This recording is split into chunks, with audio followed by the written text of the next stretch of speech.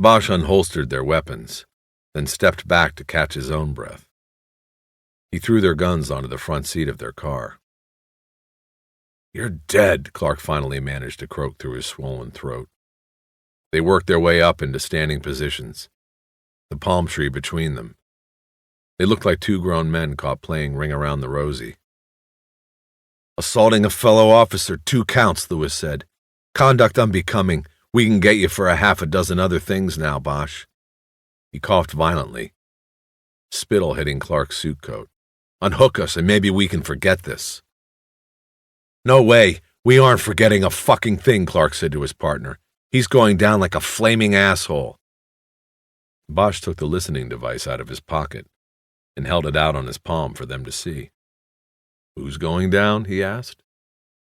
Lewis looked at the bug, recognizing what it was, and said, "We don't know anything about that." "Of course not," Bosch said. He took the recorder out of his other pocket and held that out too. "Sound-sensitive Nagras. That's what you guys use on all your jobs, legal or not, isn't it? Found it in my phone. Same time I noticed that you two dummies have been following me all over the city. Don't suppose you guys also dropped the bug on me so you could listen as well as watch?" Neither Lewis nor Clark answered, and Bosch didn't expect them to. He noticed a small drop of blood poised at the edge of one of Clark's nostrils. A car driving on Woodrow Wilson slowed, and Bosch pulled his badge and held it up. The car kept going. The 2 IAD detectives did not call for help, which made Bosch begin to feel he was safe. This would be his play. The department had taken such bad publicity for illegally bugging officers, civil rights leaders, even movie stars in the past, that these two were not going to make an issue of this.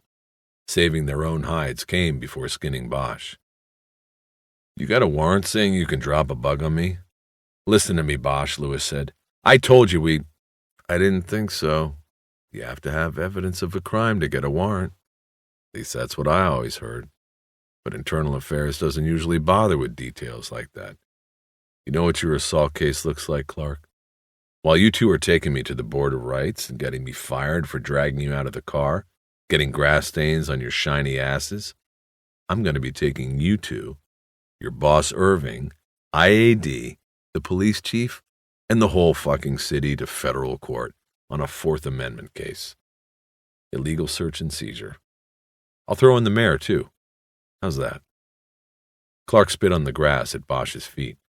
A drop of blood from his nose fell onto his white shirt. He said, "You can't prove that came from us because it didn't." "Bosch, what do you want?" Lewis blurted out, his rage turning his face a darker red than it had been when his tie had been tightened like a noose around his neck.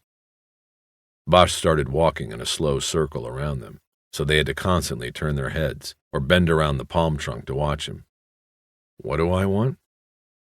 Well, as much as I despise you two, I don't really want to have to drag your asses into court. Dragging them across the sidewalk was enough. What I want—" "Bosch, you ought to get your fucking head examined," Clark burst out. "Shut up, Clark," Lewis said. "You shut up," Clark said back. "Matter of fact, I have had it examined," Bosch said. "And I would still rather have mine than yours. You need a proctologist to check yours out." He said this as he circled close behind Clark. Then he moved out a few steps and continued to make the rounds. "I'll tell you what, I'm willing to let bygones be bygones on this. All you have to do is answer a few questions and we're square on this little mix-up. I'll cut you loose. After all, we're all part of the family, right?" "What questions, Bosch?" Lewis said. "What are you talking about?" "When'd you start the tale?" "Tuesday morning. We picked you up when you left the FBI," Lewis said. "Don't tell him shit, man," Clark said to his partner. "He already knows." Clark looked at Lewis and shook his head like he couldn't believe what he was hearing. "When'd you drop the bug in my phone?"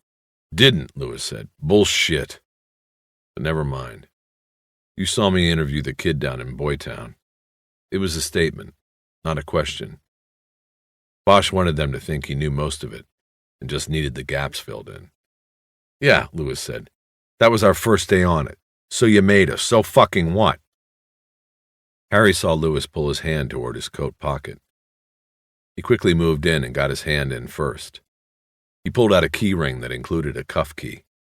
He threw the keys into the car. Behind Lewis, he said, "Who'd you tell about it?" "Tell?" Lewis said. "About the kid? Nobody. We didn't tell anybody, Bosch." "You write up a daily surveillance log, don't you? You take pictures, don't you? I bet there's a camera in the back seat of that car, unless you forgot and left it in the trunk." "Of course we do." Bosch lit a cigarette and started walking again. "Where did it all go?" It was moments before Lewis answered. Bosch saw him make eye contact with Clark. "We turned in the first log on the film yesterday, put it in the deputy chief's box, like always. Don't even know if he looked at it yet. That's the only paper we've done so far. So, Bosch, take these cuffs off. This is embarrassing, people seeing us and all. We can still talk after." Bosch walked up between them and blew smoke into the center of the huddle and told them the cuffs stayed on until the conversation was over. He then leaned close to Clark's face and said, "Who else was copied?" "With the surveillance report? Nobody was copied, Bosch," Lewis said. "That would violate department procedure."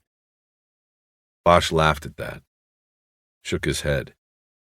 He knew they would not admit any illegality or violation of department policy. He started to walk away, back to his house. Wait a minute, Bosch," Lewis called out. "We copied the report to your lieutenant, all right? Come on back." Bosch did, and Lewis continued. "He wanted to be kept apprised. We had to do it. The D.C. Irving okayed it. We did what we were told." "What did the report say about the kid?" "Nothing. Just some kid is all. Subject engaged juvenile in conversation. Juvenile was transported to Hollywood Station for formal interview. Something like that." "Did you ID him in the report?" "No name. We didn't even know his name. Honest, Bosch. We just watched you, that's all. Now uncuff us." "What about Home Street Home? You watched me take him there. Was that in the report?" "Yeah, on the log." Bosch moved in close again. "Now here's the big question. If there's no complaint from the Bureau anymore, why is IAD still on me? The FBI made the call to Pounds and withdrew the complaint. Then you guys act like you were called off, but you weren't. Why?" Lewis started to say something, but Bosch cut him off. "I want Clark to tell me." "You're thinking too fast, Lewis." Clark didn't say a word. "Clark, the kid you saw me with ended up dead. Somebody did him because he talked to me. And the only people who knew he talked to me were you and your partner here. Something is going on here. And if I don't get the answers I need, I'm just going to lay it all out, go public with it. You are going to find your own ass being investigated by Internal Affairs." Clark said his first two words in 5 minutes. "Fuck you!" Lewis jumped in then. "Look, Bosch, I'll tell you. The FBI doesn't trust you, that's the thing. They said they brought you into the case, but they told us they weren't sure about you. They said you muscled onto the case and they were going to have to watch you, make sure you weren't pulling a scam. That's all. So we were told to drop back, but stay on you. We did. That's all, man. Now cut us loose. I can hardly breathe. My wrists are starting to hurt with these cuffs. You really put them on tight." Bosch turned to Clark. "Where's your cuff key?" "Right front pocket," he said. He was cool about it, refusing to look at Bosch's face. Bosch walked around behind him and reached both hands around his waist. He pulled a key ring out of Clark's pocket and then whispered in his ear, "Clark, you ever go in my home again, and I'll kill you." Then he yanked the detective's pants and boxer shorts down to his ankles and started walking away. He threw the key ring into the car. "You bastard!" Clark yelled. "I'll kill you first, Bosch." As long as he kept the bug in the Nagra, Bosch was reasonably certain Lewis and Clark would not seek departmental charges against him. They had more to lose than he. A lawsuit and public scandal would cut their careers off at the stairway to the 6th floor. Bosch got in his car and drove back to the Federal Building. Too many people knew about Sharkey, or had the opportunity to know, he realized as he tried to assess the situation. There was no clear-cut way of flushing out the inside man. Lewis and Clark had seen the boy and passed the information on to Irving and Pounds, and who knew who else. Rourke and the FBI records clerk knew about him as well. And those names didn't even include the people on the street who might have seen Sharkey with Bosch, or had heard that Bosch was looking for him. Bosch knew that he would have to wait for things to develop. At the Federal Building, the red-haired receptionist behind the glass window on the FBI floor made him wait while she called back to Group 3. He checked the cemetery again through the gauze curtains and saw several people working in the trench cut in the hill. They were lining the earth wound with blocks of black stone that reflected sharp white light points in the sun. And Bosch at last believed he knew what it was they were doing. The door lock buzzed behind him, and Bosch headed back. It was 12:30, and the heavy squad was out, except for Eleanor Wish. She sat at her desk eating an egg salad sandwich, the kind they sold in plastic triangle-shaped boxes at every government building cafeteria he'd ever been in. The plastic bottle of water and a paper cup were on the desk. They exchanged small hellos. Bosch felt that things had changed between them, but he didn't know how much. "You been here since this morning?" he asked. She said she hadn't.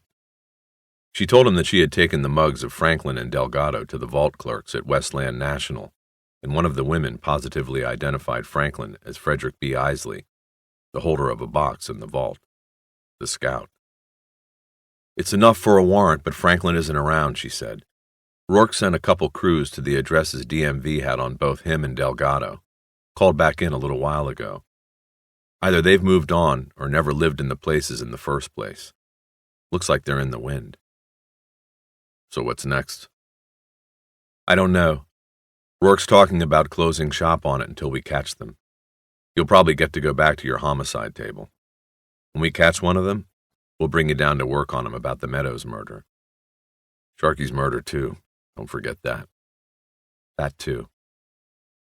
Bosch nodded. It was over. The Bureau was going to close it down. "By the way, you got a message," she said. "Someone called for you, said his name was Hector. That was all." Bosch sat down at the desk next to hers and dialed Hector Villabana's direct line. He picked up after 2 rings. "It's Bosch." "Hey, what are you doing with the Bureau?" he asked. "I called the number you gave and somebody said it was the FBI. "Yeah, it's a long story. I'll tell you later. Did you come up with anything?" "Not much, Harry, and I'm not going to either. I can't get the file. This guy Bin, whoever he is, he has got some connections, like we figured. His file is still classified. I called a guy I know out there and asked him to send it out. He called me back and said no can do." "Why would it still be classified?" "Who knows, Harry? That's why it's still classified, so people won't find this shit out." "Well, thanks. It's not looking that important anymore." "If you have a source at state, somebody with access, they might have better luck than me. I'm just a token beaner in this bean-counting department. But listen, there's one thing this guy I know kind of let slip." "What?" "Well, see, I gave him Bin's name, you know, and when he calls back he says, 'Sorry, Captain Bin's file is classified.' Just like that is how he said it. Captain, he called him. So this guy must have been a military guy. That's probably why they got him out of there and over here so fast. If he was military, they saved his ass for sure." "Yeah," Bosch said.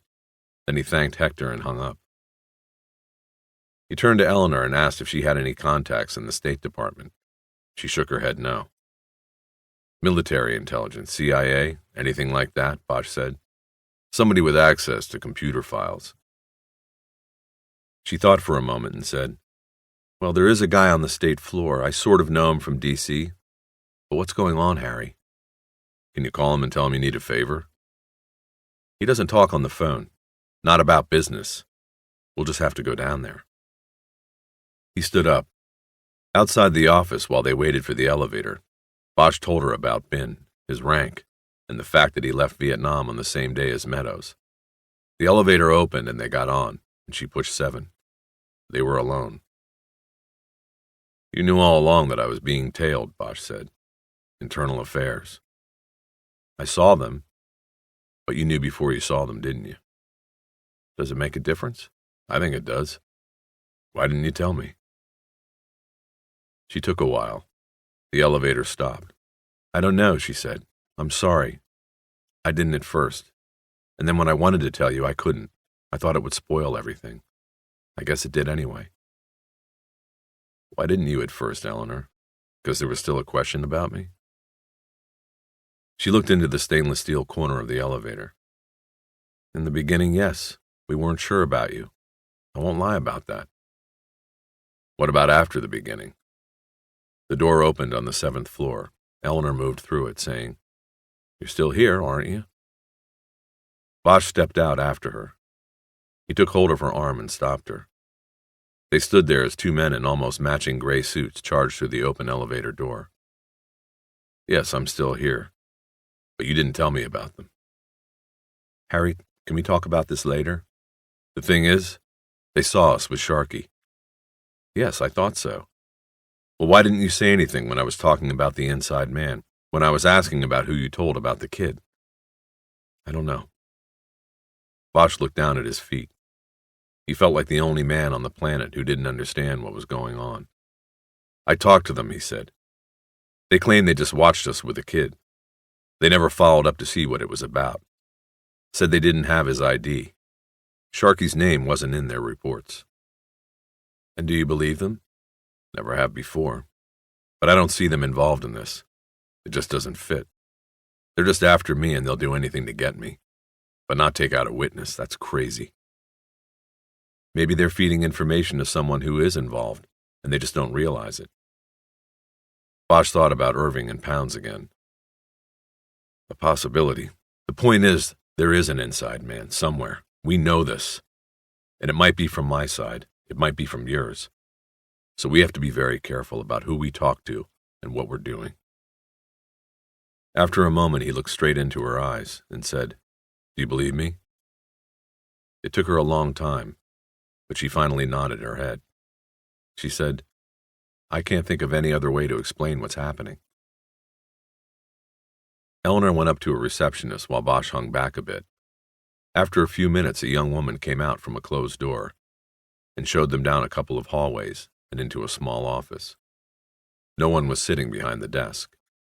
They sat in two chairs facing the desk and waited. Who is this we're seeing? Bosch whispered.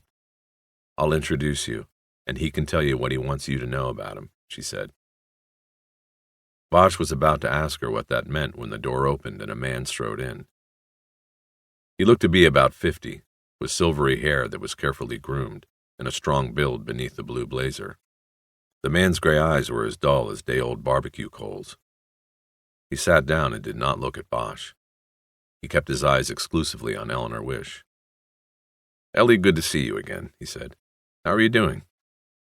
She said she was fine, exchanged a few pleasantries, and then got around to introducing Bosch. The man got up and reached across the desk to shake hands. Bob Ernst, Assistant Deputy, Trade and Development. Nice to meet you. So this is an official visit, then, not just dropping by to see an old friend? Yes, I'm sorry, Bob, but we are working on something and need some help. Whatever I can do, Ellie, Ernst said. He was annoying Bosch, and Bosch had only known him a minute. Bob, we need to background somebody whose name has come up on a case we are working, Wish said. I think you are in a position that you could get that information for us without a great deal of inconvenience or time. That's our problem, Bosch said. It's a homicide case. We don't have a lot of time to go through normal channels, to wait for things from Washington. Foreign national? Vietnamese, Bosch said. Came here when? May 4th, 1975. Ah, right after the fall. I see.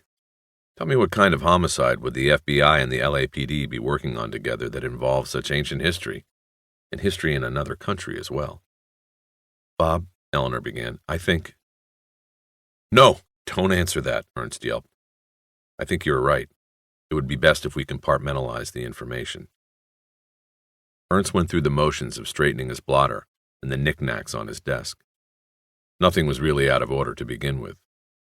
How soon you need the information, he finally said. Now, Eleanor said. We'll wait, Harry said. You realize, of course, I may not come up with anything, especially on short notice. Of course, Eleanor said. Give me the name. Ernst slid a piece of paper across his blotter. Eleanor wrote Bin's name on it and slid it back. Ernst looked at it a moment and got up without ever touching the paper. I'll see what I can do, he said, and left the room. Bosch looked at Eleanor. Ellie? Please, I don't allow anybody to call me that. That's why I don't take his calls and don't return them. You mean until now? You'll owe him now. If he finds something, and so will you. I guess I'll have to let him call me Ellie. She didn't smile. How'd you meet this guy anyway? She didn't answer. Bosch said, He's probably listening to us right now. He looked around the room, though obviously any listening devices would be hidden. He took out his cigarettes when he saw a black ashtray on the desk. Please don't smoke, Eleanor said. Just a half. I met him once when we were both in Washington. I don't even remember what for now. He was assistant something or other with State back then, too. We had a couple of drinks, that's all. Sometime after that, he transferred out here. When he saw me in the elevator here and found out I was transferred, he started calling. CIA all the way, right? Or something close. More or less, I think. It doesn't matter if he gets what we need. More or less. I knew shitheads like him in the war. No matter how much he tells us today, there will be something more. Guys like that, information is their currency. They never give up everything. Like he said, they compartmentalize everything. They'll get you killed before they tell it all. Can we stop talking now? Sure. Ellie. Bosch passed the time smoking and looking at the empty walls. The guy didn't make much of an effort to make it look like a real office. No flag in the corner. Not even a picture of the president. Ernst was back in 20 minutes, and by then Bosch was on his second half cigarette. As the assistant deputy for trade and development strode to his desk empty-handed, he said, Detective, would you mind not smoking? I find it very bothersome in a closed room like this. Bosch stubbed the butt out in the small black bowl on the corner of his desk. Sorry, he said. I saw the ashtray. I thought, It's not an ashtray, Detective, Ernst said in a somber tone. That is a rice bowl 3 centuries old. I brought it home with me after my stationing in Vietnam. You were working on trade and development then, too? Excuse me, Bob, did you find anything? Eleanor interjected. On the name? It took Ernst a long moment to break his stare away from Bosch. I found very little, but what I did find may be useful. This man, Bin, is a former Saigon police officer, a captain. Bosch, are you a veteran of the altercation? You mean the war? Yes. Of course you are, Ernst said. Then tell me, does this information mean anything to you? Not a lot. I was in the bush most of my time. Didn't see much of Saigon except the Yankee bars and tattoo parlors. The guy was a police captain. Should it mean something to me? I suppose not. So let me tell you. As a captain, Bin ran the police department's vice unit. Bosch thought about that and said, Okay. He was probably as corrupt as everything else that went with that war. I don't suppose coming from in the bush, you know much about the system, the way things worked in Saigon, Ernst asked. Why don't you tell us about it? Sounds like that was your department. Mine was just trying to keep alive. Ernst ignored the shot. He chose to ignore Bosch as well. He looked only at Eleanor as he spoke. It operated quite simply, really, he said. If you dealt in substances, in flesh, gambling, anything on the black market, you were required to pay a local tariff, a tithe to the house, so to speak. That payment kept the local police away. It practically guaranteed your business would not be interrupted, within certain bounds. Your only worry, then, was the U.S. military police. Of course, they could be paid off as well, I suppose. There was always that rumor. Anyway, this system went on for years, from the very beginning until after the American withdrawal, until, I imagine, April 30th, 1975, the day Saigon fell. Eleanor nodded and waited for him to go on. The major American military involvement lasted longer than a decade. Before that, there was the French. We are talking many, many years of foreign intervention. Millions, Bosch said. What's that? You're talking about millions of dollars in payoffs. Yes, absolutely. Tens of millions when added up over the years. And where does Captain Bin fit in? Eleanor asked. You see, Ernst said, our information at the time was that the corruption within the Saigon Police Department was orchestrated or controlled by a triad called the Devil's Three. You paid them, or you did not do business. It was that simple. Coincidentally, or rather not coincidentally, the Saigon Police had 3 captains whose domain corresponded, so to speak, quite nicely with the domain of the triad. 1 captain in charge of vice, 1 narcotics, 1 for patrol. Our information is that these 3 captains were, in fact, the triad. You keep saying our information. Is that trade and development's information? Where are you getting this? Ernst made a movement to straighten things on the top of his desk again and stared coldly at Bosch. Detective, you come to me for information. If you want to know where the source is, then you have made a mistake. You've come to the wrong person. You can believe what I tell you or not. It's of no consequence to me. The 2 men locked eyes but said nothing else. What happened to them? Eleanor asked. The members of the triad. Ernst pulled his eyes away from Bosch and said, what happened is that after the United States pulled military forces in 1973, the triad's source of revenue was largely gone. But like any responsible business entity, they saw it coming and looked to replace it. And our intelligence at the time was that they shifted their position considerably. In the early 70s, they moved from the role of providing protection to narcotics operations in Saigon to actually becoming part of those operations. Through political and military contacts and, of course, police enforcement, they solidified themselves as the brokers for all brown heroin that came out of the highlands and was moved to the United States. But it didn't last, Bosch said. Oh, no, of course not. When Saigon fell in April 1975, they had to get out. They had made millions, an estimated $15 to $18 million American each. It would mean nothing in the new Ho Chi Minh City, and they wouldn't be alive to enjoy it anyway. The triad had to get out, or they'd face the firing squads of the North Vietnamese army, and they had to get out with their money. So how'd they do it? Bosch said. It was dirty money, money that no Vietnamese police captain could or should have.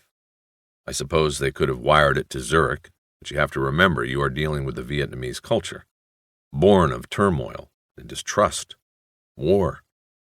These people did not even trust banks in their homeland. And besides, it wasn't money anymore. What? Eleanor said, puzzled. They had been converting all along. Do you know what $18 million looks like? Would probably fill a room. So they found a way to shrink it. At least that's what we believe. Precious gems, Bosch said. Diamonds, Ernst said.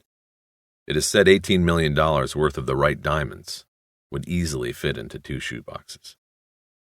And into a safe deposit box, Bosch said. That could be. But please, I don't want to know what I don't need to know. Bin was one of the captains, Bosch said. Who were the other 2?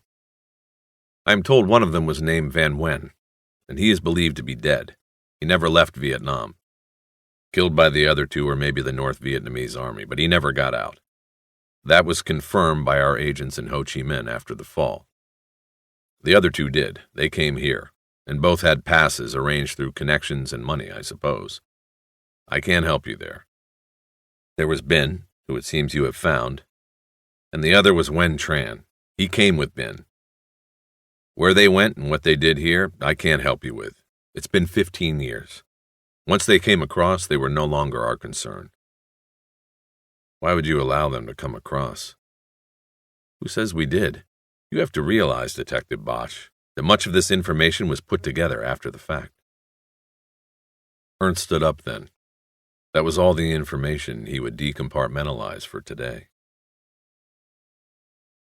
Bosch didn't want to go back up to the bureau. The information from Ernst was amphetamine in his blood. He wanted to walk. He wanted to talk, to storm. When they got in the elevator, he pushed the button for the lobby, and told Eleanor they were going outside. The bureau was like a fishbowl. He wanted a big room. In any investigation, it had always seemed to Bosch, information would come slowly, like sand, dropping steadily through the cinched middle of an hourglass.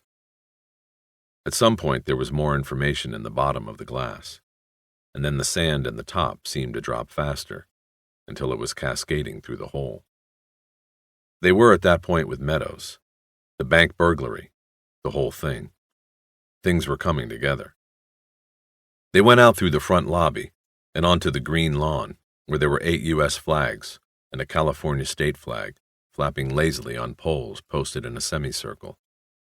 There were no protesters on this day. The air was warm and unseasonably humid. "Do we have to walk out here?" Eleanor asked. "I would rather be upstairs where we'd be near the phones. You could have a coffee. I want to smoke." They walked north toward Wilshire Boulevard. Bosch said, "It's 1975. Saigon is about to go down the sewer. Police Captain Bin pays people to get him and his share of diamonds out. Who he pays, we don't know. But we do know that he gets VIP treatment all the way. Most people took boats out. He flew. 4 days from Saigon to the States. He is accompanied by an American civilian advisor to help smooth things. That's Meadows. He may have been accompanied," she said. "You forgot the word may there. We're not in court. I'm saying it the way I see it might have been, okay? Afterward, if you don't like it, you say it your way." She raised her arms in a hands-off kind of way, and Bosch continued. "So Meadows and Bin are together, 1975. Meadows is working refugee security or something else. See, he's getting out of there too. He may or may not have known Bin from his old sideline dealing heroin. The chances are he did. He was probably in effect working for Bin. Now he may or may not have known what Bin was carrying with him to the States. Chances are he at least had an idea." Bosch stopped to organize his thoughts, and Eleanor reluctantly took over. "Bin takes with him his cultural dislike or distrust for putting his money in the hands of bankers. He has an additional problem, too. His money is not kosher. It is undeclared, unknown, and illegal for him to have. He can't declare it or make a normal deposit because this would be noticed and then have to be explained. So, he keeps this sizable fortune in the next best thing, a safe deposit vault. Where are we going?" Bosch didn't answer. He was too consumed by his thoughts. They were at Wilshire. When the walk sign flashed above the crosswalk, they went with the flow of bodies. On the other side of the street, they turned west, walking along the hedges that bordered the Veterans Cemetery. Bosch took over the story. "Okay, so Bin's got his share in the safe deposit box. He starts the great American dream as a refugee, only he's a rich refugee. Meantime, Meadows comes back after the war, can't get into the groove of real life, can't beat his habit, and starts capering to feed it. But things aren't as easy as in Saigon. He gets caught, spends some time in the stir. He gets out, goes back, gets out, then finally starts blocking some real time on federal raps on a couple of bank jobs. There was an opening in the hedge and a brick walkway. Bosch followed it, and they stood looking at the expanse of the cemetery, the rows of carved stones, a weather-polished white against the sea of grass. The tall hedge buffered the sound from the street. It was suddenly very peaceful. "It's like a park," Bosch said. "It's a graveyard," she whispered. "Let's go." "You don't have to whisper. Let's walk around. It's quiet." Eleanor hesitated, but then trailed him as he followed the bricks beneath an oak tree that shaded the graves of a grouping of World War I veterans. She caught up and continued the dialogue. "So we have Meadows and T.I. Somehow he hears about this place Charlie Company. He gets the ear of the ex-soldier/minister who operates the place, gets his backing, and gets early release from T.I. Now at Charlie Company, he connects with 2 old war buddies, or so we assume, Delgado and Franklin. Except there is only one day that all 3 of them are at Charlie Company at the same time. Just one day. Are you telling me they hatched this whole thing on that one day?" "I don't know," Bosch said. Could have been, but I doubt it. It might have been planned later, after they made that recontact at the farm. The important thing is that we have them together or in close proximity in Saigon, 1975. Now we have them together again at Charlie Company. After that, Meadows graduates, takes a few cover jobs until he finishes parole. Then he quits and disappears from view. Until the Westland burglary. They go in, they hit the boxes until they find Ben's box. Or maybe they already knew which one was his. They must have followed him to plan the job and find out where he kept whatever was left of his share of the diamonds. We need to go back to the vault records and see if this Frederick B. Isley ever visited at the same time as Ben. I bet we find that he did. He saw which box was Ben's because he was in the vault with him at the same time. Then during the vault break-in, they hit his box, and then all the others, taking everything as camouflage. The genius of it was that they knew Ben couldn't report what was taken from him, because it did not exist, legally. They knew this. It was perfect. And what made it that way is them taking all the other stuff to cover for the real target, the diamonds. The perfect crime, she said, until Meadows pawned the bracelet with the jade dolphins on it. That gets him killed. Which brings us back to the question we had a few days ago. Why? And another thing that makes no sense? Why, if he had helped loot the vault, was Meadows living in that dump? He was a rich man, not acting like a rich man. Bosch walked in silence for a while. It was the question he had been formulating an answer to since halfway through the meeting with Ernst. He thought about Meadows' 11-month lease, paid in advance. If he were alive, he would be moving out next week. As they walked through the garden of white stone, it all seemed to fit together. There was no sand left in the top of the hourglass. He finally spoke. Because the perfect crime was only half over. By pawning the bracelet, he was giving it away too soon. So he had to go, and they had to get that bracelet back. She stopped and looked at him. They were standing on the access road next to the World War II section. Bosch saw that the roots of another old oak had pushed some of the weathered stones out of alignment. They looked like teeth waiting for an orthodontist's hands. Explain that to me, what you just said, Eleanor said. They hit several of the boxes to cover that all they really wanted was what was in Ben's box, okay? She nodded. They still weren't walking. Okay, so in order to keep that cover, what would be the thing to do? Get rid of the stuff from all the other boxes so it would never turn up again. And I don't mean fence it, I mean get rid of it. Destroy it, sink it, bury it for good. Somewhere it would never be found. Because the minute the first piece of jewelry, or old coin, or stock certificate turns up, and the police find out about it, then they've got a lead, and they'll come looking. So you think Meadows was killed because he pawned the bracelet? She said. Not quite because of that. There is some other current moving through all of this. Why, if Meadows had a share of Ben's diamonds, would he even bother with a bracelet worth a few $1,000s? Why would he live the way he lived? Doesn't make sense. You're losing me, Harry. I'm losing myself. But look at it this way for a minute. Say they, Meadows, and the others, knew where both Ben and the other police captain, Wen Tran, were, and where each of them had stashed what was left of the diamonds they had brought over here. Say there were 2 banks, and the diamonds were in 2 safe deposit boxes, and say they were going to hit them both. So first they rip off Ben's bank, and now they're going for Tran's. She nodded that she was following along. Bosch felt excitement building. Okay. So these things take time to plan, to put the strategy together, to plan it for a time the bank is closed 3 days in a row, because that's how much time they need to open enough boxes to make it look real. And then there is the time needed to dig the tunnel. He'd forgotten to light a cigarette. He realized now, and put one in his mouth, but started talking again before lighting it. You with me? She nodded. He lit the cigarette. Okay. Then what would be the best thing to do after you have hit the first bank, but before the second one is taken down? You lie low and you don't give a goddamn hint away. You get rid of all the stuff taken as cover, all the stuff from the other boxes. You keep nothing, and you sit on the diamonds from Bin's box. You can't start to fence them, because it might draw attention to you and spoil the second hit. In fact, Bin probably had feelers out, looking for the diamonds. I mean, over the years, he was probably cashing them in piecemeal, and was familiar with the gem fencing network, so they had to watch out for him too. So Meadows broke the rules, she said.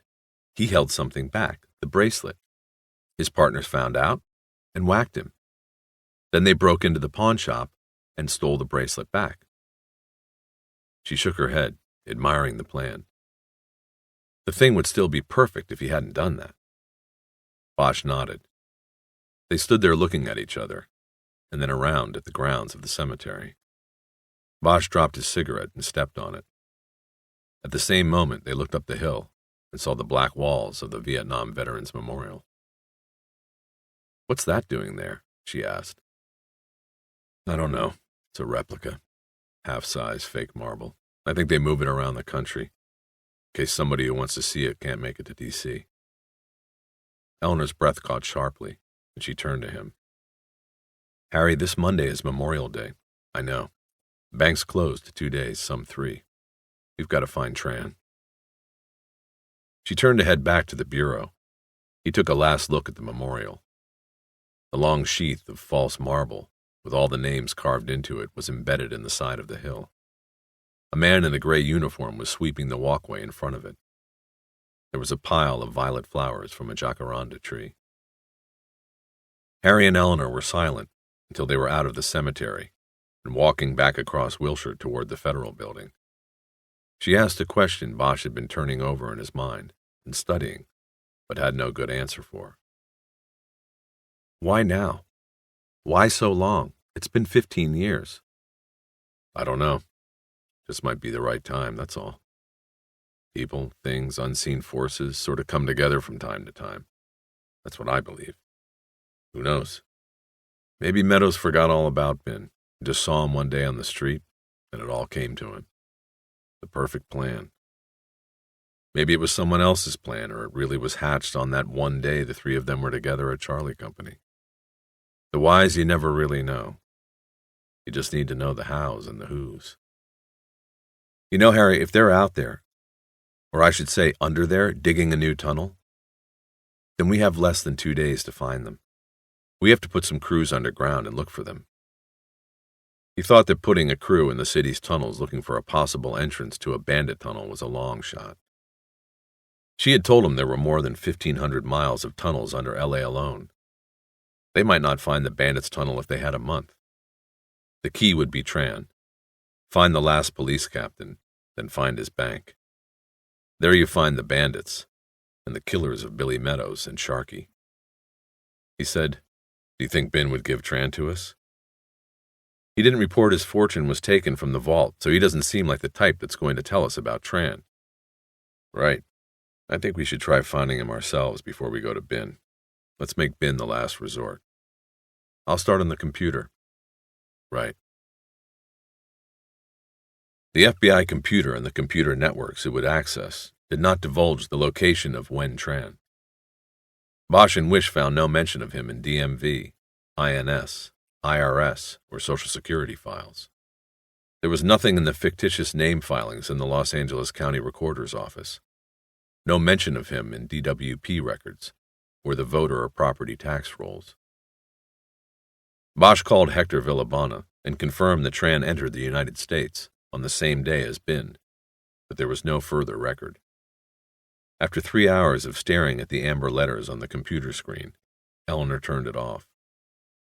"Nothing," she said. "He's using another name, but he hasn't legally changed it, at least in this country. Nobody has the guy." They sat there dejected and quiet. Bosch took the last swallow of coffee from a styrofoam cup. It was after 5, and the squad room was deserted. Rourke had gone home after being informed of the latest developments and deciding not to send anyone into the tunnels.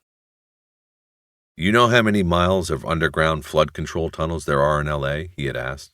"It's like a freeway system down there. These guys, if they really are down there, could be anywhere." We would be stumbling around in the dark. They'll have the advantage, and one of us could get hurt. Bosch and Wish knew he was right. They gave him no argument, and set to work finding Tran, and they had failed. So now we go to Bin, Bosch said, after finishing his coffee. You think he'll cooperate, she said. He'll know that if we want Tran, then we must know about their past, about the diamonds. I don't know what he'll do, he said. I'll go see him tomorrow. You hungry? We'll go see him tomorrow, she corrected and smiled. And yes, I'm hungry. Let's get out of here. They ate at a grill on Broadway in Santa Monica. Eleanor picked the place, and since it was near her apartment, Bosch's spirits were high, and he was relaxed. There was a trio playing in the corner on a wooden stage, but the place's brick walls made the sound harsh and mostly unnotable. Afterward, Harry and Eleanor sat in a comfortable silence while nursing espressos. There was a warmness between them that Bosch felt but couldn't explain to himself. He didn't know this woman who sat across from him. One look at those hard brown eyes told him that. He wanted to get behind them.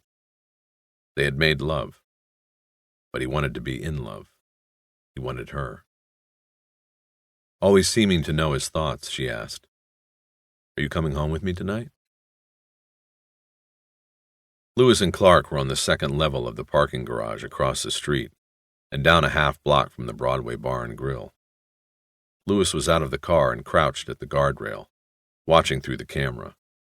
Its foot-long lens was steadied on a tripod and pointed at the front door of the restaurant, 100 yards away.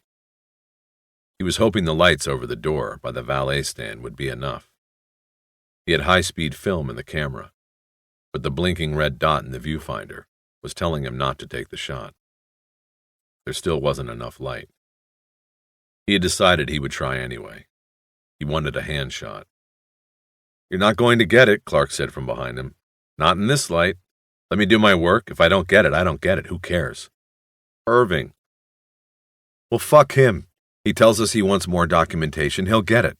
I'm only trying to do what the man says.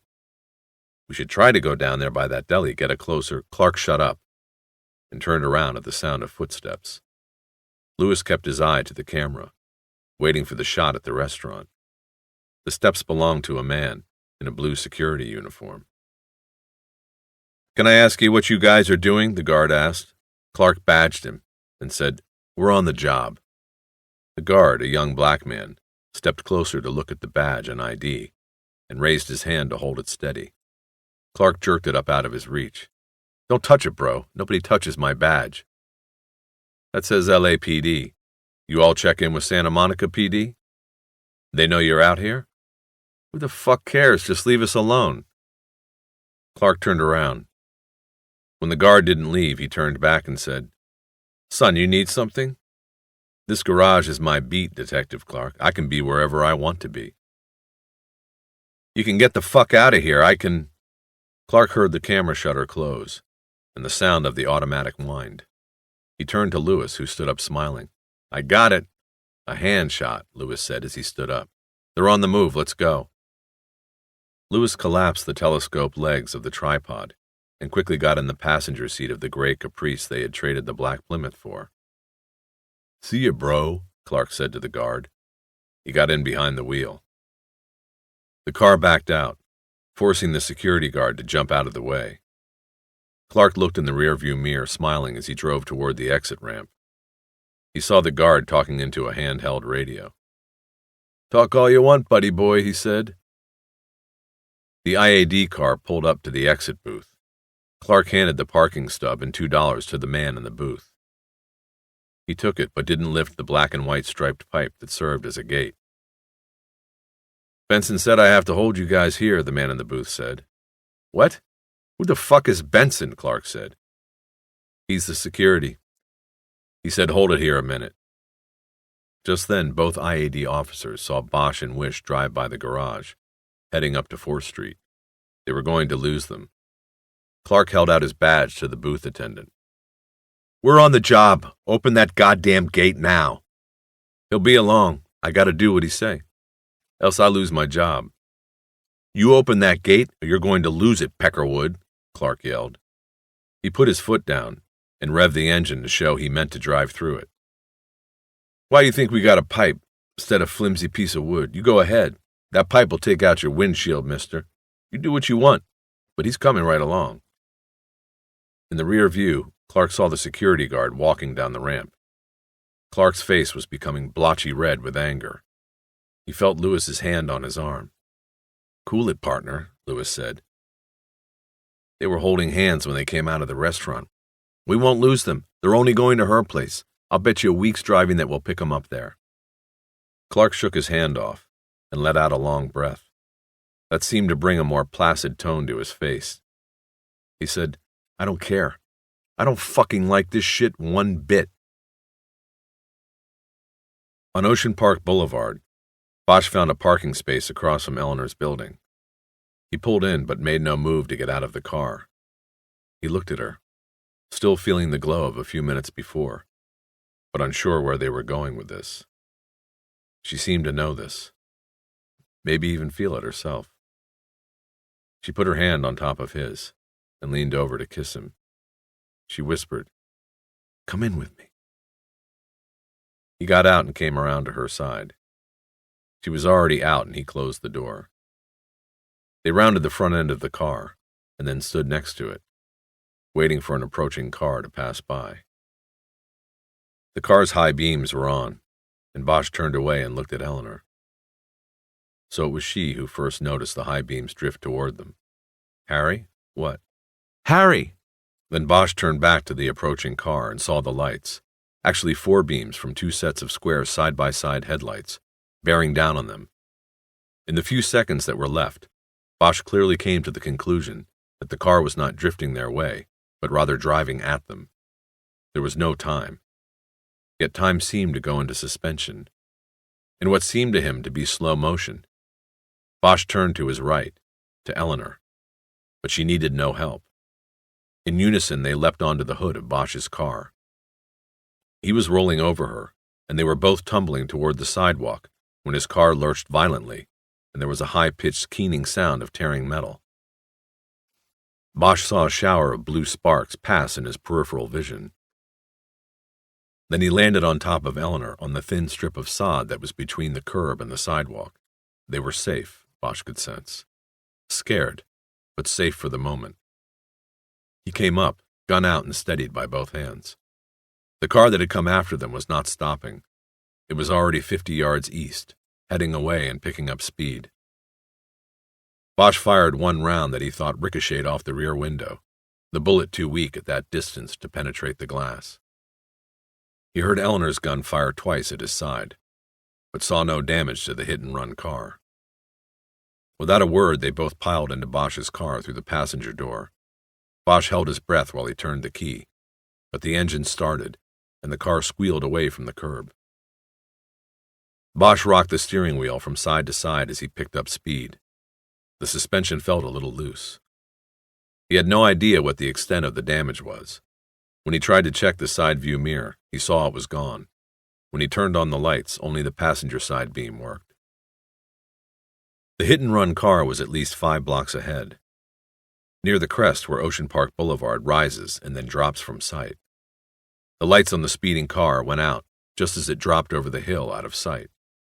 He was heading for Bundy Drive, Bosch thought. From there a short jog to the 10, and from there he would be gone, and they'd never catch him. Bosch grabbed the radio and called in an officer needs assistance, but he could not provide a description of the car, only the direction of the chase. "He's going for the freeway, Harry," Eleanor yelled. "Are you okay?" "Yeah, are you? Did you get a make?" "I'm fine, scared is all. No make. American, I think, square headlights, no color, just dark. I didn't see the color. We won't catch him if he makes the freeway."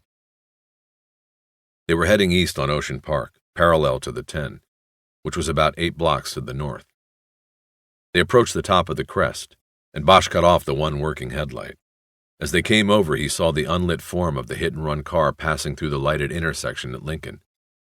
Yeah, he was going for Bundy. At Lincoln, Bosch took a left and floored the gas pedal.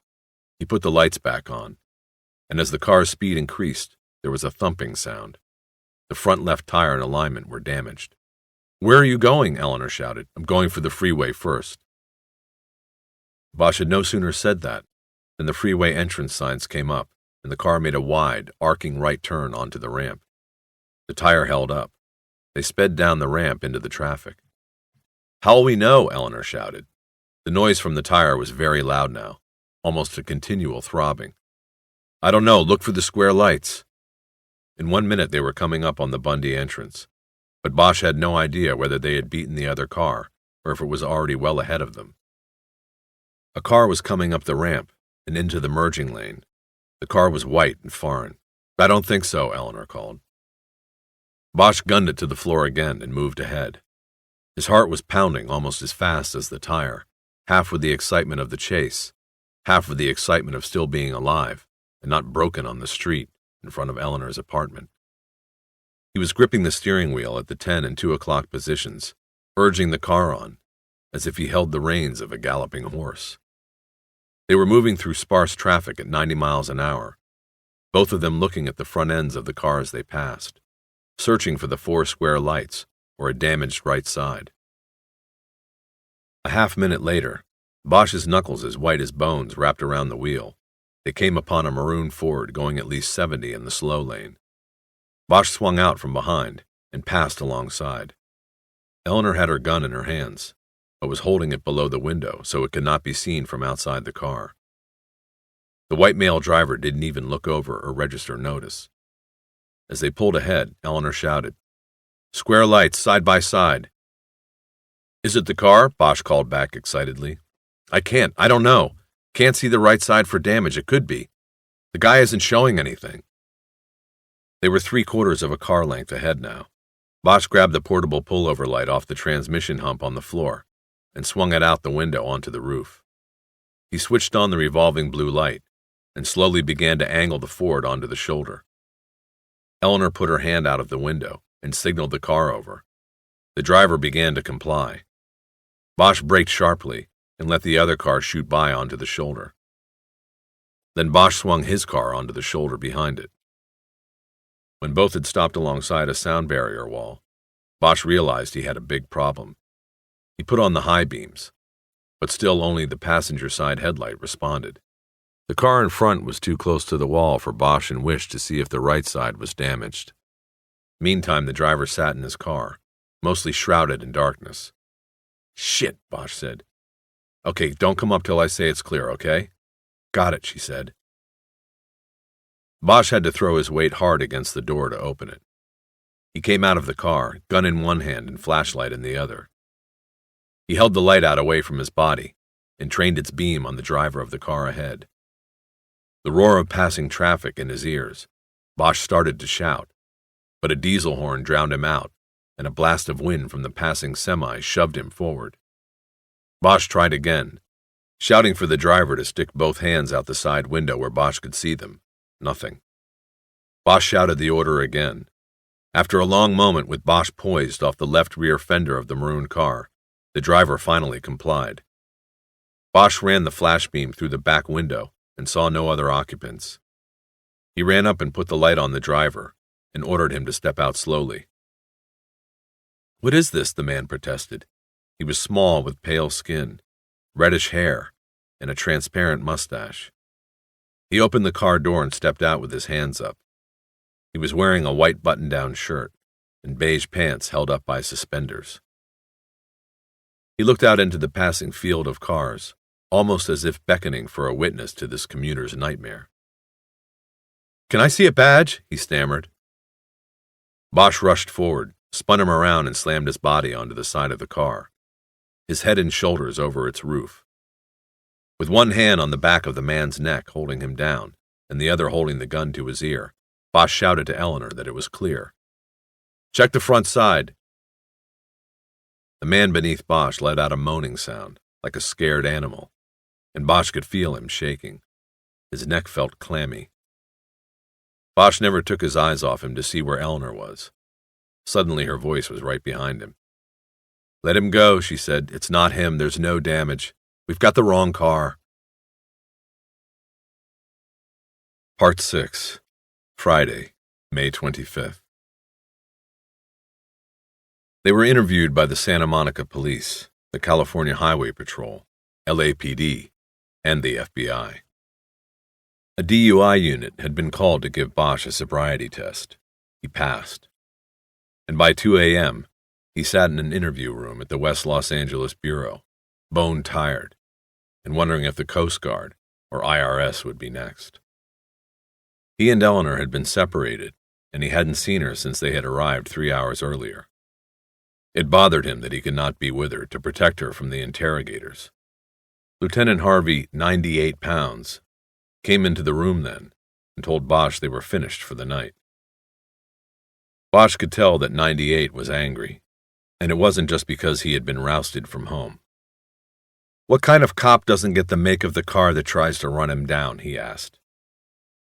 Bosch was used to the second-guessing tone to the questions. It had been that way all night. "Like I told every one of those guys before you, I was a little busy at the time. I was trying to save my ass." "And this guy you pull over?" Pounds cuts in. "Jesus, Bosch. You rough him up on the side of the freeway. Every asshole with a car phone is dialing 911, reporting kidnap, murder, who knows what else. Couldn't you have tried to get a look at the right side of his car before you pulled him over?" "It was impossible. All of this is covered in the report we typed up, Lieutenant. I've gone over it seems like 10 times already." Pounds acted as though he didn't hear. "And he's a lawyer, no less." "So what?" Bosch said, now losing his patience. "We apologized. It was a mistake. The car looked the same, and if he's going to sue anybody, it will be the FBI. They've got deeper pockets, so don't worry about it." "No, he'll sue us both. He's already talking about it, for Christ's sake. And this is not the time to try to be funny, Bosch." "It's also not the time to be worried about what we did or didn't do right. None of the suits that have come in here to interview me have seemed to care that somebody might be trying to kill us. They just want to know how far away I was when I fired, and whether I endangered bystanders, and why I pulled the car over without probable cause. Well, fuck it, man. Somebody is out to kill my partner and me. Excuse me if I'm not feeling particularly sorry for the lawyer who got his suspenders twisted." Pounds was ready for that argument. "Bosch, for all we have evidence of, it could have just been a drunk. And what do you mean, partner? You are on a day-to-day loan to this investigation, and after tonight, I think the loan is going to be withdrawn. You've spent 5 solid days on this case, and from what I understand from Rourke, you've got nothing." "It was no drunk, Pounds. We were a target, and I don't care what Rourke says we have. I'm going to clear this one. And if you'd quit undermining the effort, believe in your own people for once, and maybe get those internal affairs assholes off me, you might be in line for a piece of the honors when it happens." Pound's eyebrows arched like roller coasters. "Yeah, I know about Lewis and Clark," Bosch said. "And I know their paper was being copied to you. I guess they didn't tell you about the little talk we had. I caught him snoozing outside my house." It was clear from his expression that Pounds had not heard. Lewis and Clark were staying low, and Bosch would not get jammed up over what he had done to them. He began to wonder where the 2 IAD detectives had been when he and Eleanor had almost been run down. Meanwhile, Pounds remained silent for a long time.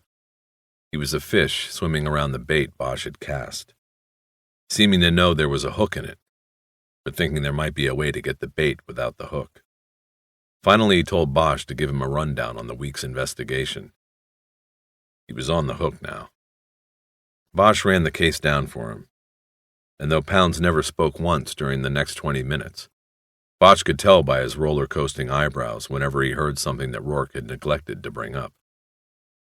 When the story was finished, there was no more talk from Pounds of Bosch's being withdrawn from the case. Nevertheless, Bosch felt very tired of the whole thing. He wanted to sleep, but Pounds still had questions. "If the FBI isn't putting people into the tunnels, should we?" he asked. Bosch could see he was thinking in terms of being in on the bust, if there was one. If he put LAPD people into the drainage tunnels, the FBI wouldn't be able to crowd the department out when the credit for the bust came. Pounds would receive a slap on the back from the chief if he could defend against such a maneuver. But Bosch had come to believe that Rourke's reasoning was sound and correct. A tunnel crew would stand a good chance of stumbling into the thieves and maybe getting killed. No, Bosch told Pounds. Let's first see if we can get a fix on Tran and where he keeps his stash. For all we know, it might not even be a bank. Pounds stood up, having heard enough. He said Bosch was free to go. As the lieutenant headed to the interview room door, he said, Bosch, I don't think you'll have any problems with this incident tonight. It sounds to me like you did what you could. The lawyer got his feathers ruffled, but he'll settle down. Or just settle. Bosch didn't say anything, or smile at this meager joke. One thing, Pounds continued, the fact that this happened in front of Agent Wish's home is a bit troubling because it has the appearance of impropriety. Just a hint, no? You were just walking her to the door, weren't you? I don't really care how it appeared, Lieutenant, Bosch answered. I was off duty. Pounds looked at Bosch a moment, shook his head as if Bosch had ignored his outstretched hand, and then went through the door of the small room. Bosch found Eleanor sitting by herself in an interview room next to his. Her eyes were closed, and she had her head propped on her hands, her elbows up on the scarred wooden table. Her eyes opened as he walked in. She smiled, and he immediately felt healed of fatigue, frustration, and anger. It was a smile a child gives another when they've gotten away with something on the adults. All done, she said. Yeah. You? Been done more than an hour. You were the one they wanted to grill. As usual. Work is left? Yeah, he split. Said he wants me to check in with him every other hour tomorrow. After what happened tonight, he thinks he hasn't kept a tight enough rein on this. Who are you? Yeah, it looks like there is some of that, too. He wanted to know what we were doing at my place. I told him you were just walking me to my door. Bosch sat down wearily at the other side of the table and dug a finger into a cigarette pack in search of the last one. He put it in his mouth, but didn't light it. Besides being titillated or jealous of what we might have been doing, who does Rourke think tried to take us out? He asked. A drunk driver, like my people seem to think? He did mention the drunk driver theory. He also asked whether I have a jealous ex-boyfriend. Other than that, there doesn't seem to be a great amount of concern that it might have something to do with our case. I hadn't thought of the ex-boyfriend angle. What did you tell him? You're as conniving as he is, she said, flashing her brilliant smile. I told him it wasn't any of his business. Good going. Is it mine? The answer is no. She let him hang over the cliff a few seconds, then added, that is, no jealous ex-boyfriends. So can we leave now and get to where we were? She looked at her watch. About 4 hours ago. Bosch was awake in Eleanor Wish's bed, long before dawnlight crept around the curtain drawn across the sliding glass door. Unable to defeat insomnia, he finally got up and took a shower in the downstairs bathroom. After he looked through her kitchen cabinets and refrigerator and began to put together a breakfast of coffee, eggs, and cinnamon raisin bagels, he couldn't find any bacon. When he heard the shower upstairs go off, he carried a glass of orange juice up and found her in front of the bathroom mirror. She was naked and braiding her hair, which she'd divided into 3 thick hanks. He was entranced by her and watched as she expertly maneuvered her hair into a French braid. She then accepted the juice and a long kiss from Bosch. She put on her short robe, and they went downstairs to eat. After, Harry opened the kitchen door and stood just outside it while he smoked a cigarette. You know, he said, I'm just happy nothing happened. You mean last night on the street? Yeah. To you. I don't know how I'd have handled it. I know we just met and all, but I care. You know? Me too. Bosch had taken a shower, but his clothes were as fresh as the ashtray in a used car. After a while, he said he had to leave, to go by his house and change. Eleanor said she would go into the bureau and check for fallout from last night's activities and get whatever was on file about Ben. They agreed to meet at Hollywood Station on Wilcox because it was closer to Ben's business, and Bosch needed to turn in his damaged car anyway. She walked him to the door, and they kissed, as if she were seeing him off to a day at the office, at the accounting firm. When Bosch got to his house, he found no messages on the phone machine, and no sign that the place had been entered. He shaved and changed clothes, and then headed down the hill through Nichols Canyon, and then over to Wilcox. He was at his desk, updating the investigating officer's chronological report forms when Eleanor came in at 10. The squad room was full, and most of the detectives, who were male, stopped what they were doing to check her out. She had an uncomfortable smile on her face when she sat down in the steel chair next to the homicide table. "Anything wrong?" "I just think I would rather walk through Biscaylos," she said, referring to the sheriff's jail downtown. "Oh, yeah, these guys can leer better than most flashers. You want a glass of water?" "No, I'm fine." "Ready?" "Let's do it."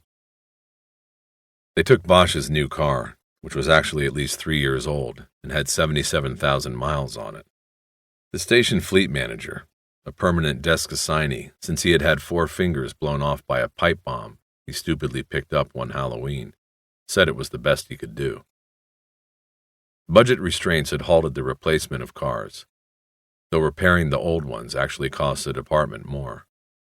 At least Bosch learned after starting the car the air conditioner worked reasonably well. There was a light Santa Ana condition kicking up, and the forecast was for an unseasonably warm holiday weekend. Eleanor's research on Bin showed he had once had an office and business on Vermont near Wilshire. There were more Korean-run shops in the area than Vietnamese, but they coexisted. As near as Wish had been able to find out, Bin controlled a number of businesses that imported cheap clothing and electronic and video merchandise from the Orient, and then moved it through Southern California and Mexico. Many of the items Teresa's thought they were getting on the cheap in Mexico and then bringing back to the States had already been here. It all seemed successful on paper, though it was small time.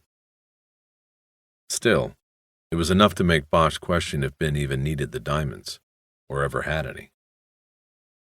Bin owned the building his office and discount video equipment store was based in. It was a 1930s auto showroom that had been converted years before Bin had ever seen it. Unreinforced concrete block fronted with wide picture windows and guaranteed to come down in a decent shaker. But for someone who made it out of Vietnam the way Bin had, earthquakes were probably viewed as a minor inconvenience, not a risk. After they found an empty parking space across the street from Ben's electronics, Bosch told Eleanor he wanted her to handle the questioning, at least at first. Bosch said he figured that Ben might be more inclined to talk to the feds than to the locals. They decided on a plan to small-talk him, and then ask about Tran. Bosch didn't tell her that he also had a second plan in mind. "Doesn't exactly look like the kind of place run by a guy with a box full of diamonds in a bank vault," Bosch said as they got out of the car. "That is, had in the bank," she said. "And remember, he couldn't flaunt that stuff. He had to be like every other Joe immigrant, the appearance of living day to day. The diamonds, if there were any, were the collateral for this place, for his American success story. But it had to look like he made it from scratch."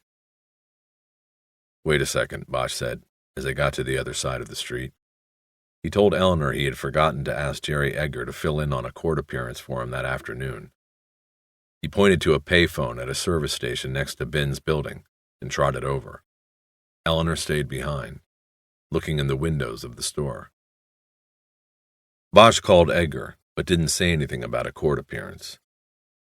"Jed, I need a favor. You won't even have to get up." Edgar hesitated as Bosch thought he would. "What do you need?" "You aren't supposed to say it like that. You're supposed to say, 'Sure, Harry, what do you need?'" "Come on, Harry. We both know we're under the glass. We've got to be careful. Tell me what you need. I'll tell you if I can do it." "All I want you to do is buzz me in 10 minutes. I need to get out of a meeting. Just buzz me. And then I call in, just put the phone down for a couple minutes. And if I don't call in, buzz me again in 5 minutes. That's it. That's all you need. Just the buzz. Right. 10 minutes from now."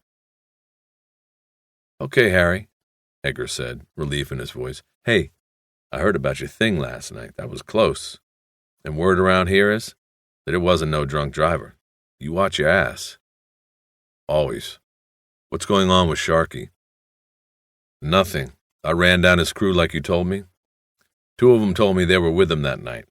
I think they were rolling faggots. They said they lost sight of him after he got in the car. That was a couple hours before the desk got the call that he was in the tunnel up at the bowl. I figure whoever was in that car did him. Description? The car? Not very good. Dark color, American sedan. Something new. That's about it. What kind of headlights? Well, I showed them the car book and they picked different taillights. One guy's got round, the other says rectangle. But on the headlights, they both said they square, side-by-side squares. Right. Hey, Harry, you thinking this is the car that came down on you and the FBI woman? Jesus, we ought to get together on this. Later, maybe later. Meantime, buzz me in 10 minutes. 10 minutes, right. Bosch hung up and went back to Eleanor, who was looking through the plate glass window at the ghetto blasters on display. They entered the store, shook off 2 salesmen, walked around a stack of box camcorders on sale for $500 each, and told a woman standing at a cash register station in the back that they were there to see Ben. The woman stared blankly at them until Eleanor showed her badge and federal ID card. You wait here, the woman said, and then disappeared through a door located behind the cash counter. There was a small mirrored window in the door that reminded Bosch of the interview room back at Wilcox. He looked at his watch. He had 8 minutes.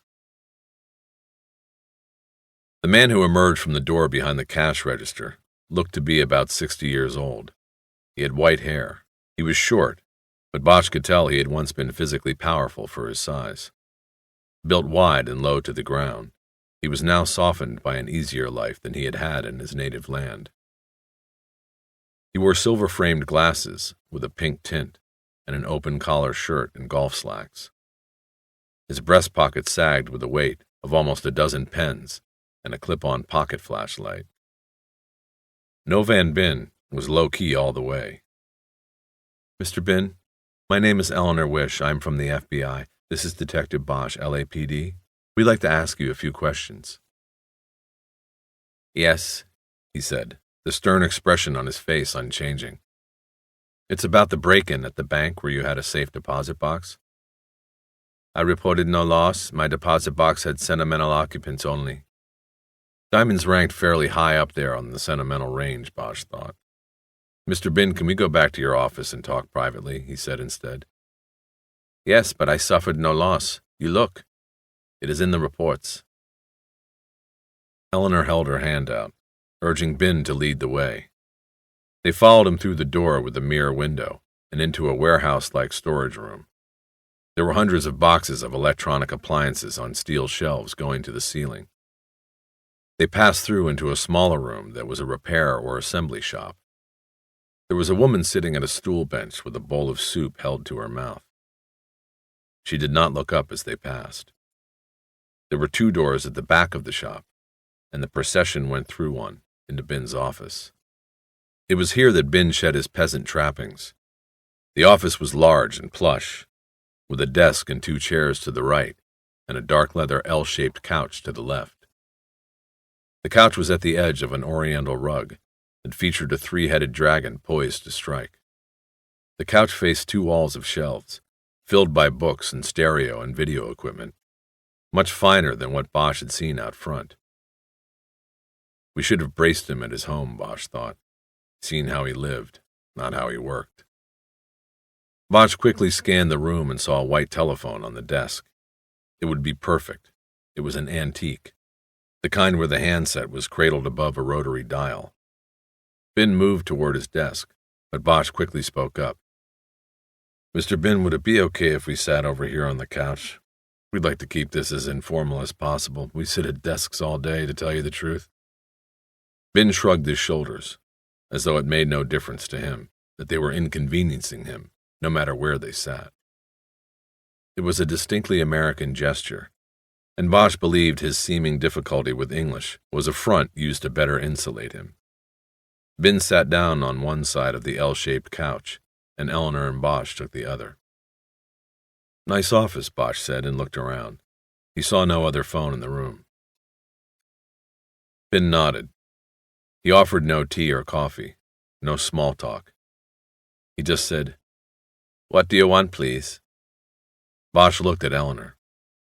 She said, "Mr. Bin, we are just retracing our steps. You reported no financial loss in the vault break-in.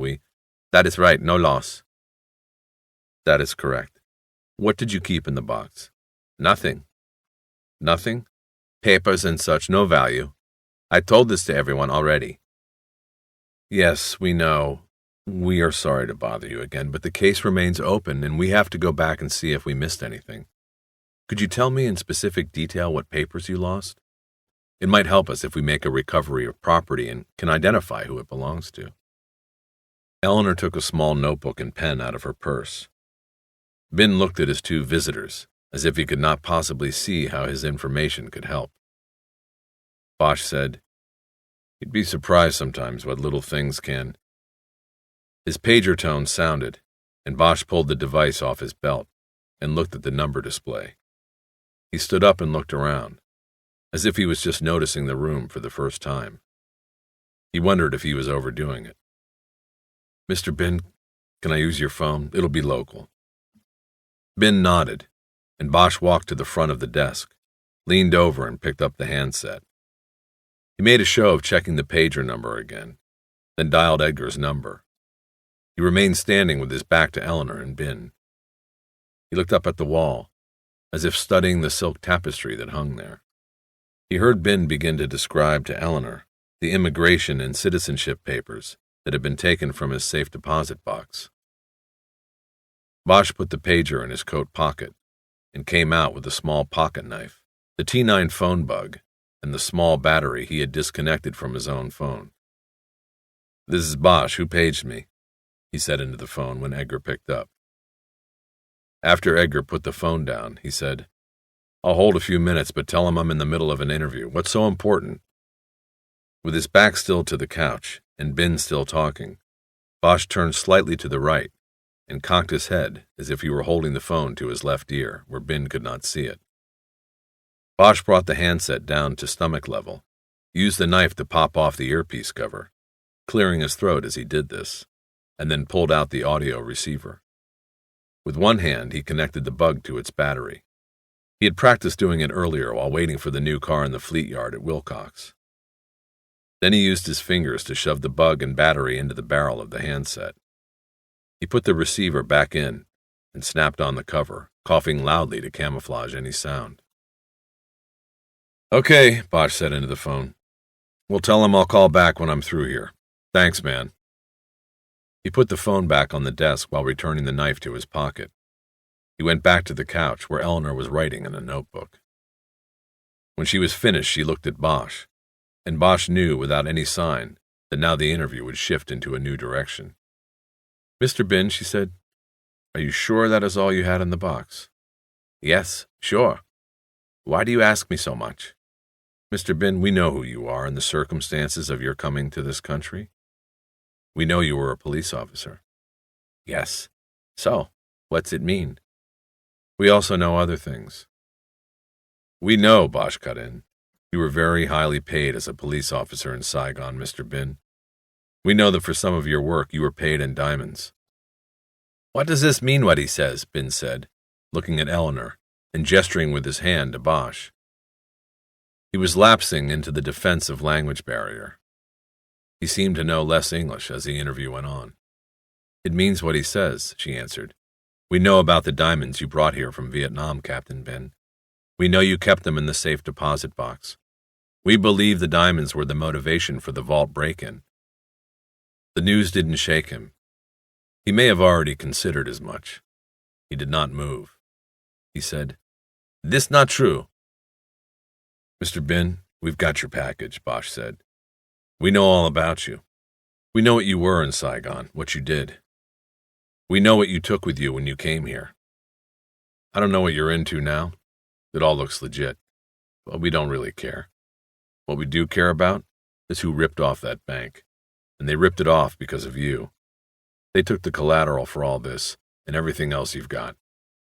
Now, I don't think we were telling you something you probably haven't figured out or thought about on your own. In fact, you might have even thought your old partner, Wen Tran, was behind it because he knew what you had and maybe where it was. Not a bad guess, but we don't think so. In fact, we think he's next on the list. Not a crack formed on the stone that was Bin's face. "Mr. Bin, we want to talk to Tran," Bosch said. "Where is he?"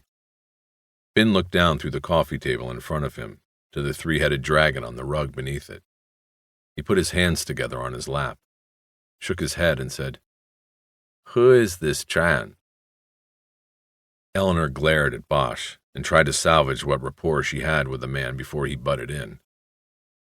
"Captain Bin, we're not interested in taking any action against you. We simply want to stop another vault break-in before it happens. Can you help us, please?" Bin didn't answer. He looked down at his hands. "Look, Bin, I don't know what you've got going on this," Bosch said. "You might have people out there trying to find the same people we are. I don't know. But I'm telling you right now, you are out of it. So tell us where Tran is." "I don't know this man." "We are your only hope. We have to get to Tran. The people that ripped you off, they are in the tunnels again right now. If we don't get to Tran this weekend, there won't be anything left for you or him." Bin remained a stone, as Bosch expected. Eleanor stood up. "Think about it, Mr. Bin," she said. "We're running out of time, and so is your old partner," Bosch said as they headed for the door.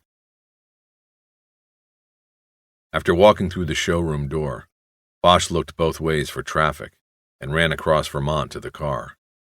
Eleanor walked it, anger making her stride stiff and jerky. Bosch got in and reached to the floor behind the front seat for the Nagra. He turned it on and set the recording speed at its fastest level. He didn't think the wait would be long. He hoped all the electronic equipment in the store would not skew the reception. Eleanor got in the passenger side and started to complain. "That was magnificent," she said. "We'll never get anything out of that guy now. He's just going to call up Tran and... What the hell is that?" "Something I picked up from the shoe flies. They dropped a bug in my phone. Oldest trick in the IAD book." "And you just put it in?" She pointed across the street and Bosch nodded. "Bosch, do you realize what could happen to us? What this means? I'm going back in there and getting..." She opened the car door, but he reached across and pulled it closed. "You don't want to do that. This is our only way to get to Tran.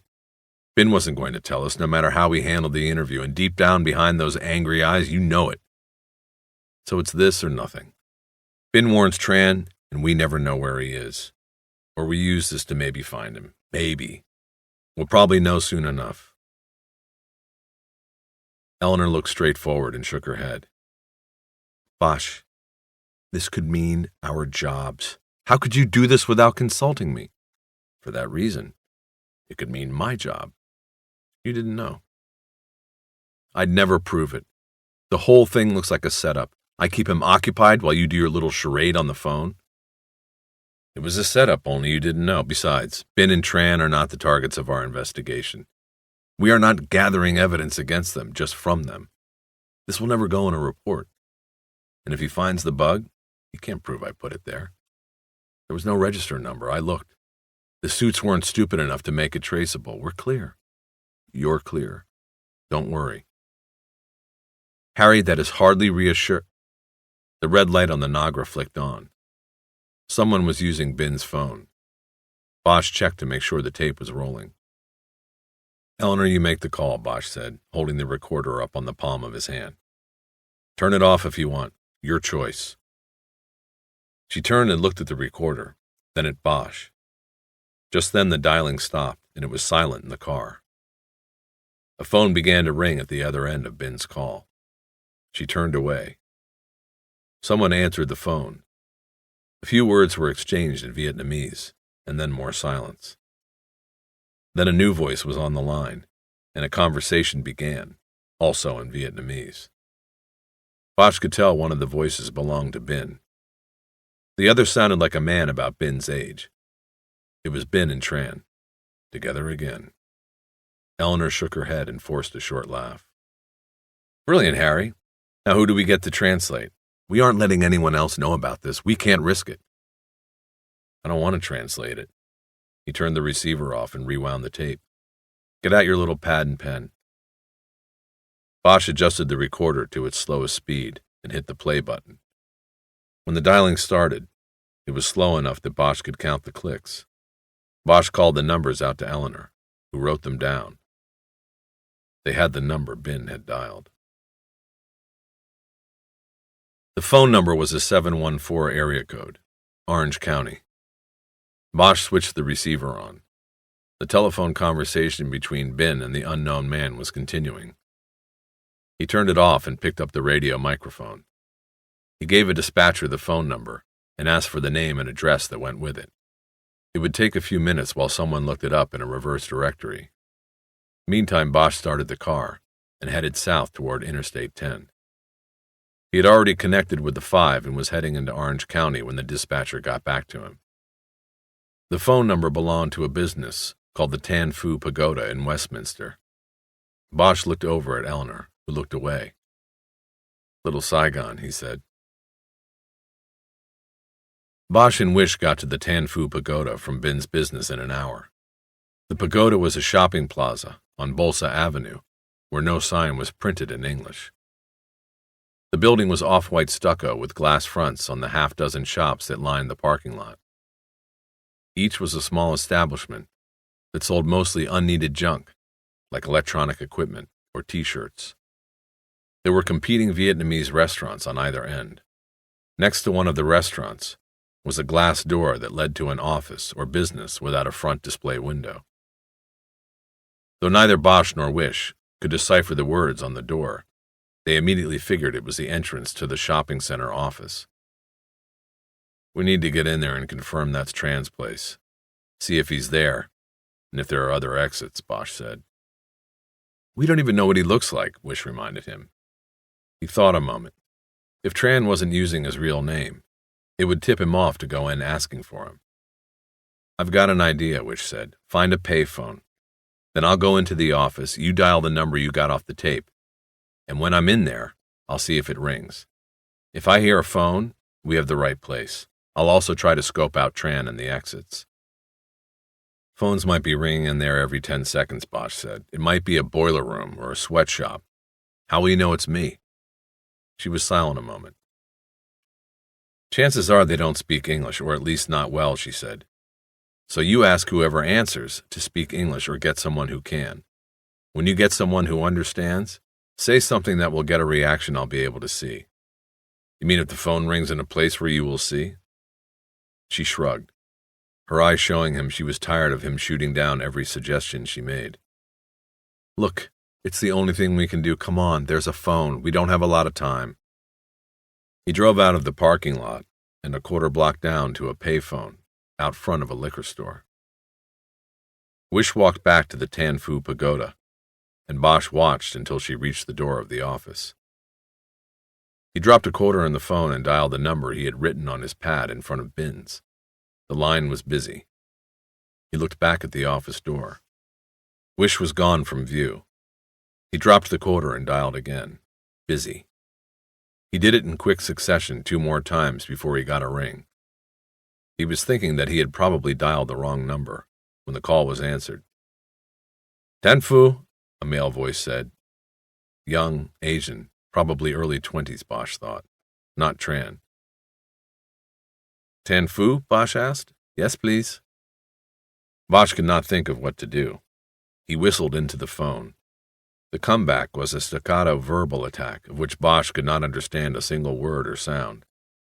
Then the phone at the other end was slammed down. Bosch walked back to the car and drove back toward the shopping plaza and into the narrow parking lot. He was cruising through it slowly when Wish appeared at the glass door with a man, an Asian, like Bin. He had gray hair and had the aura, unspoken power, unflexed muscle. He held the door open for Eleanor and nodded to her as she said thanks. He watched her walk off and then disappeared inside again. Harry, she said as she got into the car, what did you say to the guy on the phone? Not a word. So it was that office. Yeah, I think that was our Mr. Tran who held the door for me. Nice guy. So what did you do to become such great pals? I told him I was a real estate lady.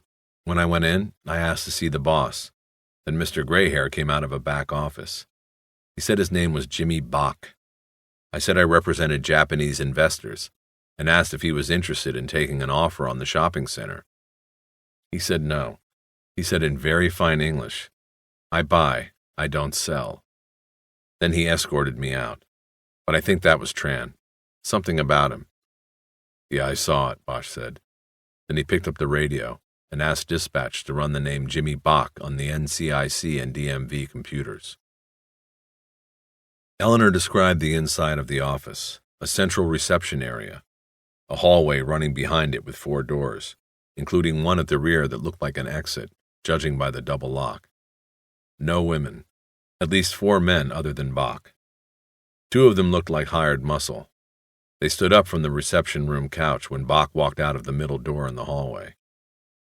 Bosch drove out of the lot and around the block. He cut up the alley that ran behind the shopping plaza. He stopped when he had driven far enough to see a gold stretch Mercedes parked next to a rear door to the complex. There was a double lock on the door. That's got to be his wheels, Wish said. They decided they would watch the car. Bosch drove on by it, to the end of the alley, and parked behind a dumpster. Then he realized it was full of garbage from the restaurant. He backed out and drove out of the alley completely. He parked on the side street, so that by looking out the passenger side of the car, they both could see the rear end of the Mercedes. Bosch could also look at Eleanor at the same time. So I guess we wait, she said. Guess so. No way of telling whether he'll do anything after Bin's warning. Maybe he did something after Bin got ripped off last year and we're just spinning our wheels. Bosch got a radio call back from the dispatcher. Jimmy Bach had a clean driving record. He lived in Beverly Hills, and he had no criminal record. Nothing else. I'm going back to the phone, Eleanor announced. Bosch looked at her. I have to check in. I'll tell Rourke we're set up on this guy and see if he can't shake someone loose to maybe call some banks and run his name. See if he is a customer. I'd also like to run him on the property computer. He said, I buy, I don't sell. I'd like to know what he buys. Fire a shot if you need me, Bosch said, and she smiled as she opened the door. You want something to eat, she asked. I'm thinking about getting takeout for lunch from one of those restaurants up front. Just coffee, he said. He hadn't eaten Vietnamese food in 20 years. He watched her walk around to the front of the center. About 10 minutes after she was gone, as Bosch watched the Mercedes, he saw a car pass by the other end of the alley. He immediately made it as a police sedan, a white Ford LTD without wheel covers, just the cheap hubcaps that revealed the matching white wheels. It had been too far away for him to see who was in it. He alternately looked at the Mercedes and then at the rearview mirror to see if the LTD was coming around the block. But in 5 minutes, he never saw it. Wish was back 10 minutes after that. She was carrying a grease-stained brown bag, from which she pulled 1 coffee and 2 goldfish cartons. Steamed rice and crab bowl, she said. He passed on her offer and rolled his window down.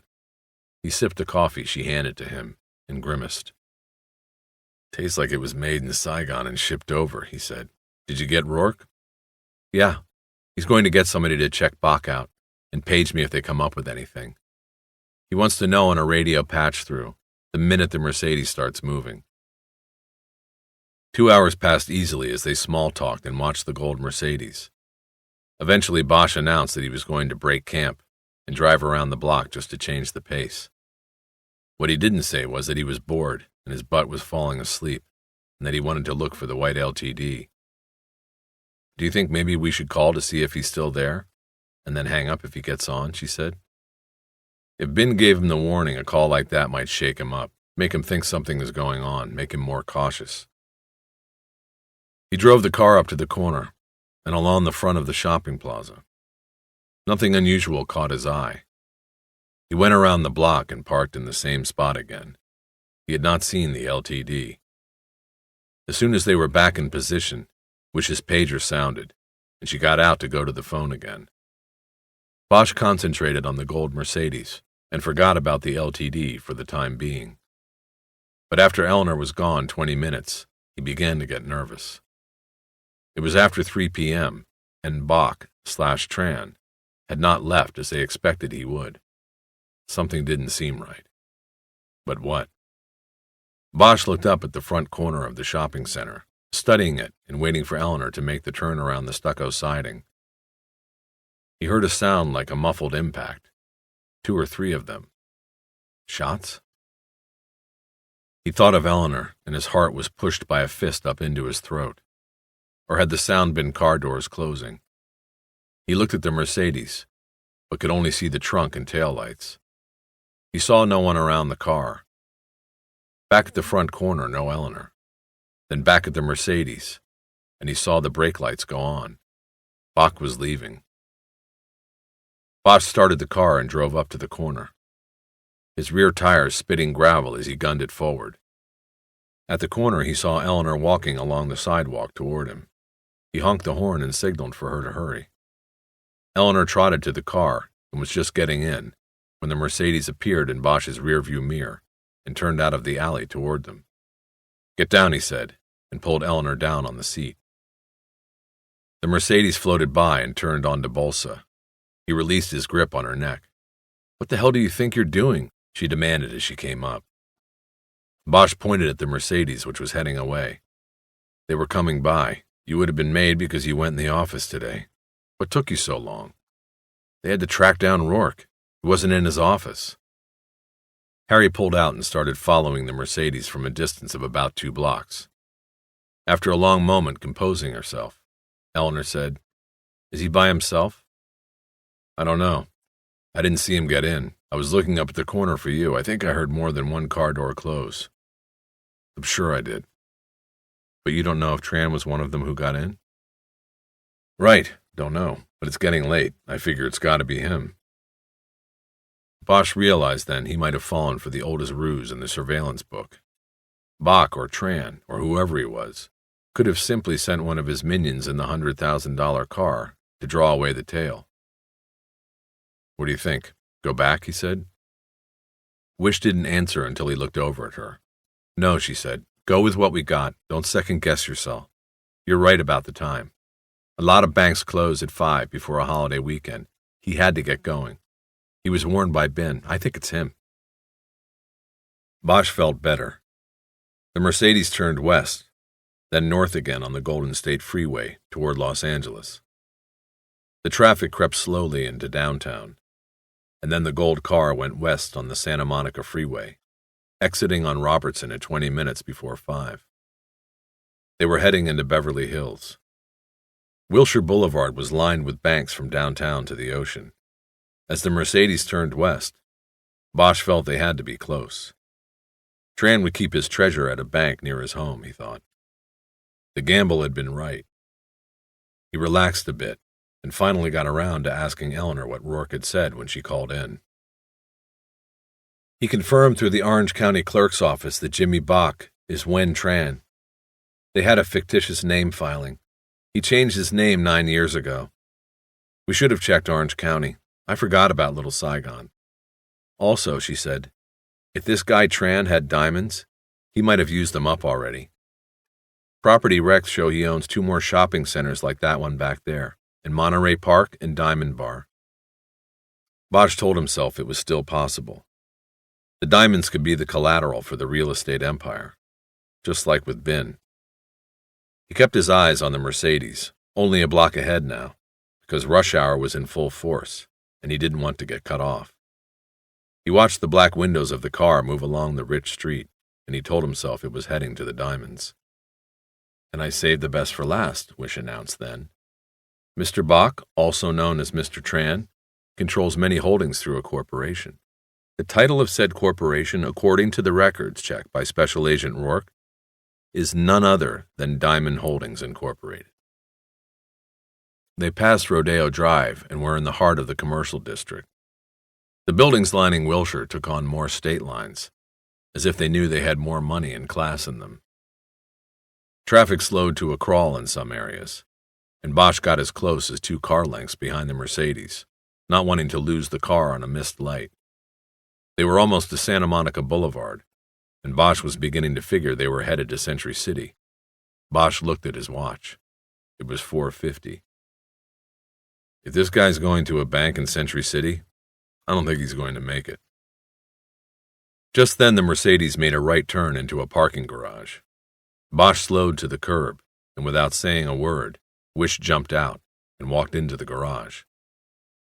Bosch took the next right and went around the block. Cars were pouring out of office parking lots and garages, cutting in front of him again and again. When he finally got around, Eleanor was standing at the curb, at the same spot where she had jumped out. He pulled up and she leaned into the window. "Park it," she said, and she pointed across the street and down half a block.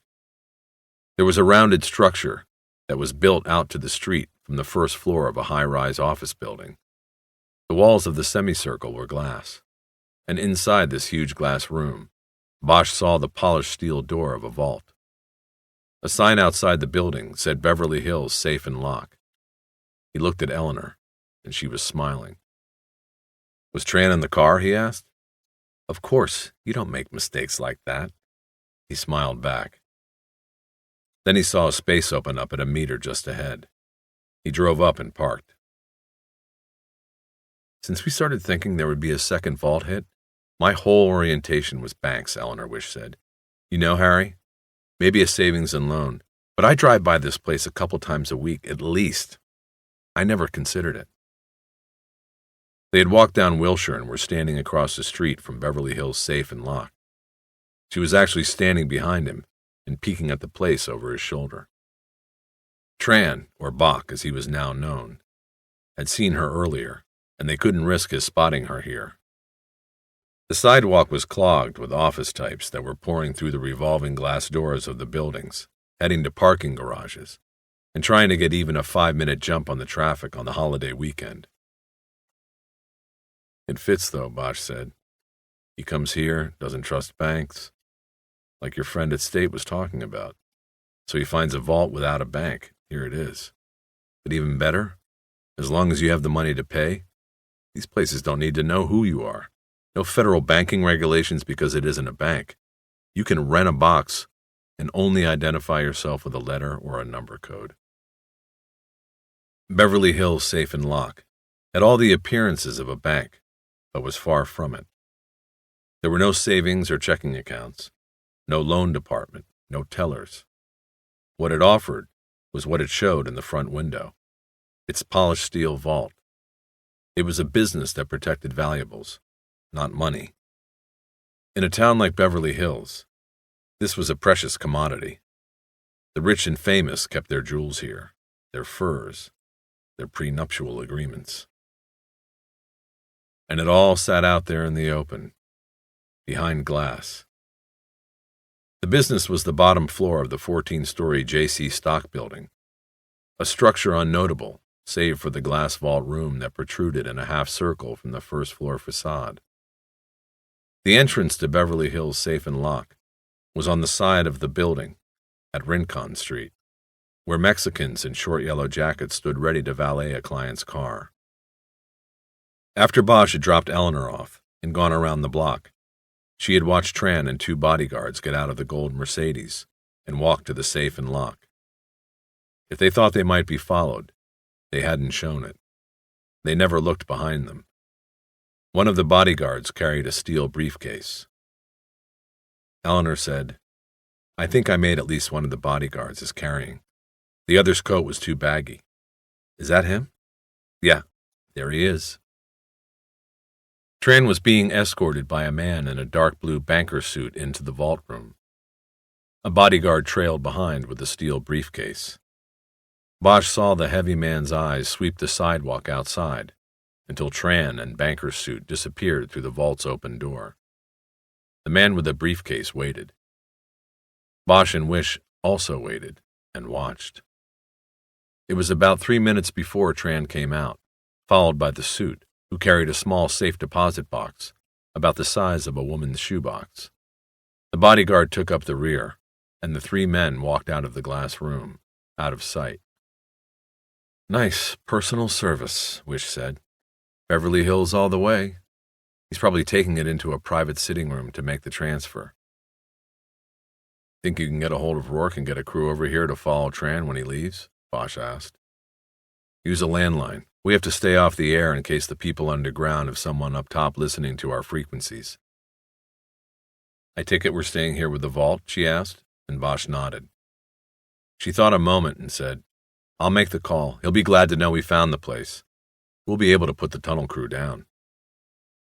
She looked about, saw a payphone next to a bus stop on the next corner, and made a move to walk that way. Bosch held her arm. I'm going to go inside, see what's up. Remember, they know you, so stay out of sight until they're gone. What if they split before reinforcements come? I'm staying with that vault. I don't care about Tran. You want the keys? You can take the car and tail him. No, I'll stay with the vault, with you. She turned and headed toward the phone. Bosch crossed Wilshire and went in the safe and lock, passing an armed security guard who had been walking toward the door with a key ring in his hand. Closing up, sir, said the guard, who had the swagger and gruffness of an ex-cop. I'll only be a minute, Bosch said, without stopping. Bankersuit, who had led Tran into the vault, was one of 3 young fair-haired men sitting at antique desks on the plush gray carpet in the reception area. He glanced up from some papers on his desk, sized up Bosch's appearance, and said to the younger of the other 2, Mr. Grant, would you like to help this gentleman? Though his unspoken answer was no, the one called Grant stood up, came around his desk, and with the best phony smile in his arsenal, approached Bosch. Yes, sir, the man said. Thinking of opening a vault account with us? Bosch was about to ask a question when the man stuck out his hand and said, James Grant, ask me anything. Though we are running a little short of time, we are closing for the weekend in a few minutes. Grant drew up his coat sleeve to check his watch to confirm closing time. Harvey Pounds, Bosch said, taking his hand. How did you know I don't already have a vault account? Security, Mr. Pounds. We sell security. I know every vault client on site. So do Mr. Avery and Mr. Bernard. He turned slightly and nodded at Bankersuit and the other salesman, who solemnly nodded back. Not open weekends? Bosch asked, trying to sound disappointed. Grant smiled. No, sir. We find our clients are the type of people who have well-planned schedules, well-planned lives. They reserve the weekend for pleasures, not errands like these others you see, scurrying to the banks, the ATMs. Our clients are a measure above that, Mr. Pounds, and so are we. You can appreciate that. There was a sneer in his voice when he said this, but Grant was right. The place was as slick as a corporate law office, with the same hours and the same self-important frontmen. Bosch took an expansive look around. In an alcove to the right, where there was a row of 8 doors, he saw Tran's 2 bodyguards standing on each side of the 3rd door. Bosch nodded at Grant and smiled. Well, I see you have guards all over the place. That's the kind of security I'm looking for, Mr. Grant. I beg your pardon, Mr. Pounds. Those men are merely waiting for a client who is in one of the private offices. But I assure you our security provision can't be compromised. Are you looking for a vault with us, sir? The man had more creepy charm than an evangelist. Bosch disliked him and his attitude. Security, Mr. Grant. I am looking for security. I want to lease a vault, but I need to be assured of the security from both outside and inside problems, if you know what I mean. Of course, Mr. Pounds, but do you have any idea of the cost of our service, the security we provide? Don't know and don't care, Mr. Grant. See, the money is not the object. The peace of mind is. Agreed? Last week, my next-door neighbor, I'm talking about just 3 doors down from the former president, had a burglary. The alarm was no obstacle to them. They took very valuable things. I don't want to wait for that to happen to me. No place is safe these days. Truly a shame, Mr. Pounds, Grant said, an unbridled note of excitement in his voice. I didn't realize it was getting that way in Bel Air, but I couldn't agree more with your plan of action. Have a seat at my desk and we can talk. Would you like coffee, perhaps some brandy? It is near the cocktail hour, of course. Just one of the little services we provide that a banking institution cannot." Grant laughed then, silently with his head nodding up and down. Bosch declined the offer, and the salesman sat down, pulling his chair in behind him. "Now, let me tell you the basics of how we work. We are completely non-regulated by any government agency. I think your neighbor would be happy about that." He winked at Bosch, who said, "Neighbor?" "The former president, of course." Bosch nodded, and Grant proceeded. "We provide a long list of security services, both here and for your home, even an armed security escort if needed. We are the complete security consultant. What about the safe deposit vault?" Bosch cut in. He knew Tran would be coming out of the private office at any moment. He wanted to be in the vault by then. "Yes, of course, the vault. As you saw, it is on display to the world. The glass circle, as we call it, is perhaps our most brilliant security ploy. Who would attempt to breach it? It is on display 24 hours a day right on Wilshire Boulevard. Genius." Grant's smile was wide with triumph. He nodded slightly in an effort to prompt agreement from his audience. "What about from underneath?" Bosch asked, and the man's mouth dropped back into a straight line.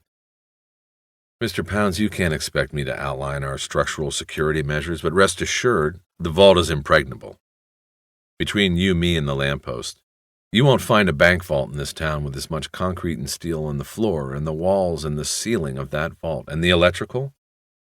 You couldn't, if you excuse the expression, break wind in the circle room without setting off the sound, motion, and heat sensors."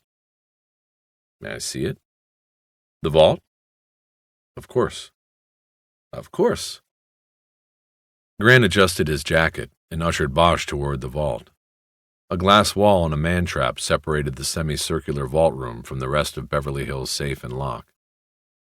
Grant waved his hand at the glass and said, "Double-plated tempered glass. Vibration alarm tape between the sheets of glass to make tampering impossible. You'll find this on the exterior windows as well. Basically, the vault room is sealed in 2 plies of 3/4-inch glass." Using his hand again like a model pointing out prizes on a game show, Grant indicated a box-like device beside the door to the man-trap. It was about the size of an office water fountain, and a circle of white plastic was inlaid on top. On the circle was the black outline of a hand, its fingers splayed. "To get in the vault room, your hand must be on file, the bone structure. Let me show you." He placed his right hand on the black silhouette. The device began to hum, and the white plastic inlay was lit from inside the machine. A bar of light swept below the plastic and Grant's hand, as if it were a Xerox machine. "X-ray," Grant said.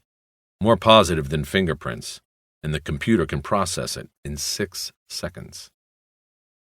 In 6 seconds, the machine emitted a short beep, and the electronic lock on the first door of the trap snapped open. "You see, your hand becomes your signature here, Mr. Pounds. No need for names. You give your box a code, and you put the bone structure of your hand on file with us. 6 seconds of your time is all we need." Behind him, Bosch heard a voice he recognized as belonging to banker's suit, the one called Avery. "Ah, Mr. Long, are we finished?" Bosch glanced around to see Tran emerging from the alcove. Now he was the one who carried the briefcase, and one of the bodyguards carried the safe deposit box. The other big man looked right at Bosch. Bosch turned back to Grant and said, "Can we go in?" He followed Grant into the man-trap. The door closed behind them. They were in a glass and white steel room, about twice the size of a telephone booth. There was a second door at the end. Behind it stood another uniformed guard. "This is just a detail we borrowed from the LA County Jail," Grant said. "This door in front of us cannot open unless the one behind us is closed and locked. Maury, our armed guard, makes a final visual check and opens the last door. You see, we have the human and electronic touch here, Mr. Pounds." He nodded to Maury, who unlocked and opened the last door of the trap. Bosch and Grant walked out into the vault room. Bosch didn't bother to mention that he had just successfully circumvented the elaborate security obstacles by playing on Grant's greed and pitching a story with a Bel Air address. And now, into the vault, Grant said, holding his hand out like a congenial host. The vault was larger than Bosch had envisioned. It was not wide, but it extended far back into the J.C. Stock building. There were safe deposit boxes along both side walls, and then a steel structure running down the center of the vault. The two began walking down the aisle to the left as Grant explained that the center boxes were for larger storage needs. Bosch could see that the doors were much larger than those on the side walls. Some were big enough to walk through. Grant saw Bosch staring at these and smiled. Furs, he said, minks. We do very good business storing expensive furs, gowns, what have you. The ladies of Beverly Hills keep them here in the off-season. Tremendous insurance savings, not to mention the peace of mind. Bosch tuned out the sales pitch and watched as Tran walked into the vault, trailed by Avery.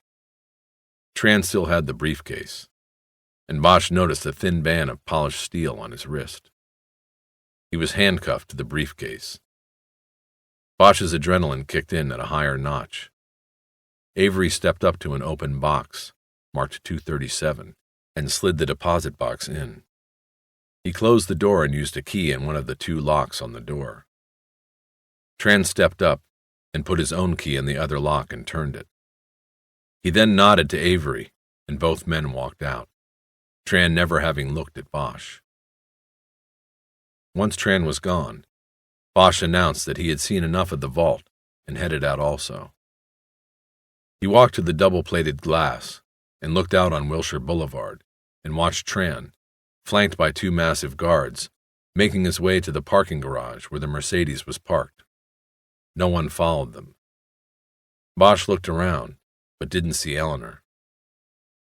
Is something wrong, Mr. Pounds? Grant said from behind him. Yes, Bosch said. He reached into his coat pocket and brought out his badge wallet. He held it up over his shoulder so Grant could see it from behind. You better get me the manager of this place, and don't call me Mr. Pounds anymore. Lewis stood at a payphone in front of a 24-hour diner called Darling's. He was around the corner and about a block from Beverly Hills Safe and Lock. It had been more than a minute since Officer Mary Grosso had answered the call and said she would get Deputy Chief Irving on the line. Lewis was thinking that if the man wanted hourly updates, by landline no less, then the least he could do was take the damn call promptly.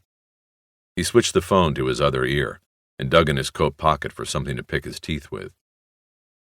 His wrist was sore where it chafed against the pocket, but thinking about being handcuffed by Bosch only made him angry, so he tried to concentrate on the investigation.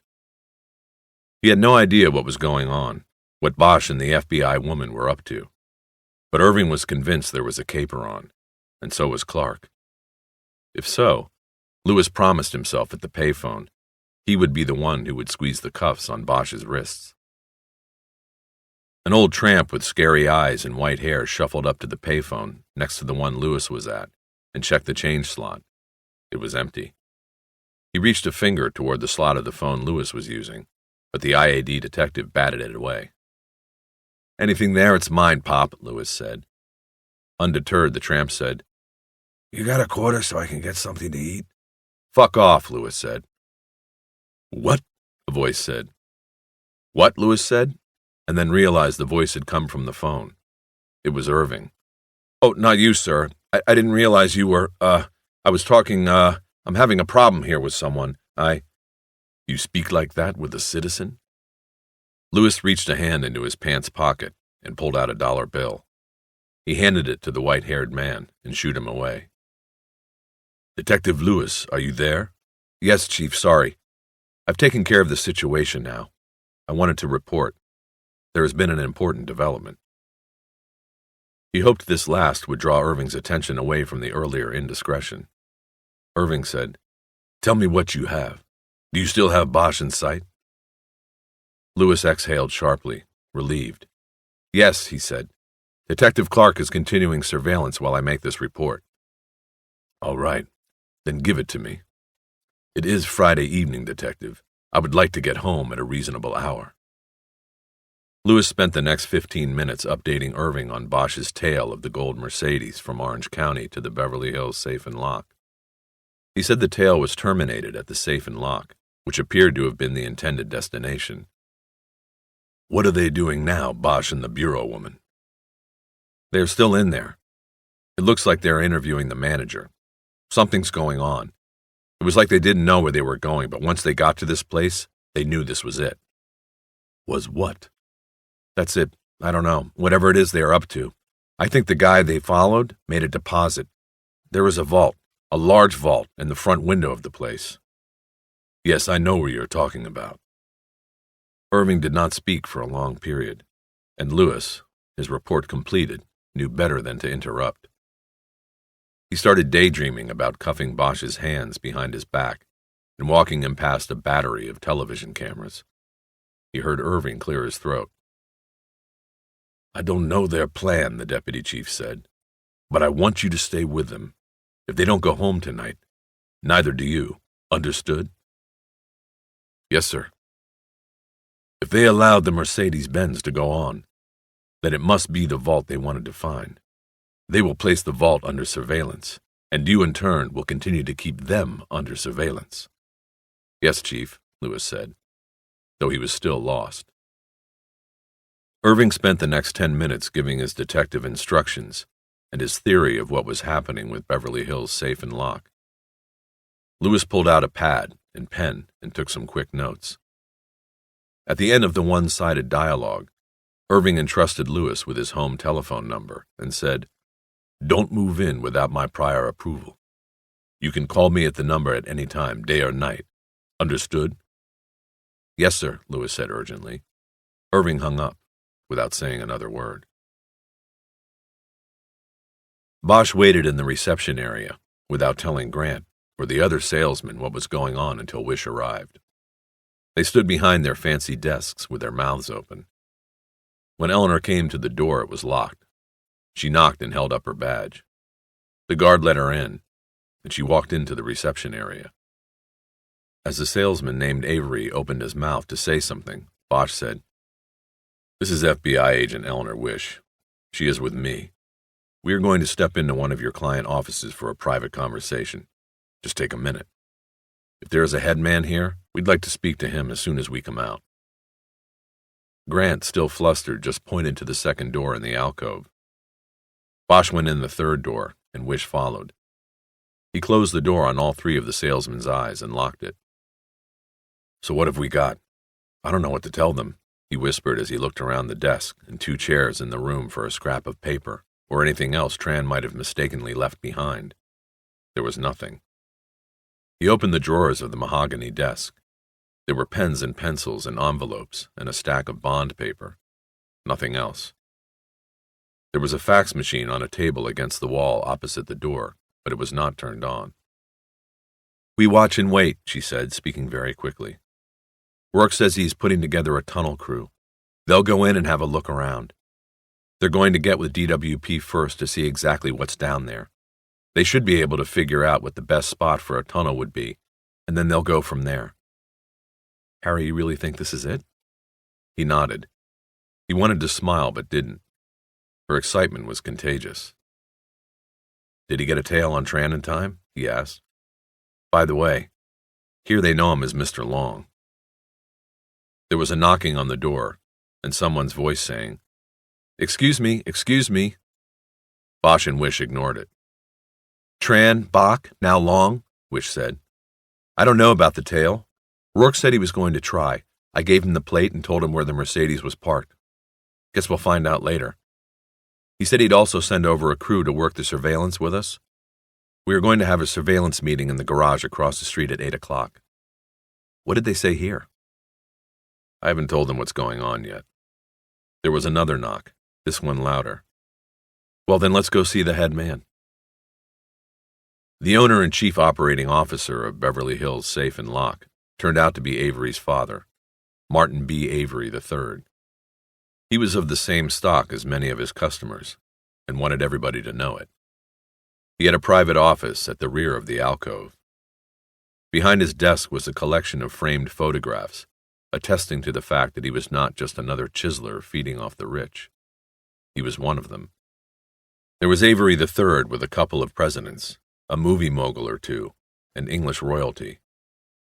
One photo was of Avery and the Prince of Wales in full polo regalia, though Avery appeared too thick around the middle and loose in the jowls to be much of a horseman. Bosch and Wish summarized the situation for him, and he was immediately skeptical. He said his vault was impregnable. They told him to save the sales pitch and asked to see design and operation plans for the vault. Avery III flipped his $60 blotter over, and there was the vault schematic taped to the back. It was clear that Avery III and his blow-cut salesmen were overselling the vault, starting from its outermost skin and going inward. It was 1-inch steel plating followed by a foot of rebarred concrete, followed by another inch of steel.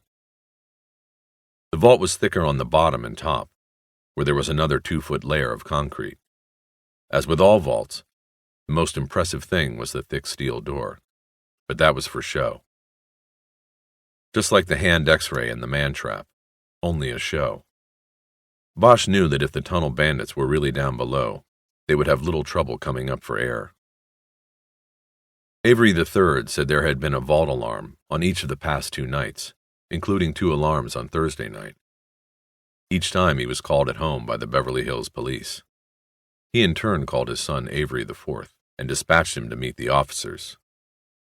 The officers and the heir then entered the business and reset the alarm after finding nothing amiss. "We had no idea that there might be someone in the sewers below us," Avery III said. He said it like the word sewers was wholly beneath his usage. Hard to believe. Hard to believe. Bosch asked more detailed questions about the vault's operation and security devices. Not realizing its significance, Avery III mentioned matter-of-factly that unlike conventional bank vaults, his vault had a time lock override. He had a code he could enter into the computer lock, which would purge the time lock coordinates. He was able to open the vault door any time. "We must accede to our client's needs," he explained. "If a Beverly Hills lady should call on Sunday because she needs her tiara for the charity ball, I want to be able to get that tiara for her. You see, it is the service we sell." "Do all your clients know about the weekend service?" Wish asked. "Of course not," Avery III said. "Only a select few. You see, we charge a hefty fee. We must bring in a security guard to do it." "How long does it take to do the override and swing the door open?" Bosch asked. "Not long. I tap in the override code on the keypad next to the vault door, and it is done in a matter of seconds. You then set the vault unlock code in, then turn the wheel, and the door opens under its own weight. 30 seconds, perhaps a minute, perhaps less." Not fast enough, Bosch thought. Tran's box was located near the front of the vault. That's where the bandits would be working. They would see and probably hear the vault door being opened. No element of surprise. An hour later, Bosch and Wish were back in his car.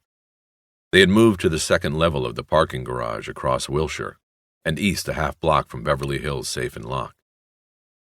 From there, they had an open view of the vault room. After they had left Avery III and taken the surveillance position, they had watched as Avery IV and Grant swung the huge stainless steel vault door closed. They turned the wheel and typed on the computer keypad, locking it. Then the lights inside the business went out, all except those in the glass vault room. Those always stayed on to display the very symbol of the security they offered. "You think they'll come through tonight?" Wish asked. "Hard to say. Without Meadows, they're down a man. They might be behind schedule." They had told Avery III to go home and be ready for a call-out. The owner had agreed but remained skeptical of the whole scenario Bosch and Wish had spun for him. "We're going to have to get them from underground," Bosch said, his hands holding the steering wheel, as if he were driving. "We'd never get that door open fast enough." Bosch idly looked to his left up Wilshire. He saw a white LTD, with police wheels parked at the curb a block away. It was parked next to a fire hydrant, and there were 2 figures in it. He still had company. Bosch and Wish stood next to his car, which was parked on the second level of the garage facing the retainer wall at the south end. The garage had been virtually empty for more than an hour, but the drab concrete enclosure smelled of exhaust fumes and burning brakes. Bosch was sure the brake smell was from his car. The stop-and-go tail from Little Saigon had taken its toll on the replacement car. From their position, they could look across Wilshire and west a half block to the vault showroom of Beverly Hills Safe and Lock. Farther down Wilshire, the sky was pink, and the setting sun a deep orange. Evening lights were coming on in the city, and traffic was thinning out. Bosch looked east up Wilshire and could see the white LTD parked at the curb, its occupants shadows behind the tinted windshield. At 8 o'clock, a procession of 3 cars, the last a Beverly Hills patrol car, came up the ramp and cut across the empty parking spaces to where Bosch and Wish stood at the wall. Well, if our perps have their lookout in any of these high-rises, and they saw this little parade, you can bet he is pulling them out now, Bosch said.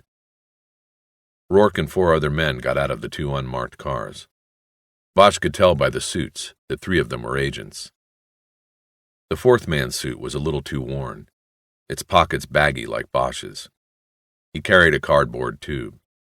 Harry figured him for the DWP soup Wish had said was coming. 3 Beverly Hills uniforms, one with captain's bars on his collar, got out of the patrol car. The captain was also carrying a rolled tube of paper. Everybody converged at Bosch's car and used its hood as the meeting table. Rourke made some quick introductions. The 3 from BHPD were there because the operation was in their jurisdiction. Interdepartmental courtesy, Rourke said. They were also on hand because Beverly Hills Safe and Lock had filed a design plan with the local police department's commercial security division. They would only observe the meeting, Rourke said, and be called on later if their department was needed for backup. 2 of the FBI agents, Hanlon and Houck, would work the overnight surveillance with Bosch and Wish. Rourke wanted a view of Beverly Hills Safe and Lock from at least 2 angles. The 3rd agent was the FBI SWAT coordinator, and the last man was Ed Gearson, a DWP underground facilities supervisor. "Okay, let's set the battle plans," Rourke announced at the end of the introductions. He took the cardboard tube from Gearson without asking and slid out a rolled blueprint. "This is the DWP schematic print for this area. It has all the utility lines, the tunnels, and culverts. It tells us exactly what is down there." He unfurled the grayish map with smeared blue lines on it across the hood.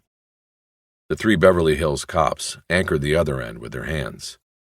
It was getting dark in the garage, and the SWAT man, an agent named Heller, held a penlight with a surprisingly wide and bright beam over the drawing. Rourke took a pen out of his shirt pocket, pulled on it until it telescoped into a pointer. "Okay, we are right..." Before he could find the spot, Gearson reached his arm into the light and put a finger on the map. Rourke brought his pen point over to the spot. "Yes, right here," he said, and gave Gearson a "don't fuck with me" look. The DWP man's shoulders seemed to stoop a little more in his threadbare jacket. Everyone around the car leaned in closer over the hood to study the location. "Beverly Hills Safe and Lock is here," Rourke said. "The actual vault is here. Can we see your blueprint, Captain Orozco?" Orozco, who was built like an inverted pyramid, broad shoulders over thin hips, unrolled his drawing across the top of the DWP print. It was a copy of the drawing Avery III had shown Bosch and Wish earlier. 3,000 square feet of vault space, said Orozco, indicating the vault area with his hand. Small private boxes along the sides and freestanding closets down the middle. If they are under there, they could come up through the floor anywhere along these 2 aisles. So we are talking about a range of about 60 feet in which they could come through the floor. "Now, Captain," Rourke said, "if you pick that up and we look back at the DWP chart, we can place that breakthrough zone right here." With the Dayglow yellow underliner, he outlined the floor of the vault on the utility map. Using that as a guide, we can see the subterranean structures that offer the closest proximity. What do you think, Mr. Gearson? Gearson leaned over the car hood another few inches and studied the utility map. Bosch also leaned in. He saw thick lines he assumed indicated major east-west drainage lines, the kind the tunnelers would seek. He noticed that they corresponded to major surface streets: Wilshire, Olympic, Pico. Gearson pointed out the Wilshire line, saying it ran 30 feet below ground and was large enough to drive a truck through. With his finger, the DWP man traced the Wilshire line east 10 blocks to Robertson, a major north-south stormwater line. From that intersection, he said, it was just a mile south to an open drainage culvert that ran alongside the Santa Monica Freeway. The opening at the culvert was as big as a garage door and blocked only by a gate with a padlock on it. I'd say that's where they could have come in, Gearson said. Like following surface streets, you take the Robertson line up to Wilshire, take a left, and you're practically here by your yellow line, the vault. But I don't think they'd dig a tunnel off the Wilshire line. No, Rourke said. How so? Too busy is how so, Gearson said, sensing he was the man with the answers, as 9 faces peered at him from around the car hood. We got DWP people underground all the time in these main lines, checking for cracks, blockages, problems of any sort. And Wilshire's the main drag down there, east and west. Just like up top. If somebody knocked a hole in the wall, it'd get noticed. See? What if they were able to conceal the hole? You're talking about like they did a year or so ago in that burglary downtown. Yeah, that might work again, maybe somewhere else. But there is a good chance on the Wilshire line that it'd be seen. We look for that sort of thing now. And like I said, there's a lot of traffic on the Wilshire line. There was silence as they took time to consider this. The engines of the cars ticked away the heat. Then where would they dig, Mr. Gearson, to get into this vault? Rourke finally said. We got all manner of link-ups down there. Don't think us guys don't think of this from time to time when we're working down there. You know, the perfect crime and all that. I've hashed stuff like this around, especially when I read about the last one in the papers. I think if you were saying that's the vault they want to get into, then they'd still do just like I said. Come up Robertson, and then over on the Wilshire line. But then I think they'd move down one of the service tunnels to sort of stay out of sight. The service tunnels are 3 to 5 feet wide. They're round. Plenty of room to work and move equipment. They hook up the main artery lines to the street storm drains and the utility systems in the buildings along here. He put his hand back into the light and traced the smaller lines he was talking about on the DWP map. If they did this right, he said, what they did was get in the gate down by the freeway and drive their equipment and all up to Wilshire and then over to your target area. They unload their stuff, hide it in one of these service tunnels, as we call them, and then take their vehicle back out. They hike back in on foot and set to work in the service tunnel. Hell, they could be working in there 5, 6 weeks before we might have occasion to go up that particular line. Bosch still thought it sounded too simple. What about these other storm lines, he asked, indicating Olympic and Pico on the map. There was a crosshatch pattern of the smaller service tunnels running from these lines north toward the vault. What about using one of these and coming up behind the vault? Gearson scratched his bottom lip with a finger and said, That's fine. There's that too. But the thing is, these lines aren't going to get you as close to the vault as these Wilshire offshoots. See what I mean? Why would they dig a 100-yard tunnel when they could dig a 100-footer here? Gearson liked holding court. The idea of knowing more than the silk suits and uniforms around him. Having finished his speech, he rocked back on his heels, a satisfied look on his face. Bosch knew the man was probably correct on every detail. What about earth displacement? Bosch asked him. These guys are digging a tunnel through dirt and rock, concrete. Where do they get rid of it? How? Bosch, Mr. Gearson is not a detective, Rourke said.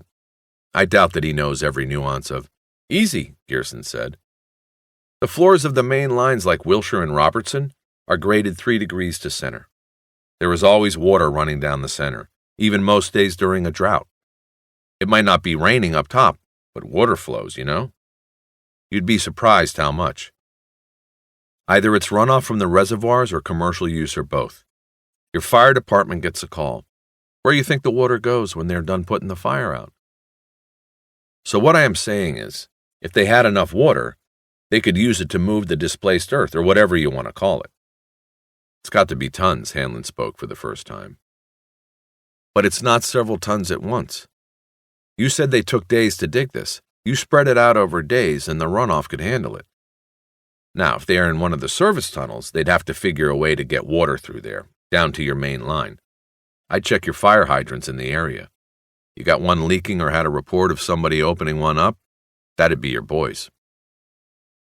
One of the uniforms leaned to Orozco's ear and said something. Orozco leaned over the hood and raised his finger above the map. Then he poked it down on a blue line.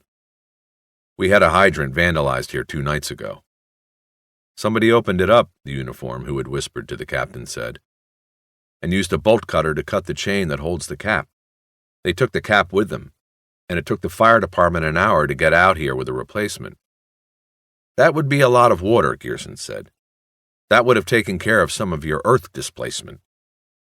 He looked at Bosch and smiled, and Bosch smiled back. He liked when pieces of the puzzle began to fit. Before that, Saturday night we had an arson, Orozco said.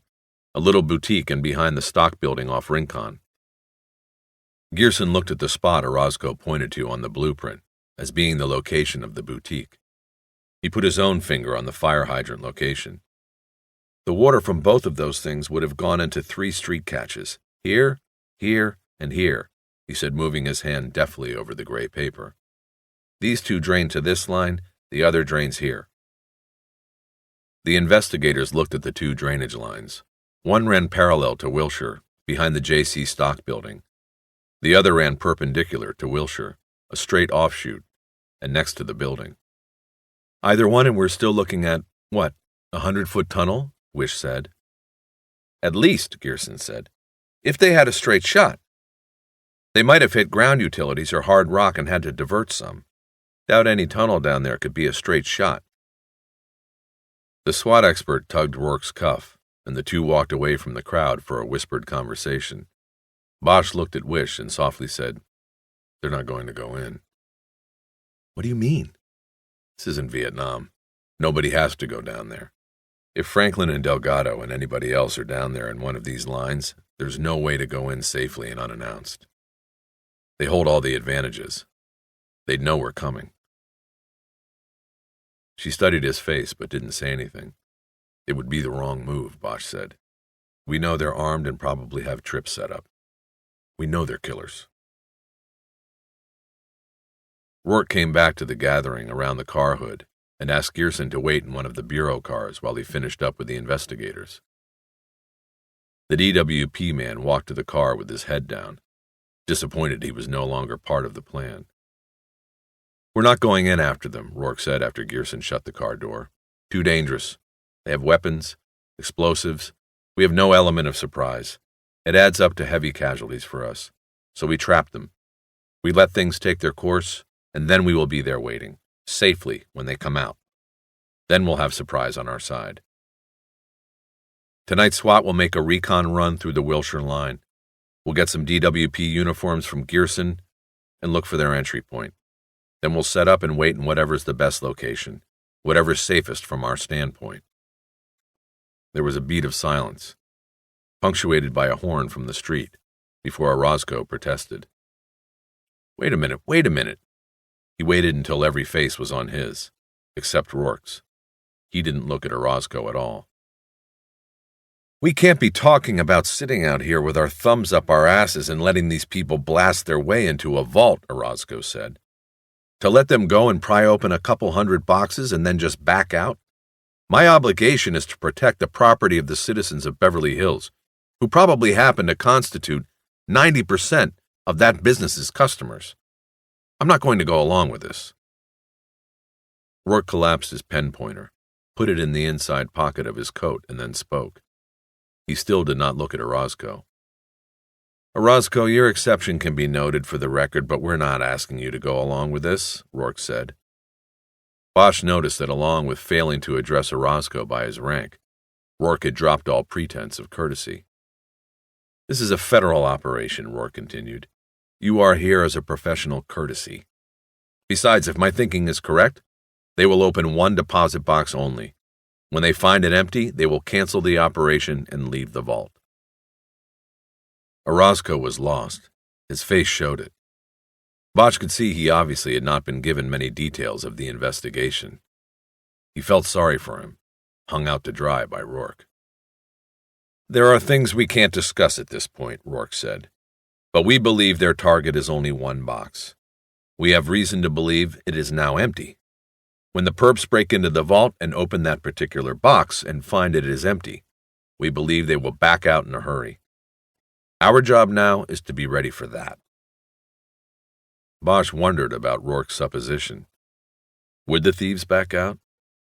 Or would they think they had the wrong box and keep drilling, looking for trans diamonds?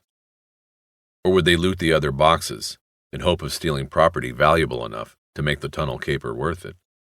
Bosch didn't know.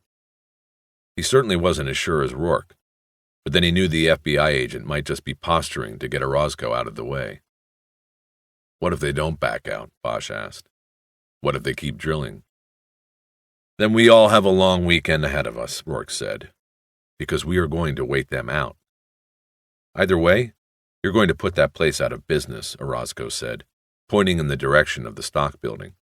Once it is known that somebody blew a hole through the vault they've got sitting out there in the big window, there'll be no public confidence. Nobody will put their property in there. Rourke just stared at him. The captain's plea was falling on deaf ears. If you can catch them after they break in, why not before, Orozco said. Why don't we open up that place, run a siren, make some noise, even sit a patrol car out front? Do something to let them know we are here and we know about them. That'll scare them out before they break in. We catch them, we save the business. We don't. We still save the business, and we get them another day. Captain, Rourke said, the false congeniality back. If you let them know we are here, you take away our one advantage, surprise, and invite a firefight in the tunnels, and perhaps up on the street, in which they will not care who is hurt, who is killed. That's including themselves and perhaps innocent bystanders.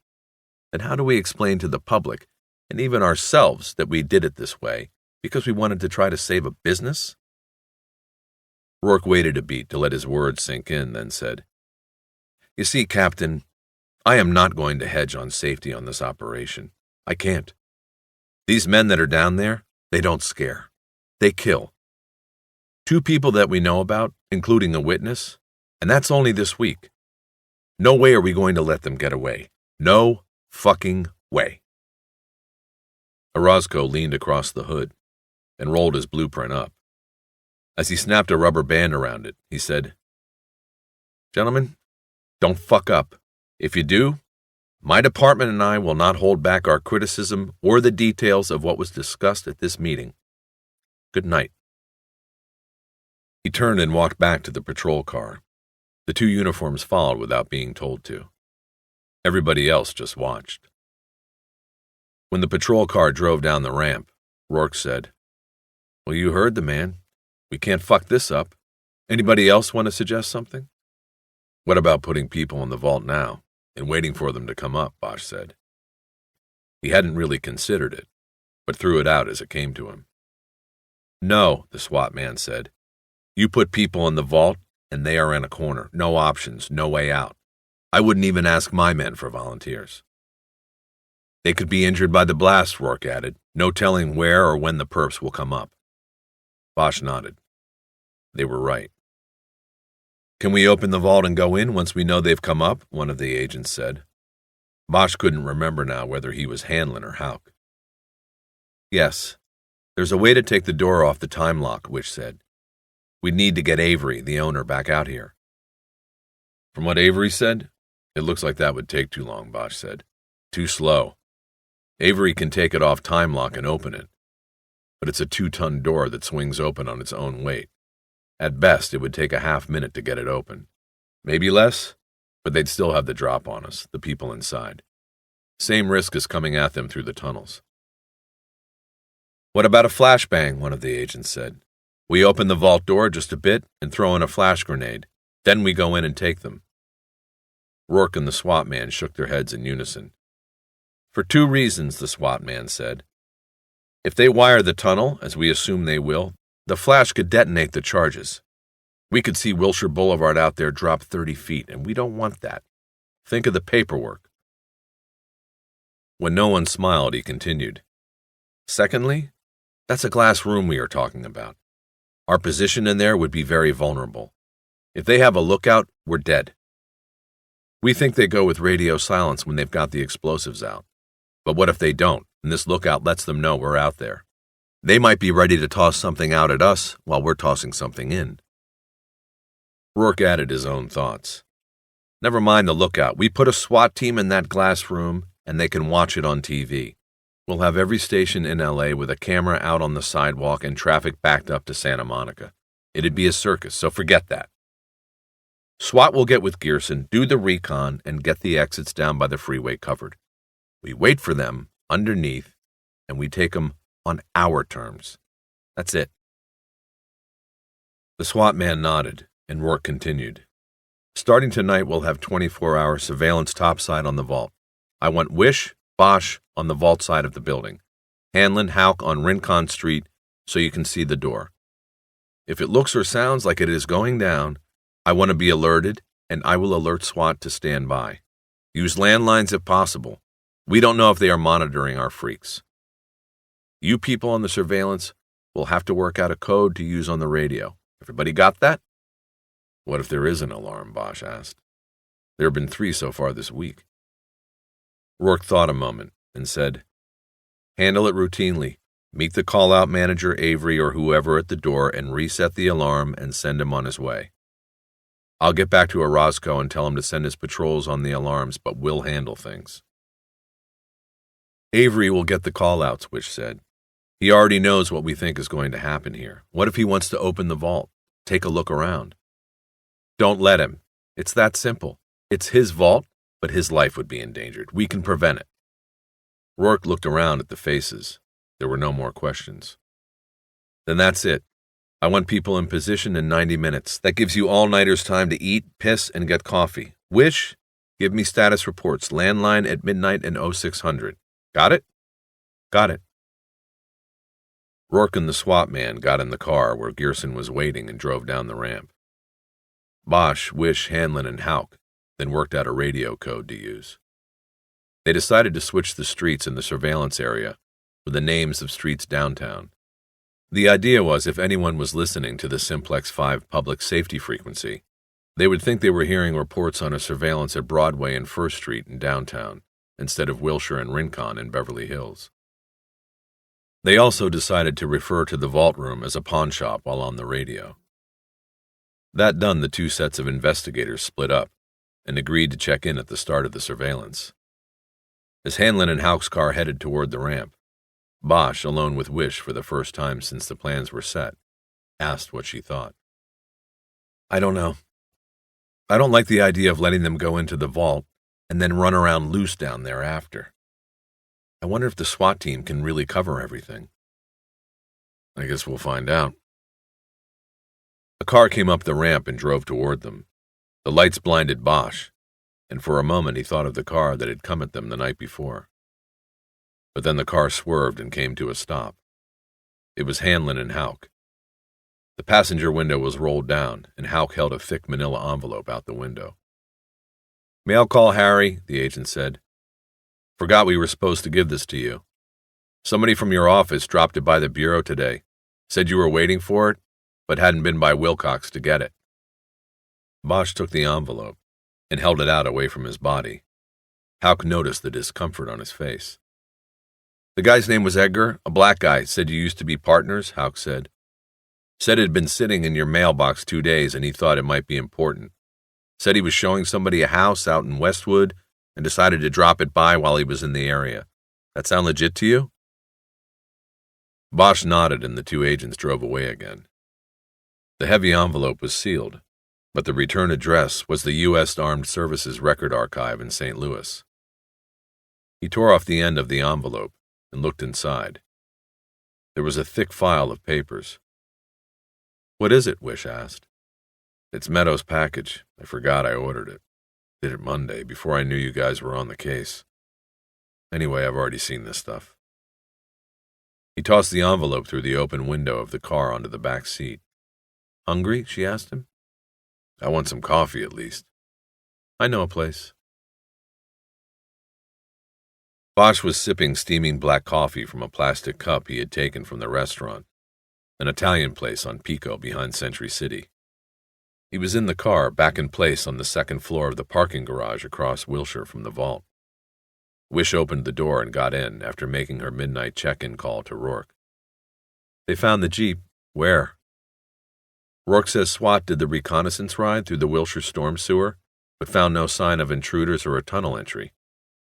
Looks like Gearson was right. They're tucked in one of the smaller tributary lines. Anyway, the SWAT guys then went down to the drainage wash by the freeway to set the trap. They were deploying at 3 exit positions from the tunnels when they came across the Jeep. Rourke said there's a carpool parking lot down by the freeway. There's a beige Jeep parked with a covered trailer attached. It's theirs. The 3 blue ATVs are in the trailer. Is he getting a warrant? Yeah, he's got somebody trying to find a judge now, so they'll have it, but they aren't going to go near it until they take down the operation, in case their plan is for someone to come out and get the ATVs, or somebody already outside is going to show up and drive them in. Bosch nodded and sipped. It was the smart way to go. He remembered he had had a cigarette going in the ashtray and tossed it out the open window. As if guessing what he would be thinking, she said, Rourke said that from what they could see, there was no blanket in the back of the Jeep.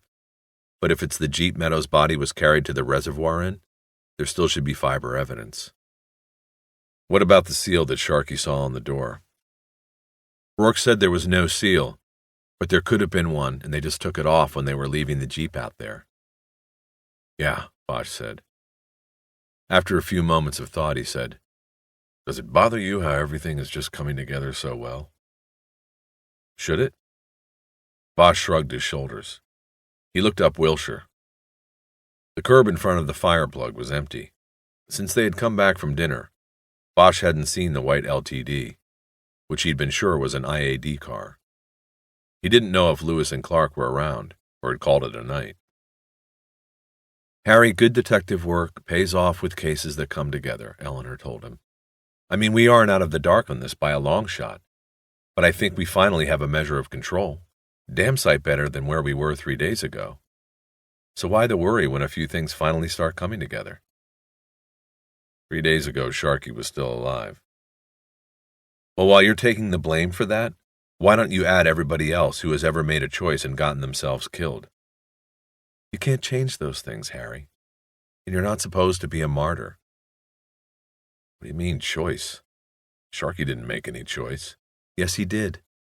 When he chose the streets, he knew he might die on the streets. You don't believe that. He was a kid. I believe that shit happens. I believe that the best you can do in this job is come out even. Some people win and some lose. Hopefully half the time it is the good guys who win. That's us, Harry. Bosch drank his cup dry, and they sat in silence for a while after that. They had a clear view of the vault sitting at the center of the glass room like a throne. Out there in the open, polished and shiny under the bright ceiling lights, it said, Take me to the world, he thought. And somebody would. We're going to let them. Wish picked up the radio handset, keyed the transmission button twice, and said, Broadway 1 to First, do you guys copy? We copy, Broadway. Anything? It was Houck's voice on the comeback. There was a lot of static as the radio waves ricocheted off the tall buildings in the area. Only checking. What's your position? We are due south of the front door of the pawn shop, a clear view of nothing going on. We're east. Can see the... She clicked off the mic and looked at Bosch. We forgot a code for the vault. Got any ideas? Bosch shook his head no, but then said, Saxophone. I've seen saxophones hanging in pawn shop windows, musical instruments, lots of them. She clicked the mic open again. Sorry, First Street had technical difficulty. We are east of the pawn shop, have the piano in the window in sight. No activity inside. Stay awake. That's okay, Broadway out. Bosch smiled and shook his head. What? She said. I've seen lots of musical instruments in pawn shops, but I don't know about a piano. Who is going to take a piano to a pawn shop? You'd need a truck. We've blown our cover now. He picked up the radio mic, but without clicking the transmit button, and said, First Street, check that. It's not a piano in the window. That's an accordion. Our mistake. She slugged him on the shoulder and told him to never mind the piano. They settled into an easy silence. Surveillance jobs were the bane of most detectives' existence. But in his 15 years on the job, Bosch had never minded a single stakeout. In fact, many times he enjoyed them when he was with good company. He defined good company not by the conversation, but by the lack of it. When there was no need to talk to feel comfortable, that was the right company. Bosch thought about the case and watched the traffic pass by the vault. He recapped the events as they had occurred in order, from start to present, revisiting scenes, listening to the dialogue over again. He found that often this recounting helped him make the next choice or step. What he mulled over now, poking at it like a loose tooth with his tongue, was the hit and run. The car that had come at them the night before. Why? What did they know at that point that made them so dangerous? It seemed to be a foolish move to kill a cop and a federal agent. Why was it undertaken? His mind then drifted to the night they had spent together, after all the questions were asked by all the supervisors. Eleanor was spooked, more so than he. As he had held her in her bed, he felt as though he were calming a frightened animal, holding and caressing her as she breathed into his neck. They had not made love, just held each other. It had somehow seemed more intimate. Are you thinking about last night? She asked then. How did you know? I guess. Any ideas? Well, I think it was nice. I'm talking about who tried to kill us last night. Oh, no ideas. I was thinking about the after. Oh, I didn't thank you, Harry, for being with me like that. Not expecting anything. I should thank you. You're sweet. They drifted into their own thoughts again. Leaning against the door with his head against the side window, Bosch rarely took his eyes off the vault. Traffic on Wilshire was light, but steady. People heading to or from the clubs over on Santa Monica Boulevard or around Rodeo Drive. There was probably a premiere at nearby Academy Hall. It seemed to Bosch that every limousine in L.A. was working Wilshire this night. Stretch cars of all makes and colors cruised by, one by one. They moved so smoothly they seemed to float. They were beautiful and intriguing with their black windows, like exotic women in sunglasses. A car built just for this city, Bosch thought. Has Meadows been buried? The question surprised him. He wondered what tumble of thought led to it. No, he answered. Monday, over at the Veterans Cemetery. A Memorial Day funeral. Sounds kind of fitting. So his life of crime did not disqualify him from being placed in such sacred ground? No. He did his time over there in Vietnam. They've saved a space for him. There's probably one there for me, too. Why did you ask? I don't know. Just thinking is all. Will you go? If I'm not sitting here watching this vault. That will be nice of you. I know he meant something to you, at one point in your life. He let it drop, but then she said, Harry, tell me about the Black Echo. What you said the other day. What did you mean?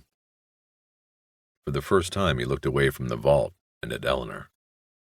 Her face was in darkness, but headlights from a passing car lit the interior of the car for a moment, and he could see her eyes on his. He looked back at the vault. There isn't really anything to tell. It's just what we called one of the intangibles. Intangibles? There was no name for it, so we made up a name.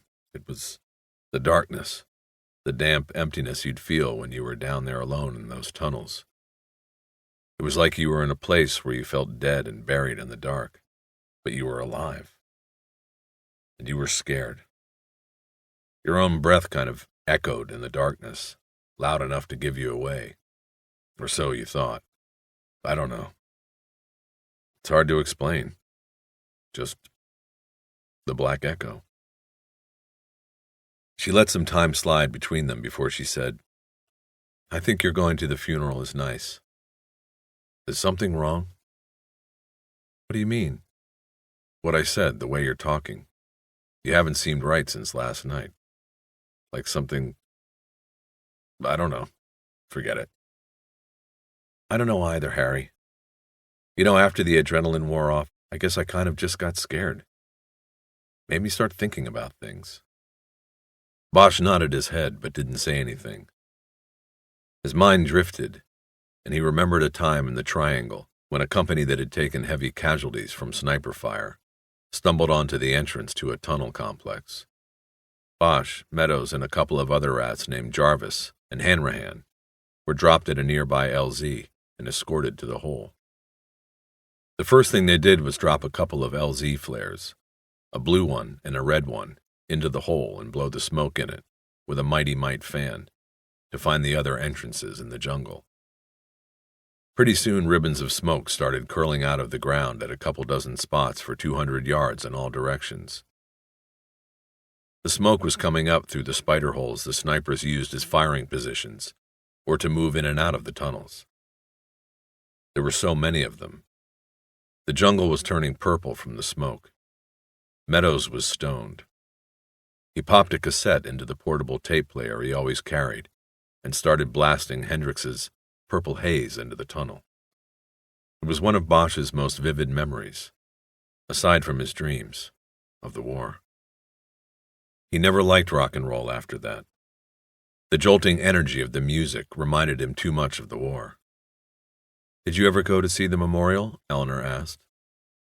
She didn't have to say which one. There was only the one, in Washington. But then he remembered the long black replica he had watched them installing at the cemetery by the Federal Building. No, he said after a while. I've never seen it. After the air in the jungle cleared and the Hendrix tape was done, the four of them had gone into the tunnel, while the rest of the company sat on backpacks and chowed and waited. An hour later, only Bosch and Meadows had come back. Meadows carried with him 3 NVA scalps. He held them up for the troops above ground and yelled, "You're looking at the baddest blood brother in the Black Echo." And so came the name. Later they found Jarvis and Hanrahan in the tunnels. They had fallen into punji traps. They were dead. Eleanor said, I visited when I was living in D.C. I couldn't make myself go to the dedication in '82. But a lot of years later, I finally got the courage. I wanted to see my brother's name. I thought maybe it would help me sort things out, about what happened with him. And did it? No. Made it worse. It made me angry. It left me with this need for justice, if that makes sense. I wanted justice for my brother. The silence filled the car again, and Bosch poured more coffee into his cup. He was beginning to feel the onset of caffeine jitters, but couldn't stop. He was addicted. He watched a couple of drunks who were stumbling down the street stop in front of the window before the vault. One of the men threw his hands up, as if trying to gain a measure of the vault's huge door. After a while, they moved on. He thought of the rage Eleanor must have felt because of her brother, the helplessness. He thought of his own rage. He knew the same feelings, maybe not to the same degree, but from a different perspective. Anybody who was touched by the war knew some part of those feelings. He had never worked it out completely, and wasn't sure he wanted to. The anger and sadness gave him something that was better than complete emptiness. Is that what Meadows felt? He wondered. The emptiness. Is that what bounced him from job to job and needle to needle until he was finally and fatally used up on this last mission? Bosch decided that he would go to Meadows' funeral, that he owed him that much. You know what you were telling me the other day about that guy, the doll maker killer? Eleanor asked. What about it? IAD. They tried to make a case that you executed him. Yes, I told you. They tried. But it wasn't there. All they got me on was suspension for procedure violations. Well, I just wanted to say that even if they were right, they were wrong. That would have been justice in my book. You knew what would happen with a guy like that. Look at the Night Stalker. He'll never get the gas, or it'll take 20 years. Bosch felt uncomfortable. He had only thought of his motives and actions in the dollmaker case when alone. He never spoke aloud about it. He didn't know where she was going with this. She said, I know if it was true you could never admit it, but I think you either consciously or subconsciously made a decision. You went for justice for all, those women, his victims, maybe even your mother. Shocked, Bosch turned to her and was about to ask how she knew about his mother and how she had come to think of her relation to the dollmaker. Then he remembered the files again. It was probably in there somewhere. When he had applied to the department, he had to say on the forms if he or any close relatives had ever been the victim of a crime. He had been orphaned at 11, he wrote, when his mother was found strangled in an alley off Hollywood Boulevard. He didn't need to write what she did for a living. The location and crime said enough. When he recovered his cool, Bosch asked Eleanor what her point was. No point, she said. I just respect that. If it were me, I would have liked to have done the same thing, I think. I hope I would have been brave enough. He looked over at her, the darkness shielding both their faces. It was late now, and no car lights drifted by to show them to each other. You go ahead and take the first shift sleeping, he said. I drank too much coffee. She didn't answer. He offered to get out a blanket he had put in the trunk, but she declined. Did you ever hear what J. Edgar Hoover said about justice? She asked. He probably said a lot, but I don't recall any of it offhand. He said that justice is incidental to law and order. I think he was right. She said nothing else, and after a while he could hear her breathing turn deeper and longer. When the rare car drove by, he would look over at her face as the light washed across it. She slept like a child, with her head leaning against her hands. Bosch cracked the window and lit a cigarette. He smoked and wondered if he could or would fall in love with her, and she with him. He was thrilled and disquieted by the thought, all at the same time. Part 7. Saturday, May 26th. Gray dawn came up over the street and filled the car with weak light. The morning also brought with it a gentle drizzle that wet the street and put a smear of condensation on the lower half of the windows of Beverly Hills Safe and Lock. It was the first rain of any kind in months that Bosch could remember. Wish slept, and he watched the vault. Overhead lights still glowed on the chrome and brushed steel finish. It was past 6 o'clock, but Bosch had forgotten the check-in call to Rourke and let Eleanor sleep. In fact, during the night, he had never wakened her so that he could take a turn sleeping. He just never got tired. Houck checked in on the radio at 3:30 to make sure someone was awake. After that, there were no disturbances and no activity in the vault room. For the rest of the night, Bosch thought alternately of Eleanor Wish in the vault he watched. He reached for the cup on the dashboard and checked for even a cold gulp of coffee, but it was empty. He dropped the empty over the seat to the floor. As he did this, he noticed the package from St. Louis on the back seat. He reached back and grabbed the manila envelope. He pulled out the thick sheaf of papers and idly looked through them while glancing up at the vault every few seconds. Most of Meadows' military records he had already seen, but he quickly noticed that there were several that had not been in the FBI jacket Wish had given him. This was a more complete record. There was a photostat of his draft report notice and medical exam, There were also medical records from Saigon. He had been treated twice for syphilis, once for acute stress reaction. Paging through the package, he stopped when his eyes fell on a copy of a 2-page letter from a Louisiana congressman named Noon. Curious, Bosch began to read. It was dated 1973 and was addressed to Meadows at the embassy in Saigon. The letter, bearing the official congressional seal, thanked Meadows for his hospitality and help during the congressman's recent fact-finding visit. Noon noted that it had been a pleasant surprise to find a fellow New Iberian in the strange country. Bosch wondered how much of a coincidence it had been. Meadows had probably been assigned to security for the congressman, so they would hit it off, and the legislator would go back to Washington with a high opinion of personnel and morale in Southeast Asia. There are no coincidences. The second page of the letter congratulated Meadows on a fine career and referred to the good reports Noon had received from Meadows' commanding officer. Bosch read on. Meadows' involvement in stopping an illegal entry into the embassy hotel during the congressman's stay was mentioned. A Lieutenant Rourke had furnished details of Meadows' heroics to the congressman's staff. Bosch felt a trembling below his heart, as if the blood was draining from it.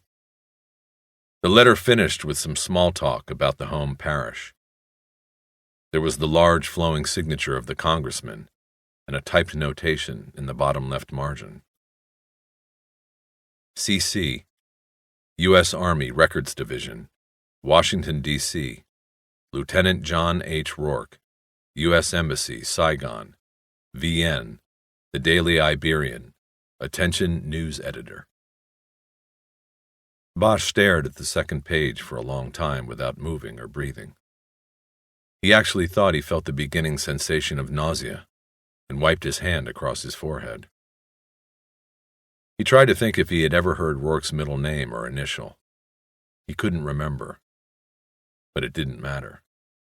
There was no doubt. No coincidences. Eleanor's pager sounded, startling them both like a shot. She sat forward and began fumbling with her purse until she found the pager and shut off the noise. "Oh, God, what time is it?" she said, still disoriented. He said it was 6:20, and only then remembered that they were supposed to have checked in with Rourke on a landline 20 minutes earlier. He slid the letter back into the stack of papers and put them back in the envelope. He threw it back on the back seat. "I've got to call in," Wish said. "Hey, take a couple minutes to wake up," Bosch replied quickly. "I'll call in. I've got to find a restroom anyway. I'll get some coffee and water." He opened the door and stepped out before she could protest the plan. She said, "Harry, why did you let me sleep?" "I don't know. What's his number?" "I should call him. Let me. Give me the number." She gave it to him, and Bosch walked around the corner and a short distance to the 24-hour diner called Darling's. He was in a daze the whole way, ignoring the panhandlers who had come out with the sun, trying to fathom that it was Rourke who was the inside man. What was he doing? There was a part of this that was missing, and Bosch couldn't figure it. If Rourke was the insider, then why would he allow them to set up surveillance on the vault? Did he want his people caught? He saw payphones out front of the restaurant. "You're late," Rourke said, after picking up on half a ring. "We forgot." "Bosch, where's Wish? She's supposed to make the call." "Don't worry about it, Rourke. She's watching the vault like she's supposed to." "What are you doing?" "I've been waiting to hear from you people before I headed in. Did you two fall asleep or what? What is happening there?" "Nothing is happening. But you already know that, don't you?" There was a silence during which an old panhandler walked up to the booth and asked Bosch for money. Bosch put his hand on the man's chest and firmly pushed him away. "You still there, Rourke?" he said into the phone. "What was that supposed to mean? How do I know what's going on there when you people don't call in like you're supposed to? And you with the veiled references all the time. Bosch, I don't get you." "Let me ask you something. Did you really put people down at the tunnel exits?" Or was that blueprint in your pointer and the SWAT guy all for show? Put Wish on the line. I don't know what you're saying. Sorry, she can't come to the phone at the moment. Bosch, I'm calling you in. Something is wrong. You've been out all night on this. I think you should... No, I'll get a couple of fresh people out there. I'm going to have to call your lieutenant and you knew Meadows. What? What I said. You knew him. I have his file, man. His complete file. Not the edited version you gave Wish to give me. You were his CO at the embassy in Saigon. I know. More silence. Then, I was CO to a lot of people, Bosch. I didn't know them all. Bosch shook his head. That's weak, Lieutenant Rourke. Really weak. That was worse than just admitting it. I'll tell you what. I'll see you around. Bosch hung up the phone and went into Darling's, where he ordered 2 coffees and 2 mineral waters. He stood by the cash register, waiting for the girl to put the order together, and looking out the window. He was thinking only of Rourke. The girl came up to the cash register with the order in a cardboard carry-out box. He paid and tipped her, and went back out to the payphone. Bosch called Rourke's number again, with no plan other than to see if he was on the phone or had left. He hung up after 10 rings. Then he called the LAPD dispatch center and told an operator to call FBI dispatch and ask if they had a SWAT call-out working in the Wilshire area, in or near Beverly Hills, and if they needed any help. While he waited, he tried to put his mind inside Rourke's caper. He opened up one of the coffees and sipped it. The dispatcher came back on the line with a confirmation that FBI did have a SWAT surveillance in the Wilshire district. No backup was requested. Bosch thanked her and hung up. Now he thought he knew what Rourke was doing. It had to be there were no men about to break into the vault. The setup on the vault was just that, a setup. The vault was a decoy. Bosch thought about how he had let Tran go his way after following him to the vault. What he had done was flush the second captain out, with his diamonds, so Rourke could have at him. Bosch had simply played into his hands. When Bosch got back to the car, he saw that Eleanor was looking through Meadows' files. She hadn't gotten to the congressman's letter yet. "Where have you been?" she said good-naturedly. Rourke had a lot of questions. He took the Meadows file out of her hands and said, "There's something I want you to see here." "Where did you get the file on Meadows that you showed me?" "I don't know. Rourke got it. Why?" He found the letter and handed it to her without saying anything. "What is this, 1973? Read it. This is Meadows' file, the one I had copied and sent from St. Louis. There is no letter like this one in the file Rourke gave you to give me. He sanitized it. Read. You'll see why." He glanced over at the vault door. Nothing was happening, and he didn't expect anything to be. Then he watched her as she read.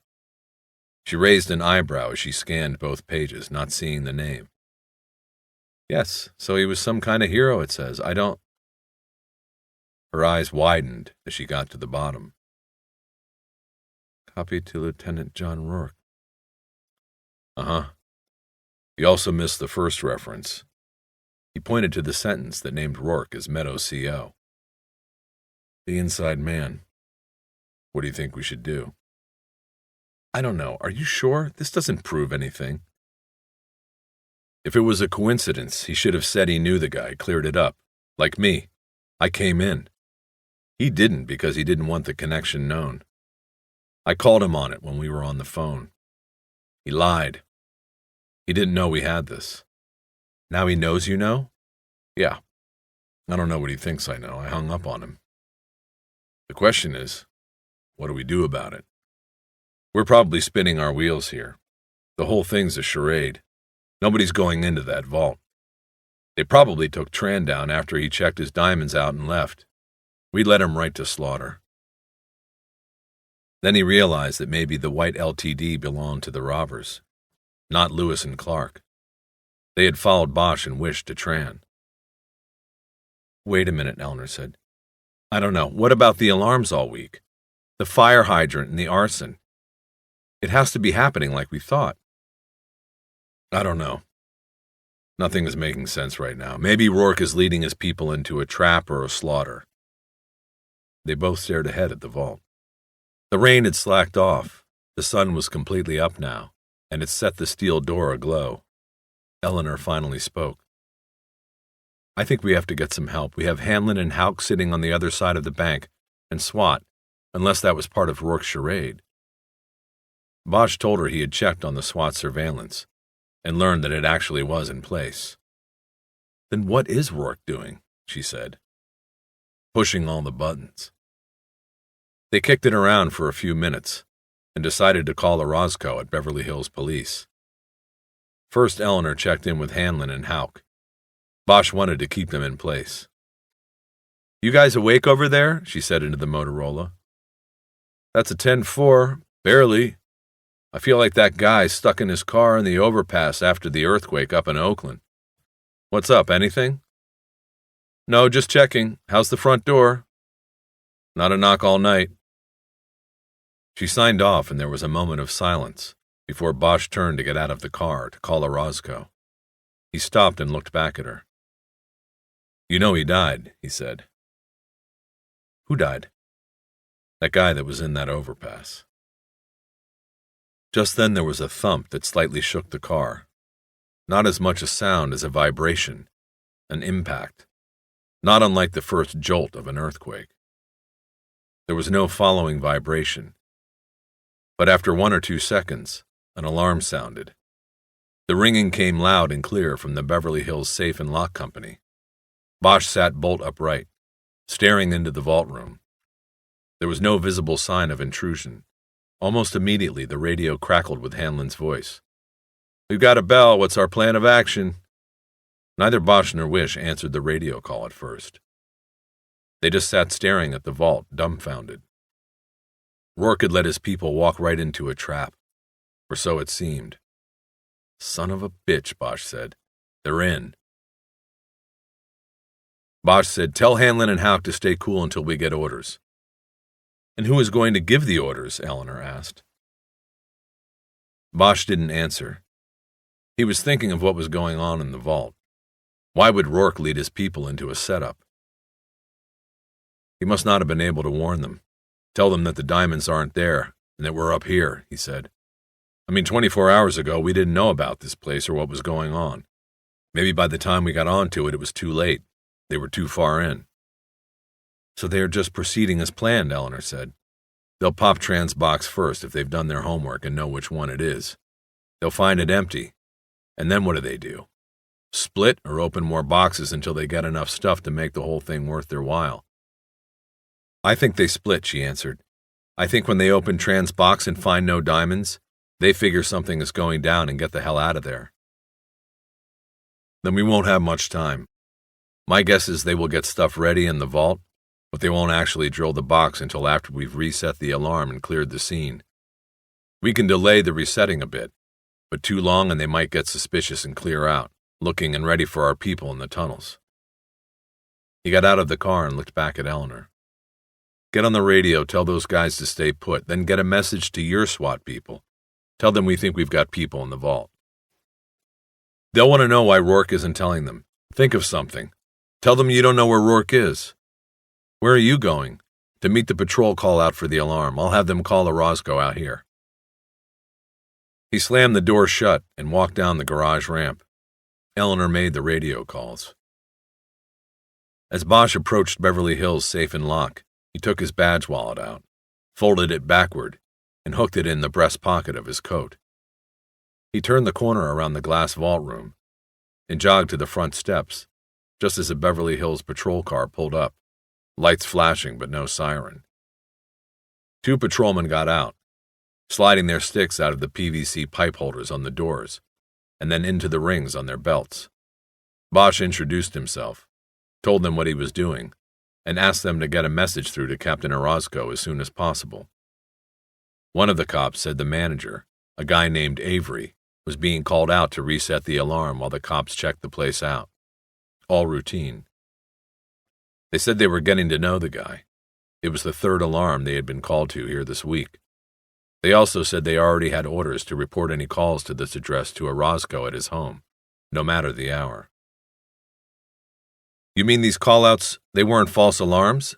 said the one named Onaga. "We aren't sure," Bosch said, "but we want to handle this like it is a false alarm. The manager gets called out, and together you reset the alarm and everybody goes on their way, okay? Just nice and relaxed, nothing unusual." "Good enough," said the other cop. The copper plate over his pocket said Johnstone. Holding his nightstick in place on his belt, he trotted back to their cruiser to make a call to Orozco. "Here's our Mr. Avery now," Onaga said. A white Cadillac floated to a stop at the curb behind the Beverly Hills car. Avery III, who was wearing a pink sports shirt and Madras slacks, got out and walked up. He recognized Bosch and greeted him by name. "Has there been a break-in?" "Mr. Avery, we think something might be going on here. We don't know. We need time to check it out. What we want for you to do is open up the office. Take a walk around like you usually do, like you did when the alarms went off earlier this week. Then reset the alarm and lock up again." "That's it? What if, Mr. Avery, what we want you to do is get in your car and drive away like you usually do, like you're going home. But I want you to go around the corner to Darling's, go in and have a coffee. I'll either come by to tell you what is happening or send for you. I want you to relax. We can handle whatever comes up here. We have other people checking it out. But for the sake of appearances, we want to make it seem that we are passing this off as another false alarm." "I see," Avery said, digging a keyring from his pocket. He walked to the front door and opened it. "And by the way, that is not the vault alarm that is ringing. It is the exterior alarm set off by vibrations on the windows of the vault room. I can tell. It's a different tone, you see." Bosch figured the tunnelers had disabled the vault alarm system, not realizing the exterior alarm was a separate system. Onaga and Avery went in, with Bosch trailing behind. As Harry stood in the entryway looking for smoke and not seeing any, sniffing for cordite but not smelling any, Johnstone came in. Bosch put his hands to his lips to warn the officer against yelling above the sound of the alarm. Johnstone nodded, cupped his hand to Bosch's ear, and told him that Orozco would be there in 20 minutes tops. He lived up in the valley. Bosch nodded and hoped it would be soon enough. The alarm shut off, and Avery and Onaga came out of Avery's office into the lobby, where Johnstone and Bosch waited. Onaga looked at Bosch and shook his head, indicating nothing amiss. "Do you usually check the vault room?" Bosch asked. "We just look around," Avery said. He proceeded to the X-ray machine, switched it on, and explained it took 50 seconds to warm up. They passed the time without talking. Finally, Avery put his hand on the reader. It read it and approved the bone structure, and the lock on the first door of the man-trap snapped open. "Since I don't have my man inside the vault room, I have to override the lock on the second door," Avery said. "Gentlemen, if you don't mind not looking once we are in." The four of them moved into the tiny man-trap, and Avery pushed a set of numbers on the combination lock on the second door. It snapped open, and they moved into the vault room. There was nothing to see but steel and glass. Bosch stood near the vault door and listened but heard nothing. He walked to the glass wall and looked up Wilshire. He could see that Eleanor was back in the car on the second floor of the garage. He turned his attention to Avery, who walked up to his side as if to look out the window himself, but instead huddled into a conspiratorial posture. "Remember, I can open the vault," he said in a low whisper. Bosch looked at him and shook his head, then said, "No, I don't want to do that. Too dangerous. Let's get out of here." Avery had a perplexed look on his face, but Bosch walked away. 5 minutes later, Beverly Hills safe and lock was cleared and locked down. The two cops went back out on patrol, and Avery left. Bosch walked back to the garage. The street was busier now, and the noise of the day had begun. The garage was filling with cars and the stink of exhaust.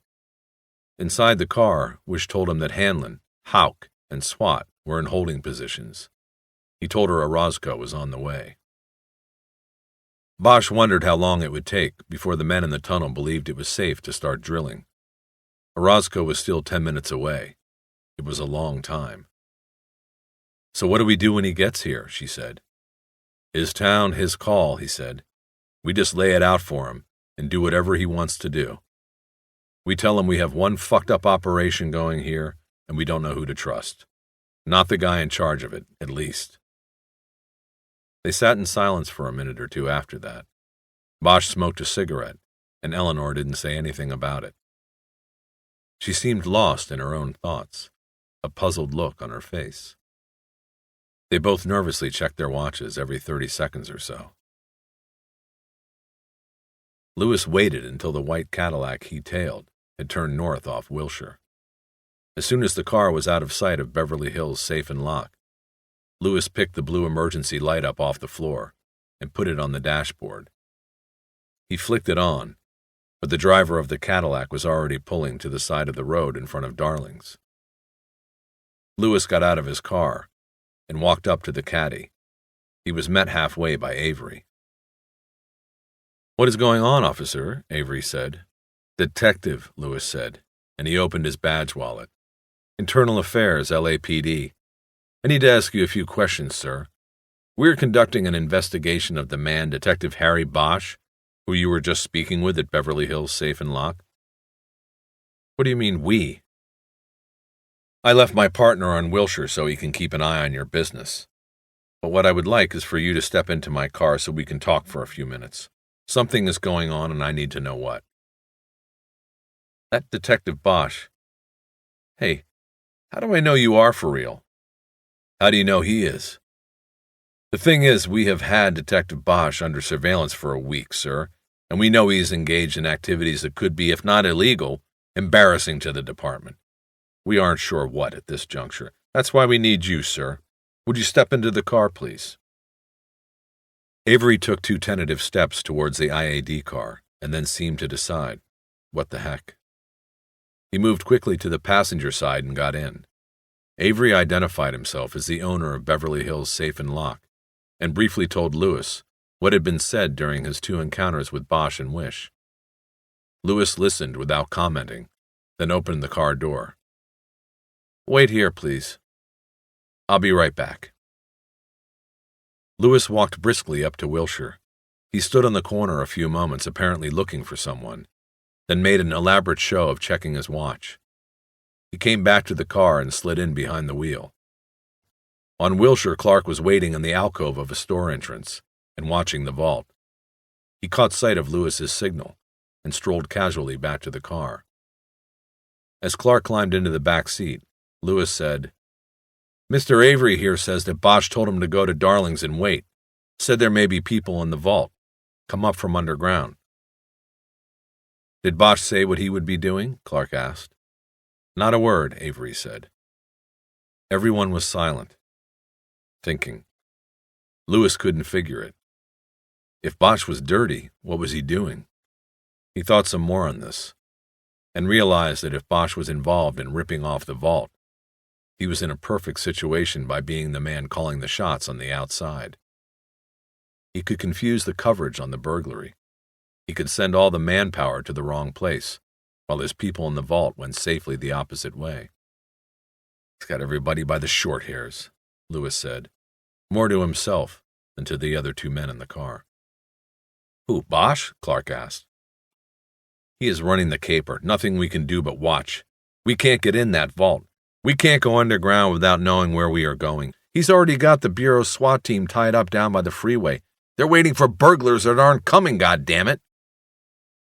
Wait a minute, Avery said. "The vault. You can get in it."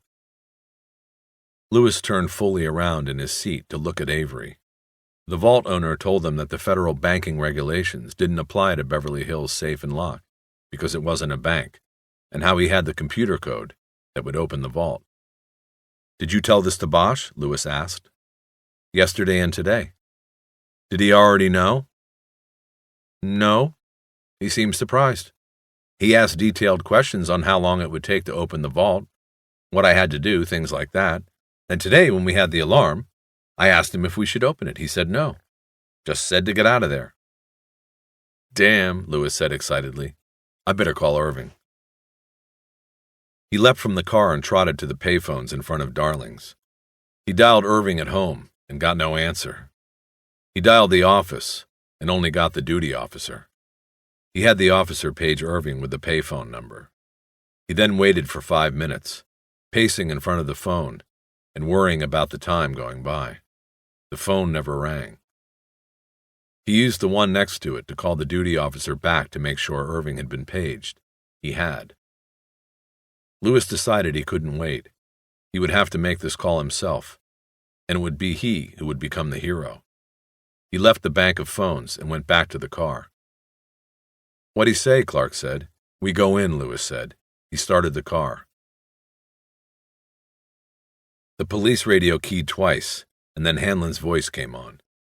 Hey, Broadway, we have visitors over here on First. Bosch grabbed up the radio.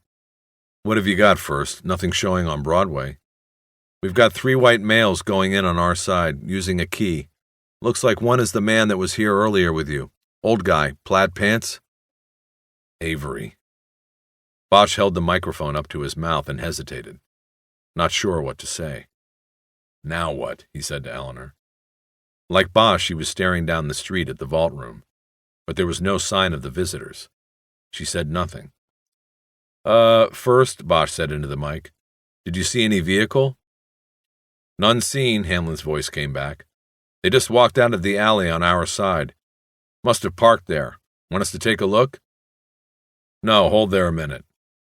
They are now inside, no longer in visual contact. Advise, please.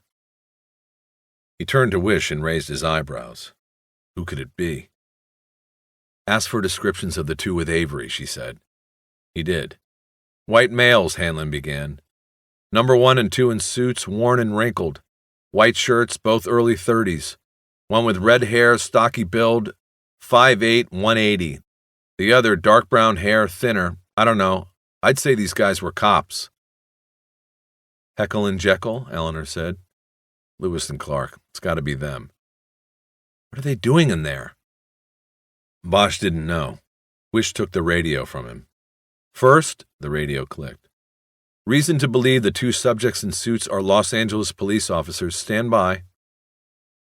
There they are, Bosch said, as 3 figures moved into the glare in the vault room. He opened the glove compartment and grabbed a pair of binoculars. What are they doing? Wish asked as he focused. Avery is at the keypad next to the vault. I think he's opening the damn thing. Through the binoculars, Bosch saw Avery step away from the computer board and move to the chrome wheel on the vault door. He saw Lewis turn slightly and glance up the street in the direction of the parking garage. Was there a slight trace of a smile there? Bosch thought he saw it. Then through the binoculars, he saw Lewis draw his weapon from an underarm holster. Clark did likewise, and Avery started turning the wheel, the captain steering the Titanic. Those dumb assholes, they're opening it! Bosch leapt out of the car and started running down the ramp. He unholstered his gun and held it up as he ran. He glanced along Wilshire and saw an opening in the sporadic traffic.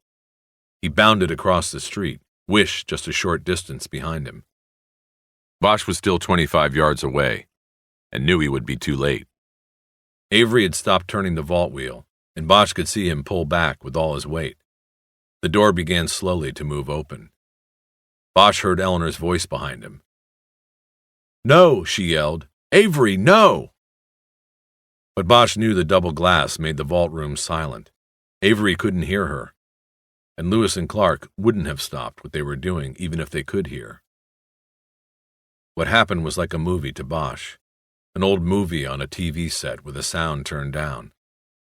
The slowly opening vault door with its widening band of blackness inside gave the picture an ethereal, almost underwater quality, a slow-motion inevitability. Bosch felt as if he were on a moving sidewalk going the wrong way, running but getting no closer. He kept his eyes on the vault door, the black margin opening wider. Then Lewis's body moved into Bosch's line of sight and toward the opening vault. Almost immediately, propelled by some unseen force, Lewis jerked backward.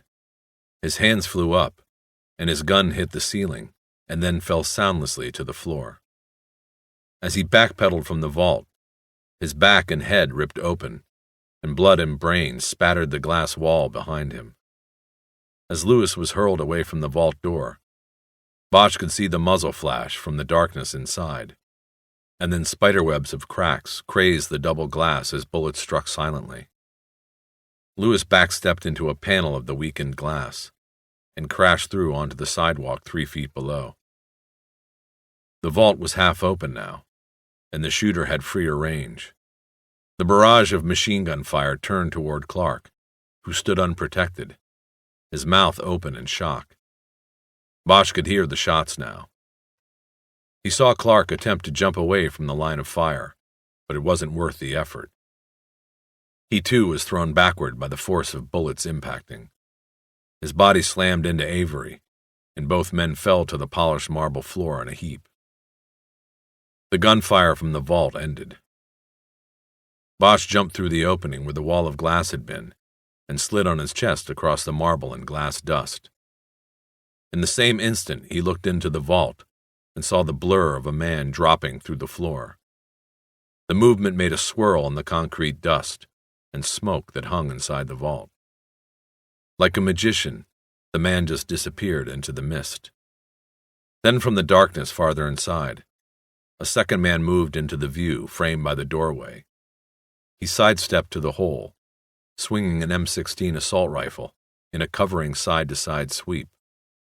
Bosch recognized him as Art Franklin, one of the Charlie Company graduates. When the black hole of the M16 came his way, Bosch leveled his gun with both hands, wrists on the cold floor, and fired.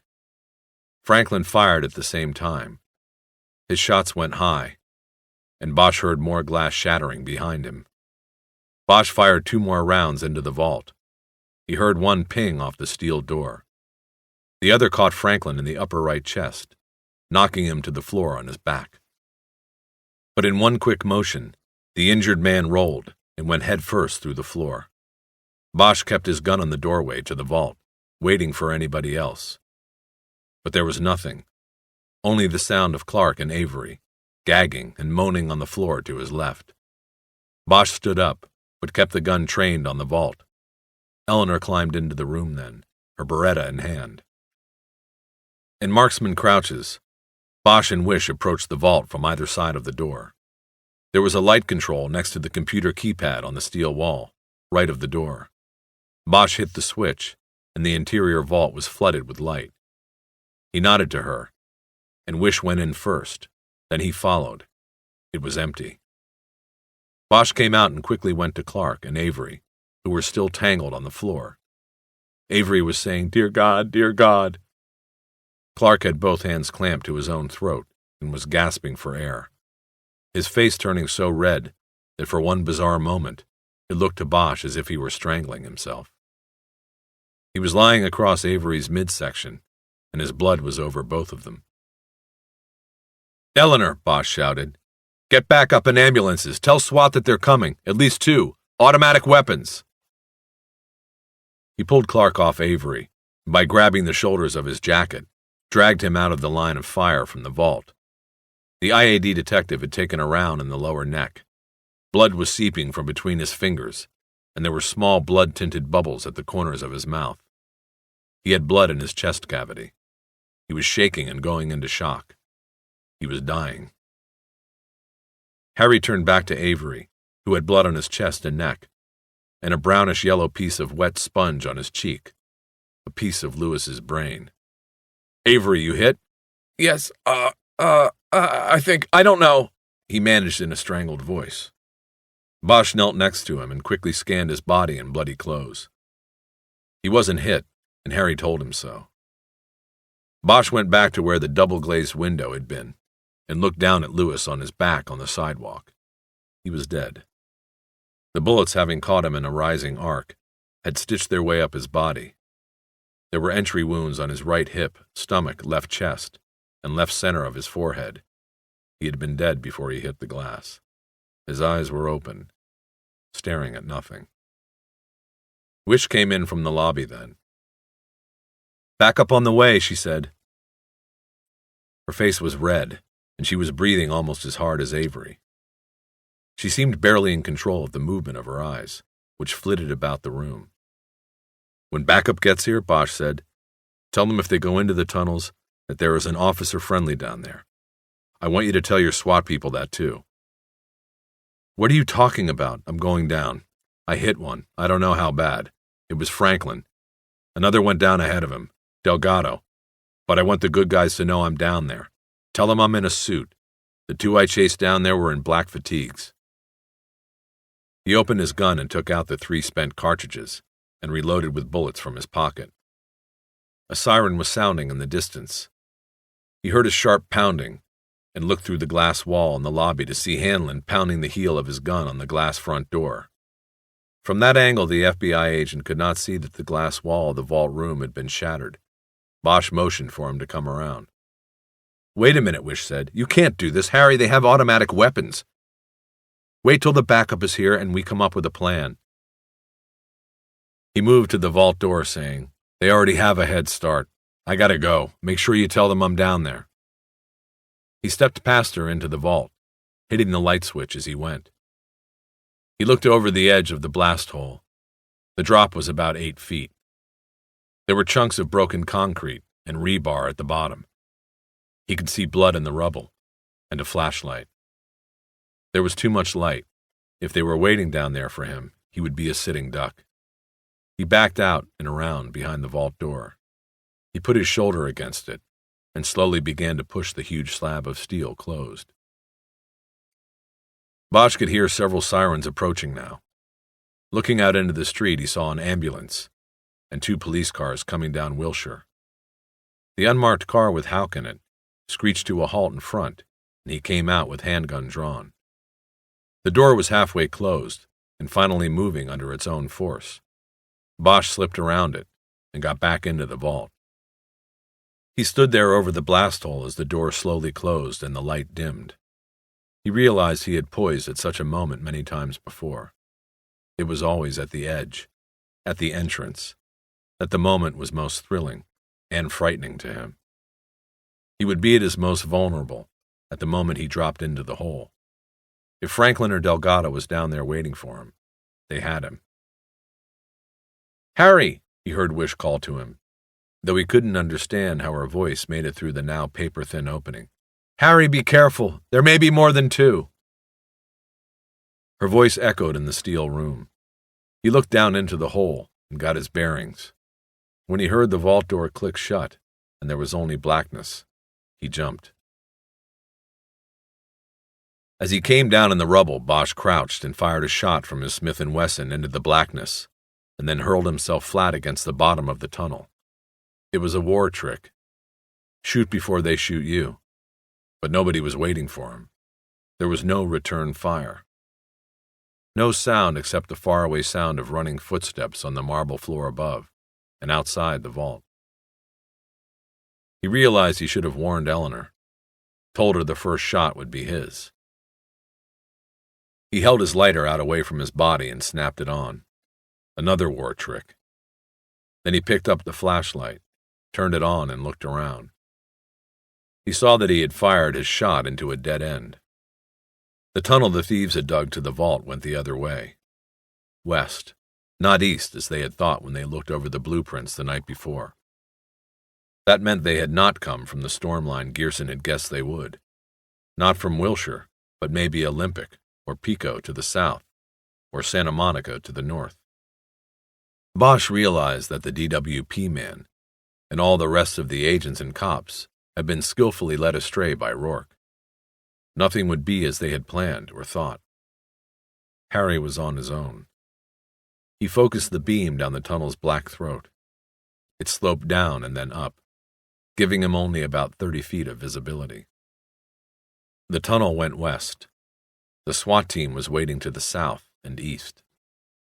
They were waiting for nobody.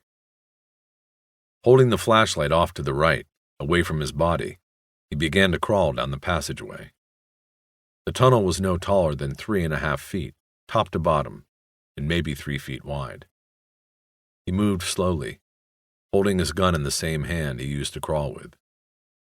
There was the smell of cordite in the air, and bluish smoke hung in the beam of the flashlight. Purple haze, Bosch thought. He felt himself perspiring freely from the heat and the fear. Every 10 feet he stopped to wipe sweat out of his eyes with the sleeve of his jacket. He didn't take the jacket off, because he didn't want to differ from the description given to the people who would follow him in. He didn't want to be killed by friendly fire. The tunnel alternatively curved left and then right for 50 yards, causing Bosch to become confused about his direction. At one point it dipped below a utility pipeline, and at times he could hear the rumble of traffic, making the tunnel sound like it was breathing. Every 30 feet burned a candle placed in a notch dug into the tunnel wall. In the sandy, chunky rubble at the bottom of the tunnel, he looked for tripwires, but found a trail of blood. After a few minutes of slow travel, he turned the flashlight off and sank back on his calves to rest and try to control the sound of his breathing. But he could not seem to get enough air into his lungs. He closed his eyes for a few moments, and when he opened them, he realized there was a pale light coming from the curve ahead. The light was too steady to be from a candle. He started moving slowly, keeping the flashlight off. When he made his way around the bend, the tunnel widened. It was a room, tall enough to stand in, and wide enough to live in, he thought, during the dig. The light came from a kerosene lantern sitting on top of an igloo cooler in the corner of the underground room. There were also 2 bedrolls and a portable Coleman gas stove. There was a portable chemical toilet. He saw 2 gas masks and also 2 backpacks with food and equipment in them. And there were plastic bags full of trash. It was the camp room, like the one Eleanor had assumed was used during the dig into the Westland vault. Bosch looked at all the equipment and thought of Eleanor's warning about there possibly being more than 2, but she had been wrong. Just 2 of everything. The tunnel continued on the other side of the camp room, where there was another 3-foot wide hole. Bosch turned the lantern flame off so he wouldn't be backlit and crawled into the passageway. There were no candles in the walls here. He used the flashlight intermittently, turning it on to get his bearings and then crawling a short distance in the dark. Occasionally he stopped, held his breath and listened. But the sound of traffic seemed farther away, and he heard nothing else. About 50 feet past the camp room, the tunnel reached a dead end, but Bosch saw a circular outline on the floor. It was a plywood circle, covered with a layer of dirt. 20 years earlier, he would have called it a rat hole. He backed away, crouched down and studied the circle. He saw no indication it was a trap. In fact, he did not expect one. If the tunnelers had rigged the opening, it would have been to guard against entry, not exit. The explosives would be on this side of the circle. Nevertheless, he took his keychain knife out and carefully ran its edge around the circle, then lifted it up a half-inch. He pointed the light into the crack and saw no wires or attachments to the underside of the plywood. He then flipped it up. There were no shots. He crawled to the edge of the hole and saw another tunnel below. He dropped his arm and the flashlight through the hole and flicked on the beam. He swept it around and braced for the inevitable gunfire. Again, none came. He saw that the lower passageway was perfectly round. It was smooth concrete, with black algae and a trickle of water at the bottom of its curve. It was a stormwater drainage culvert. He dropped through the hole and immediately lost his footing on the slime and slipped onto his back. He propped himself up and with the flashlight began looking for a trail on the black slime. There was no blood, but in the algae there were scrape marks that could have been made with shoes digging for purchase. The trickle of water moved in the same direction as the scrape marks. Bosch went that way. By now he had lost his sense of direction, but he believed that he was heading north. He turned off the beam and moved slowly for 20 feet before flicking it on again. When he did so, he saw that the trail was confirmed. A smeared handprint of blood was at about 3 o'clock on the curved wall of the pipe. 2 feet farther, and at 5 o'clock there was another. Franklin was losing blood and strength quickly, he guessed. He had stopped here to check the wound.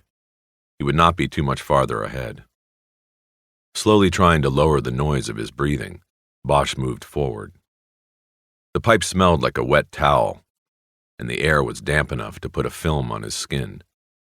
The sound of traffic rumbled from somewhere nearby. There was the sound of sirens. He felt the pipe was on a gradual downward slope that kept the trickle of water moving. He was going deeper underground.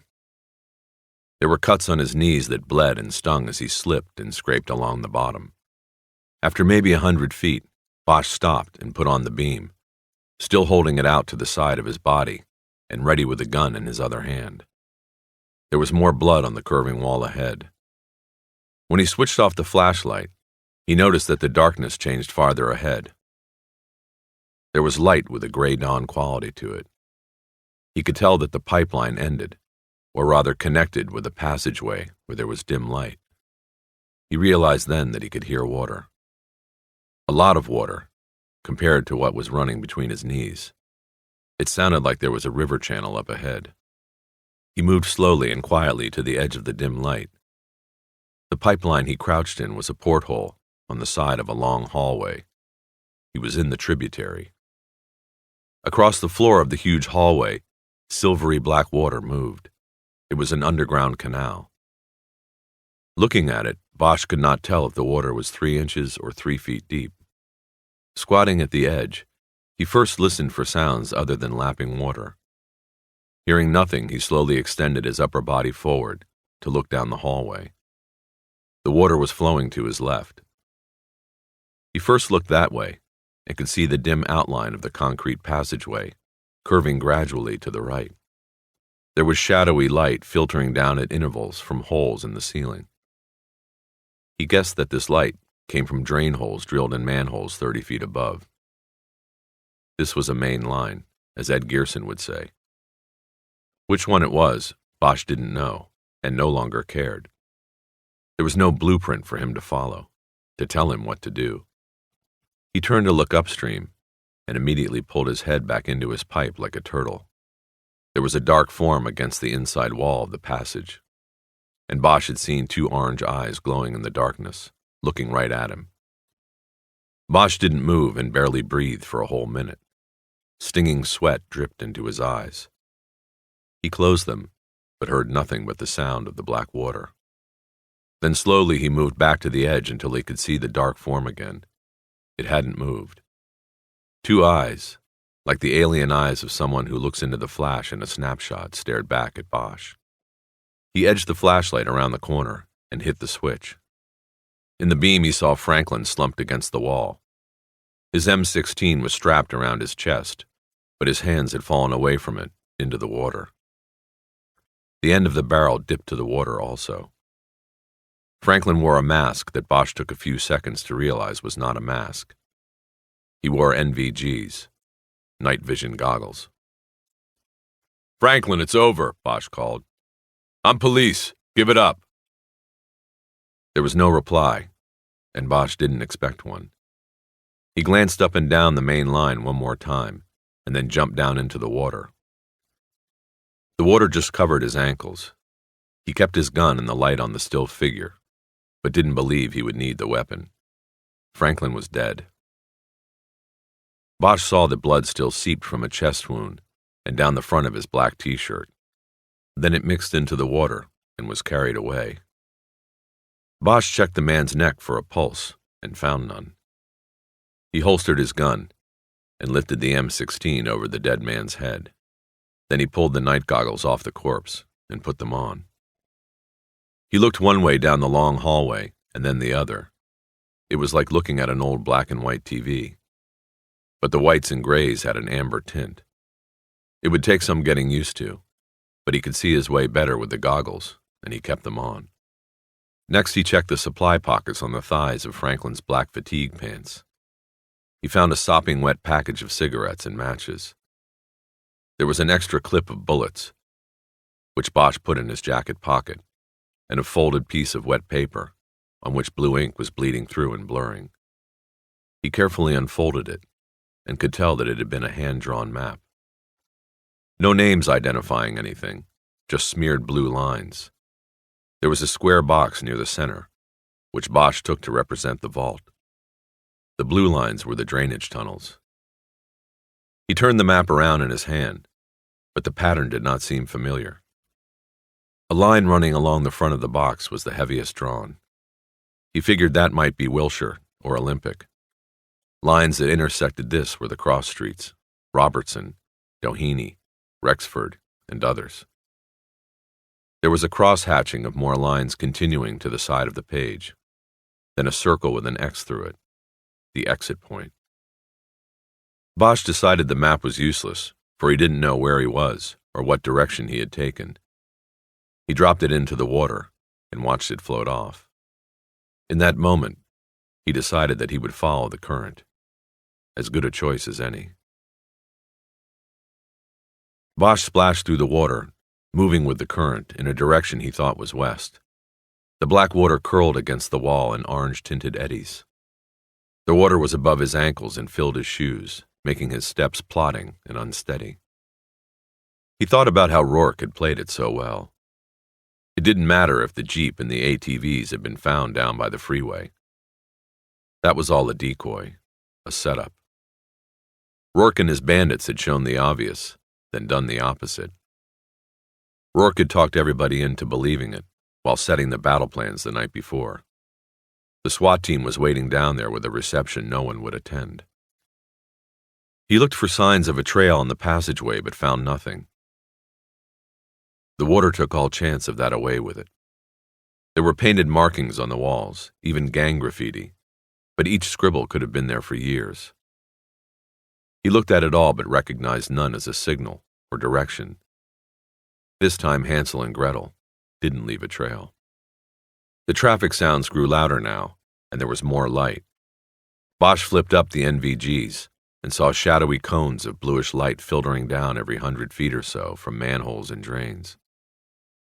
After a while he came to an underground intersection, and as the water from his line collided and splashed with water moving in the other channel, Bosch crept along the sidewall and slowly looked around the corner. He saw and heard no one. He had no clue as to which way to go. Delgado could have gone in any of 3 different directions. Bosch decided to follow the new passageway to the right because it would take him, he believed, farther away from the SWAT setup. He had taken no more than 3 steps into the new tunnel when he heard a loud whisper from ahead. "Artie, you going to make it? Come on, hurry, Artie." Bosch froze. It came from about 20 yards dead ahead, but he couldn't see anyone. He knew that it had been the NVGs he wore, the orange eyes, that had prevented him from walking into an ambush, but the cover wouldn't last long. If he got much closer, Delgado would know that he wasn't Franklin. "Artie," the voice called hoarsely again. "Come on." "Coming," Bosch whispered. He took 1 step forward and felt instinctively that it hadn't worked. Delgado would know. He dove forward, bringing the M16 up as he went down. Bosch saw a whirl of movement ahead, and to the left, then saw a muzzle flash. The sound of gunfire was deafening in the concrete tunnel. Bosch returned fire and kept his finger tight on the trigger until he heard the injector go dry of bullets. His ears were ringing, but he could tell that Delgado, or whoever was up there, had stopped also. Bosch heard him snap a new clip into his weapon, then running footsteps on a dry floor. Delgado was moving away, in another passageway ahead. Harry jumped up and followed, pulling the empty clip out of his borrowed gun and replacing it with a backup as he went. In 25 yards he came to a tributary pipeline. It was about 5 feet in diameter, and Bosch had to take a step up to move into it. There was black algae rimming the bottom, but no running water. Lying in the scum was the empty clip from an M16. Bosch had the right tunnel, but he no longer heard Delgado's footsteps.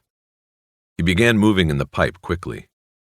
There was a slight incline, and in about 30 seconds, he reached a lighted junction room 30 feet below a graded drain. On the other side of this room, the pipeline continued. Bosch had no choice but to follow, this time with the pipe running on a gradual decline. He went another 50 yards before he could see that the line he was in emptied into a larger passage, a main line. He could hear water running up ahead. Bosch realized too late that he was moving too fast to stop.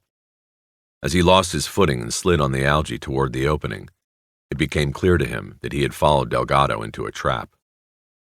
Bosch dug his heels into the black slime in a worthless effort to stop himself. Instead, he went feet first, arms flailing for balance, into the new passageway. It seemed odd to him, but he felt the bullet tear into his right shoulder before he heard the gunfire. It felt as though a hook on a rope had swung down from above, embedded in his right shoulder, and then yanked him backward off his feet and down. He let go of the gun and fell what seemed to him to be 100 feet, but of course it wasn't. The floor of the passageway, with its 2 inches of water, came up like a wall of water and hit him in the back of the head. The goggles flew off and he watched idly and detached as sparks arced above him and bullets bit into the wall and ricocheted away. When he came to, it felt like he had been out for hours, but he quickly realized it was only a few seconds. The sound of the gunfire still echoed down the tunnel. He smelled cordite. He heard running steps again, running away, he thought. He hoped. Bosch rolled in the darkness and water and spread his hands out to find the M16 and the goggles. He gave up after a while and tried to draw his own gun. The holster was empty. He sat up and pushed himself against the wall. He realized his right hand was numb. The bullet had hit him in the ball of the shoulder, and his arm hummed with dull pain from the point of impact down to the dead hand. He could feel blood running under his shirt and down his chest and arm. It was a warm counterpoint to the cool water swirling around his legs and balls. He became aware that he was gasping for air and tried to regulate his intake. He was going into shock and he knew it. There was nothing he could do. The sound of the steps, the running away, stopped then. Bosch held his breath and listened. Why had he stopped? He was home free. Bosch scissored his legs along the floor of the tunnel, still looking for one of the weapons. There was nothing there, and it was too dark to see where they had fallen. The flashlight was gone as well. There was a voice then, too far away and too muffled to be distinguished or understood, but someone was talking. And then there was a second voice. 2 men. Bosch tried to make out what was said, but couldn't. The second voice suddenly grew shrill. Then there was a shot, and then another. Too much time had elapsed between shots, Bosch thought. That wasn't the M16. As he thought about the significance of this, he heard the sound of steps and water again. After a while, he could tell the steps were coming through the darkness toward him. There was nothing hurried about the steps that came through the water toward Bosch. Slow, even, methodical, like a bride coming down the aisle. Bosch sat slumped against the wall, and again swished his legs along the watery, slimy floor in hopes of locating one of the weapons. They were gone. He was weak and tired, defenseless. The humming pain in his arm had moved up a notch to a throb. His right hand was still useless, and he was pressing his left against the torn flesh of his shoulder. He was shaking badly now, his body in shock, and he knew he would soon pass into unconsciousness and not wake up. Now Bosch could see the beam of a small light moving toward him in the tunnel. He stared fixedly at it, with his mouth dropped open. Some of his muscle controls were already shutting down. In a few moments, the sloshing steps stopped in front of him, and the light hung there above his face like a sun. It was just a pen light, but it was still too bright. He couldn't see behind it. Just the same, he knew whose face would be back there, whose hand held the light, and what was in the other. "Tell me," he said in a hoarse whisper. He hadn't realized how parched his throat had become. "That and your little pointer a match set?" Rourke lowered the beam until it pointed to the floor. Bosch looked around and saw the M16 and his own gun side by side in the water next to the opposite wall. Too far to reach. He noticed that Rourke, dressed in a black jumpsuit, tucked into rubber boots, held another M16 pointed at him. "You killed Delgado," Bosch said. A statement, not a question. Rourke didn't speak. He hefted the gun in his hand. "You going to kill a cop now? That the idea?" "It's the only way I'll come out of this. The way it will look is Delgado gets you first with this." He held the M16 up. "Then I get him. I come out a hero." Bosch didn't know whether to say anything about Wish. It would put her in danger, but it might also save his life. "Forget it, Rourke," he finally said. "Wish knows. I told her. There's a letter in Meadows' file. It ties you in. She's probably already told everybody up there. Give it up now and get me some help. It will go better for you if you get me out of here. I'm going into shock, man." Bosch wasn't sure, but he thought he saw a slight change in Rourke's face, his eyes. They stayed open, but it was as if they had stopped seeing, as if the only thing he was seeing was what was inside. Then they were back, looking at Bosch without sympathy, just contempt. Bosch braced his heels in the slime and tried to push himself up the wall into a standing position, but he had moved only a few inches when Rourke leaned over and easily pushed him back down. "Stay there, don't fucking move. You think I'm going to take you out of here? I figure you cost us $5, maybe $6 million from what Tran had in his box. Had to be that much. But I'll never know now. You fucked up the perfect crime. You aren't getting out of here." Bosch dropped his head until his chin was on his chest. His eyes were rolling up into their lids. He wanted to sleep now, but he was fighting it. He groaned but said nothing. "You were the only thing left to chance in the whole goddamn plan, and what happens? The one chance something will happen, it does. You're Murphy's fucking law, man. In the flesh." Bosch managed to look up at Rourke. It was a terrible struggle. After, his good arm fell away from the shoulder wound. There was no more strength left to hold it there. "What?" he managed to say.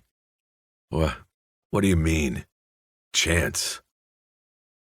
"What I mean is coincidence. You getting the call out on Meadows? That wasn't part of the plan, Bosch. You believe that shit? I wonder what the odds are. I mean, Meadows is put in a pipe we knew he had crashed in before. We're hoping maybe he won't be found for a couple of days, and then maybe it takes 2-3 days for somebody to make the ID off the prints. Meantime, he gets written off as an OD, a no count. The guy's got a hype card in the files. Why not? But what happens? This kid reports the body right off the fucking bat." He shook his head. The persecuted man. "And who gets the call? A dipshit dick who actually knew the fucking stiff and IDs him in about 2 seconds. An asshole buddy from the tunnels of Viet fucking Nam. I don't believe this shit myself. You messed up everything with that, Bosch. Even your own miserable life. Hey, still with me?" Bosch felt his head raise, the gun barrel under his chin. "Still with me?" Rourke said again, and then poked the barrel into Bosch's right shoulder. It sent a shockwave of red neon pain searing down his arm and through his chest, right down to his balls. He groaned and gasped for air, then took a slow-motion swing with his left hand at the gun. It wasn't enough. He only got air. He swallowed back vomit and felt beads of sweat running through his damp hair. "You don't look so good, buddy," Rourke said. "I'm thinking maybe I don't have to do this after all. Maybe my man Delgado did it right with the first shot." The pain had brought Bosch back. It pulsed through him, leaving him alert, albeit temporarily. He could already feel himself fading. Rourke continued to lean over him, and he looked up and noticed the flaps hanging from the chest and waist of the FBI agent's jumpsuit. pockets. He was wearing the jumpsuit inside out. Something clicked in Bosch's brain. He remembered Sharkey saying he saw an empty tool belt around the waist of the man who pulled the body into the pipe at the reservoir. That was Rourke. He wore the jumpsuit inside out that night, too, because it said FBI on the back. He didn't want to risk that would be seen. It was a bit of information that was useless now, but for some reason it pleased Bosch to be able to put it in place in the puzzle. "What are you smiling at, dead man?" Rourke asked. "Fuck you." Rourke raised his foot and kicked at Bosch's shoulder, but Bosch was ready for it. He grabbed the heel with his left hand and pushed upward and out. Rourke's other foot gave way on the slick bed of algae and slipped out from under him. He went down on his back with a splash, but he didn't drop the gun as Bosch had hoped. That was it. That was all there was. Bosch made a half-hearted effort to grab the weapon, but Rourke easily peeled his fingers off the barrel and pushed him back against the wall. Bosch leaned to his side and vomited into the water. He felt a new flow of blood coming from his shoulder, running down his arm. That had been his play. There was nothing else. Rourke got up out of the water. He moved in close and put the barrel of the gun against Bosch's forehead. "You know, Meadows used to tell me about all that Black Echo stuff, all that bullshit. Well, Harry, here you are. This is it." "Why'd he die?" Bosch whispered. "Meadows. Why?" Rourke stepped back and looked up and down the tunnel before speaking. "You know why. He was a fuck-up over there. He was a fuck-up here. That's why he died." Rourke seemed to be reviewing a memory in his mind, and he shook his head disgustedly. It was all perfect except for him. He held back the bracelet, little jade dolphins on gold. Rourke stared off into the darkness of the tunnel. A wistful look played on his face. "That's all it took," he said. "See, the plan relied on complete adherence for success. Meadows, God damn it, he didn't do that." He shook his head, still angry at the dead man, and was quiet. It was at that moment that Bosch thought he could hear the sound of steps somewhere off in the distance. He wasn't sure if he had heard it, or if it was what he hoped to hear. He moved his left leg in the water. Not enough to cause Rourke to pull the trigger, but enough to make the water slosh and to cover the sound of the steps, if they were even there. "He kept the bracelet," Bosch said. "That was it?" "That was enough," Rourke said angrily. "Nothing was to turn up. Don't you see? That was the beauty of the thing. Nothing would turn up. We'd get rid of everything except the diamonds, and those we'd keep until we were done with both jobs. But that fool couldn't wait until the second job was completed. He palms that cheap bracelet and pawns it to score dope. I saw it on the pawn reports. Yeah, after the Westland job. We went to LAPD and asked them to send over their monthly pawn lists so we could check them out too. We started to get them at the bureau. The only reason I made the bracelet and your pawn guys didn't was I was looking for it. The pawn detail has to look for 1,000 things. I only looked for that one thing. I knew somebody had held it back. There was a lot reported stolen from that first vault that wasn't in the shit we took out of there. Insurance scammers. But the dolphin bracelet, I knew was legit. That old lady crying. The story behind it with her husband and all that sentimental value shit. Interviewed her myself, and I knew she wasn't scamming. So I knew one of my tunnel people had held the bracelet back. Keep him talking, Bosch thought. He keeps talking and you'll end up walking. Out of here. Out of here. Someone's coming. My arm's humming. He laughed in his delirium, and that made him vomit again. Rourke just went on. I bet on Meadows right from the start. Once on the needle, you know how that goes. So when the bracelet turned up, he was the first one I went to. Rourke drifted off then, and Bosch made more water noise with his legs. The water now seemed warm to him, and it was the blood that ran down his side that was cold. Rourke finally said, You know, I really don't know whether to kiss you or kill you, Bosch. You cost us millions on this job. But then again, my share of the first one sure has gone up now that 3 of my guys are dead. Probably even out in the end. Bosch did not think he could stay awake much longer. He felt tired, helpless, and resigned. The alertness had run out of him. Even now, when he managed to reach his hand up and throw it against his torn shoulder, there was no pain. He couldn't get it back. He lapsed into contemplation of the water moving slowly around his legs. It felt so warm, and he felt so cold. He wanted to lie down and pull it over him like a blanket. He wanted to sleep in it. But from somewhere a voice told him to hang in. He thought of Clark clutching his throat. The blood. He looked at the beam of light in Rourke's hand and tried one more time. "Why so long?" he asked in a voice no louder than a whisper. "All these years? Tran and Bin? Why now?" "No answer, Bosch. Things just come together sometimes, like Halley's Comet. It comes around every 72 or whatever years. Things come together. I helped them bring their diamonds across, set the whole thing up for them. I was paid well, never thought otherwise. And then one day the seed planted all those years ago came out of the ground, man. It was there for the taking. And man, we took it. I took it. That's why now." A gloating smile played across Rourke's face.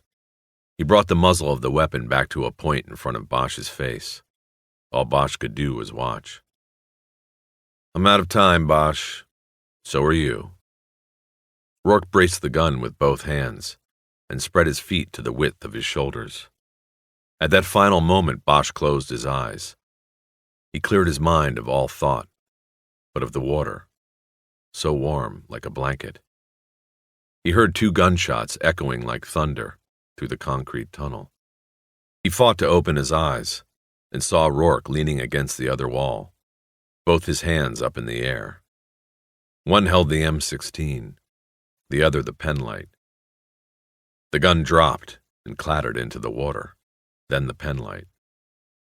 It bobbed on the surface, its bulb still on. It cast a swirling pattern on the roof and walls of the tunnel as it slowly moved away with the current. Rourke never said a word. He slowly sagged down the wall, staring off to his right, the direction Bosch thought the shots had come from, and leaving a smear of blood that followed him down. In the dimming light, Bosch could see surprise on his face, and then a look of resolve in his eyes. Pretty soon he sat like Bosch against the wall, the water moving around his legs, his dead eyes no longer staring at anything. Things went out of focus for Bosch then. He wanted to ask a question, but couldn't form the words. There was another light in the tunnel, and he thought he heard a voice, a woman's voice, telling him everything was okay.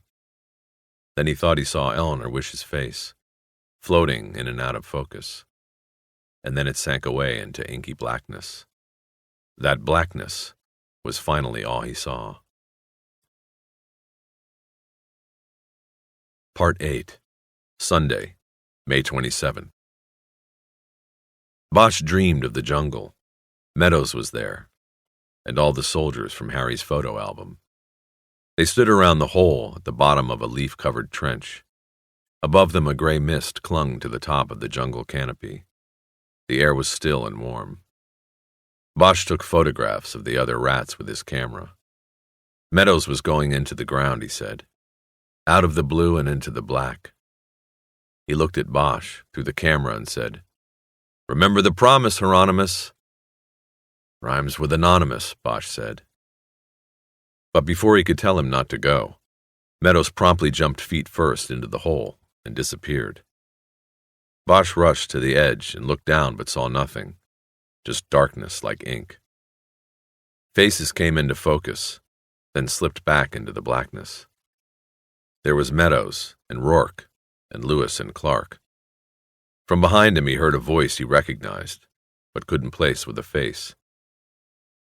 "Harry, come on, man, I need to talk to you." Then Bosch became aware of a deep pain in his shoulder, throbbing from elbow to neck. Someone was tapping his left hand, lightly patting it. He opened his eyes. It was Jerry Edgar. "Yeah, that's it," Edgar said. "I don't have much time. This guy on the door says they'll be here any time now. Plus he's due to go off watch. I wanted to try to talk to you before the brass did. Would have been by yesterday, but this place was crawling with silk. Besides, I heard you were out most of the day. Too delirious." Bosch just stared at him. "On these things," Edgar said, "I've always heard it's best to say you can't remember a thing. Let them put it whatever way they want. I mean, when you catch around, there's no way they can say you're lying about remembering. The mind shuts down, man, when there is a traumatic insult to the body. I've read that." By now, Bosch realized he was in a hospital room and began to look about. He noticed 5 or 6 vases of flowers, and the room smelled putridly sweet. He also noticed he had restraining belts across his chest and waist. "You're at MLK, Harry. Doctors say you'll be all right. They still have some work to do on your arm, though." Edgar lowered his voice to a whisper. "I snuck in. Think the nurses have a change of shift or something. Cop on the door. He's over from Wilshire Patrol. Let me in, 'cause he's selling, and he must have heard that's my gig. I told him I'd take his listing for 2 points if he gave me 5 minutes in here." Bosch still hadn't spoken. He wasn't sure he could. He felt like he was floating on a layer of air. He had trouble concentrating on Edgar's words. What did he mean about points? And why was he at Martin Luther King Drew Medical Center near Watts? Last he remembered, he had been in Beverly Hills, in the tunnel. UCLA Med Center or Cedars would have been closer. "Anyway," Edgar was saying, "I'm just trying to let you know what's going on as much as possible before the Silks get here and try to fuck you over. Rourke is dead. Lewis is dead. Clark is bad. He's on the machine. And I heard they were just keeping him going for parts. As soon as they line up people that need him, they'll pull the plug." "How'd you like to end up with that asshole's heart or eyeball or something? Anyway, like I said, you should come out of this all right. Either way, with that arm, you can get your 80%. No questions asked. Line of duty. You're a made man." He smiled at Bosch, who just looked at him blankly. Harry's throat was dry and cracked when he finally tried to speak. "MLK?" It came out a little weak, but okay. Edgar poured a cup of water from a pitcher on the bedside table and handed it to him. Bosch unbuckled the restraints, sat himself up to drink it, and immediately felt a wave of nausea hit him. Edgar didn't notice. "It's a gun and knife club, man. This is where they take the gangbangers after the drive-bys. No better place to go with a gunshot in the county. Leastwise, those yuppie doctors over at UCLA, they train military doctors here, so they'll be ready for war casualties. They brought you in on a chopper." "What time is it?" "It's a little after 7, Sunday morning. You lost a day." Then Bosch remembered Eleanor. Was she the one in the tunnel at the end? What had happened? Edgar seemed to read him. Everybody had been doing that lately. "Your lady partner is fine. She and you are in the spotlight, man. Heroes." Heroes. Bosch thought about that. After a while, Edgar said, "I got to book on out of here. If they know I talked to you first, I'll get shipped out to Newton." Bosch nodded. Most cops wouldn't mind Newton Division. Non-stop action in shooting Newton. But not Jerry Edgar, real estate agent. "Who's coming?" "Usual crew, I guess. IAD, officer-involved shooting team. The FBI is in on the act. Bev Hills, too. I think everybody's still figuring out what the fuck happened down there. And they only got you and Wish to tell them. They probably want to make sure you two have the same story. That's why I'm saying, tell them you don't remember Dick. You're shot, man. You are an injured officer. Line of duty. It's your right not to remember what happened." "What do you know about what happened?" "The department isn't saying shit. No scut going around on this at all. When I heard it went down, I went out to the scene and Pounds was already there. He saw me and ordered me back. Fucking 98. He wouldn't say shit. So I only know what's in the press, the usual load of bullshit. TV last night didn't know shit. The Times this morning doesn't have much either. The department and the bureau, they look like they joined up to make everybody a valiant soldier. Everybody? Yeah, Rourke, Lewis, Clark, they all went down in the line of duty. Wish said that stuff? No, she's not in the story. I mean, she isn't quoted. I expect they're keeping her kind of under wraps till the investigation is over. What's the official line? The Times says the department says Lewis and Clark and you were part of the FBI surveillance at the vault. Now, I know that's a lie because you'd never let those clowns near one of your operations. Besides, they're IAD. I think the Times knows something about it stinks, too. That Bremer guy you know was calling me yesterday, seeing what I heard. But I didn't talk. My name gets in the paper on this, and I'll get worse than Newton, if there is such a place. Yeah, Bosch said. He looked away from his old partner and became immediately depressed. It seemed to make his arm throb all the harder. Look, Harry, Edgar said after a half-minute. I better get out of here. I don't know when they'll be coming. But they will be, man. You take care and do like I told you. Amnesia. Then take the 80% line of duty disability and fuck 'em. Edgar pointed a finger to his temple and nodded his head. Harry nodded absently, and then Edgar left. Bosch could see a uniformed officer sitting on a chair outside the door. After a while, Bosch picked up the phone that was attached to the railing alongside his bed. He couldn't get a dial tone, so he pushed the nurse call button, and a few minutes later a nurse came in and told him the phone was shut off as per LAPD orders. He asked for a newspaper, and she shook her head. Same thing. He became even more depressed. He knew that both LAPD and the FBI faced huge public relations problems with what had happened, but he couldn't see how it could be covered up. Too many agencies. Too many people. They could never keep a lid on it. Could they be stupid enough to try? He loosened the strap across his chest and tried to sit all the way up. It made him dizzy, and his arms screamed to be left alone. He felt nausea overtake him and reached for a stainless steel pan on the bed table.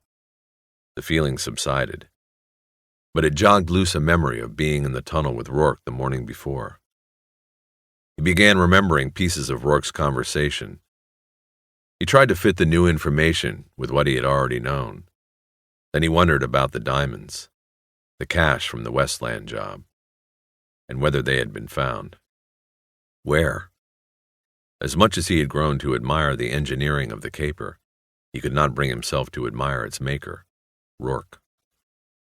Bosch felt fatigue overcome him like a cloud crossing the sun. He dropped back against the pillow, and the last thing he thought of before dozing off was what Rourke had said in the tunnel. The part about getting a larger share because Meadows, Franklin, and Delgado were dead. It was then, as he slid into the black jungle hole that Meadows had jumped into before, that Bosch realized the full meaning of what Rourke had said. The man in the visitor's chair wore an $800 pinstripe suit, gold cufflinks, and an onyx pinky ring. But it was no disguise. IAD, right? Bosch said and yawned. Wake up from a dream to a nightmare. The man started. He hadn't seen Bosch open his eyes. He stood up and left the hospital room without saying a word. Bosch yawned again and looked around for a clock. There was none. He loosened the chest belt again and tried to sit up. This time he was much better. No dizziness, no sickness. He looked over at the floral arrangements on the windowsill and the bureau. He thought that their number might have grown while he was asleep. He wondered if any of them were from Eleanor. Had she come by to see him? They probably wouldn't let her. In another minute, Pinstripe came back in, carrying a tape recorder and leading a procession that included 4 other suits. One was Lieutenant Bill Haley, head of the LAPD officer-involved shooting squad, and one was Deputy Chief Irvin Irving, head of IAD. Bosch figured the other 2 for FBI men. If I'd known I had so many suits waiting for me, I would have set an alarm, Bosch said. They didn't give me an alarm clock or a phone that works or a TV or a newspaper. Bosch, you know who I am, Irving said, and threw a hand toward the others. And you know Haley? This is Agent Stone, and this is Agent Folsom, FBI. Irving looked at Pinstripe and nodded toward the bed table. The man stepped forward and placed the recorder on the table, put a finger on the record button, and looked back at Irving. Bosch looked at him and said, "You don't rate an introduction?" Pinstripe ignored him, and so did everybody else. "Bosch, I want to do this quickly and without any of your brand of humor," Irving said. He flexed his massive jaw muscles and nodded at Pinstripe. The recorder was turned on. Irving dryly spoke the date, day, and time. It was 11:30 a.m. Bosch had only been asleep a few hours, but he felt much stronger than when Edgar had visited. Irving then added the names of those present in the room, this time giving a name to Pinstripe. Clifford Galvin, Jr. Same name, minus the junior part, as one of the department's other deputy chiefs. Junior was being groomed and doomed, Bosch thought. He was on the fast track, under Irving's wing. "Let's do it from the top," Irving said. "Detective Bosch, you start by telling us everything about this deal since the moment you climbed in." "You got a couple days?" Irving walked over to the recorder and hit the pause button. "Bosch," he said, "we all know what a smart guy you are, but we are not going to hear it today. I stopped the tape only this once. If I do it again, I will have your badge and a glass block by Tuesday morning, and that's only because of the holiday tomorrow. And never mind any line of duty pension.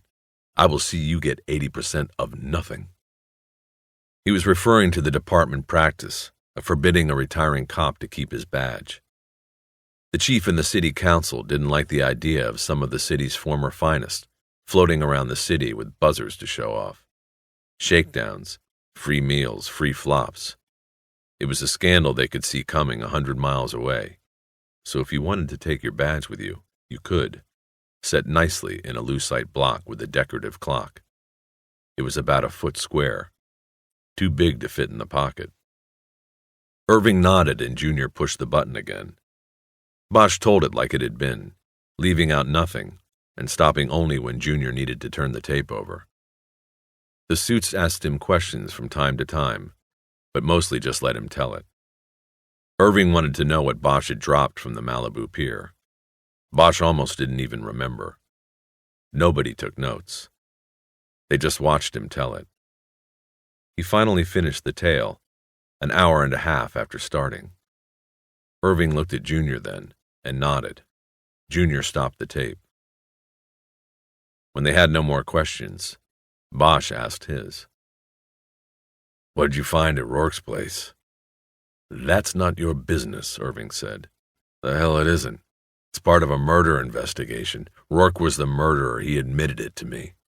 Your investigation has been reassigned." Bosch said nothing as the anger pushed its way into his throat. He looked around the room and noticed that none of the others, even Junior, would look at him. Irving said, "Now before I would go around shooting my mouth off about fellow law enforcement officers killed in the line of duty, I would make sure I knew the facts, and I would make sure that I had the evidence supporting those facts. We don't want any rumors being spread about good men." Bosch couldn't hold back. "You think you people will pull this off? What about your two goons? How are you going to explain that? First they put the bug in my phone, then they blunder into a fucking surveillance and get themselves shot. And you want to make them heroes? Who are you kidding?" "Detective Bosch, it already has been explained. That is not your worry. It is also not your role to contradict the public statements of the department or the Bureau on this matter. That, detective, is an order. If you talk to the press about this, it will be the last time you do as a Los Angeles police detective." Now it was Bosch who could not look at them. He stared at the flowers on the table and said, "Then why the tape, the statement, all the suits here with you? What's the point when you don't want to know the truth?" "We want the truth, detective. You are confusing that with what we choose to tell the public. But out of the public eye, I guarantee, and the Federal Bureau of Investigation guarantees, that we will complete your investigation and take appropriate action where fitting." "That's pathetic." "And so are you, detective. So are you. Irving leaned over the bed with his face close enough that Bosch could smell his sour breath. This is one of those rare times when you hold your future in your own hands, Detective Bosch. You do what is right. Maybe you find yourself back at robbery homicide. Or you can pick up that phone. Yes. I'm going to have the nurse turn it on. And call your pals at that rag over on Spring Street. But if you do that, you better ask them if there is any career opportunities there for a former homicide detective. The five of them then left, leaving Bosch alone with his anger. He sat up and was ready to take a swing with his good arm at a vase of daisies on the bedside table, when the door opened and Irving came back in, alone, no tape recorder. Detective Bosch, this is unofficial. I told the others I forgot to give you this. He pulled a greeting card out of his coat pocket and propped it upright on the windowsill.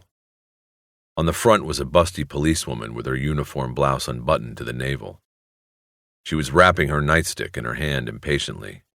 A bubble from her mouth said, "Get well soon," or Bosch would have to read the inside to get the punchline. I didn't forget. I just wanted to say something private. He stood mute at the foot of the bed until Bosch nodded. You are good at what you do, Detective Bosch. Anybody knows that. But that doesn't mean you are a good police officer. You refuse to be part of the family, and that's not good. And meantime, you see, I have this department to protect. To me, that's the most important job in the world, and one of the best ways to do that is to control public opinion. Keep everybody happy.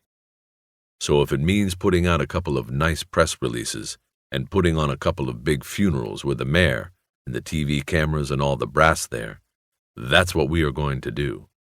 The protection of the department is more important than the fact that two dumb cops made a mistake. Same goes for the Federal Bureau of Investigation. They will grind you up before they publicly flog themselves with Rourke. So what I am telling you is that Rule 1 is you have to go along to get along. That's bullshit, and you know it. No, I do not know it. Deep down, neither do you. Let me ask you something. Why is it you think that Lewis and Clark were pulled back on the investigation of the dollmaker shooting? Who do you think reined them in? When Bosch didn't say anything, Irving nodded. You see, we had to make a decision. Would it be better to see one of our detectives dragged through the papers and brought up on criminal charges, or for him to be quietly demoted and transferred? He let that hang there a few seconds before continuing. Another thing, Lewis and Clark came to me last week with a story about what you did to them, cuffing them to that tree. Very brutal, that was. But they were as happy as a couple of high school cheerleaders after an evening with a football team. They had you by the balls and were ready to put the paper in right then. They had me. But I had them. No, that's what I'm telling you.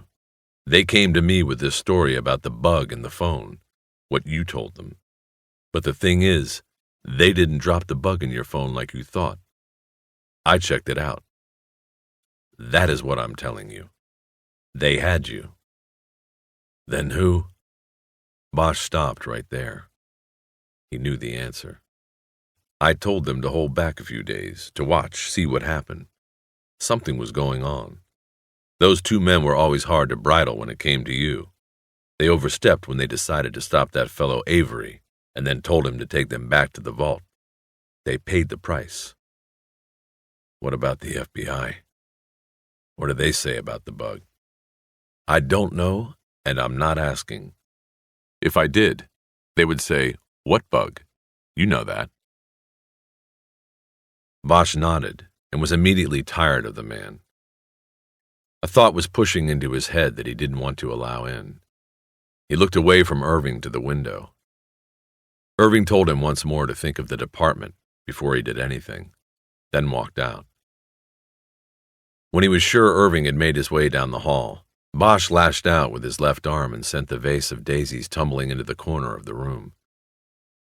The vase was plastic and didn't break. The damage just spilled water and flowers. Galvin Jr.'s ferret face momentarily poked in and then out of the room. He said nothing, but it tipped Bosch that the IAD man was posted outside in the hall.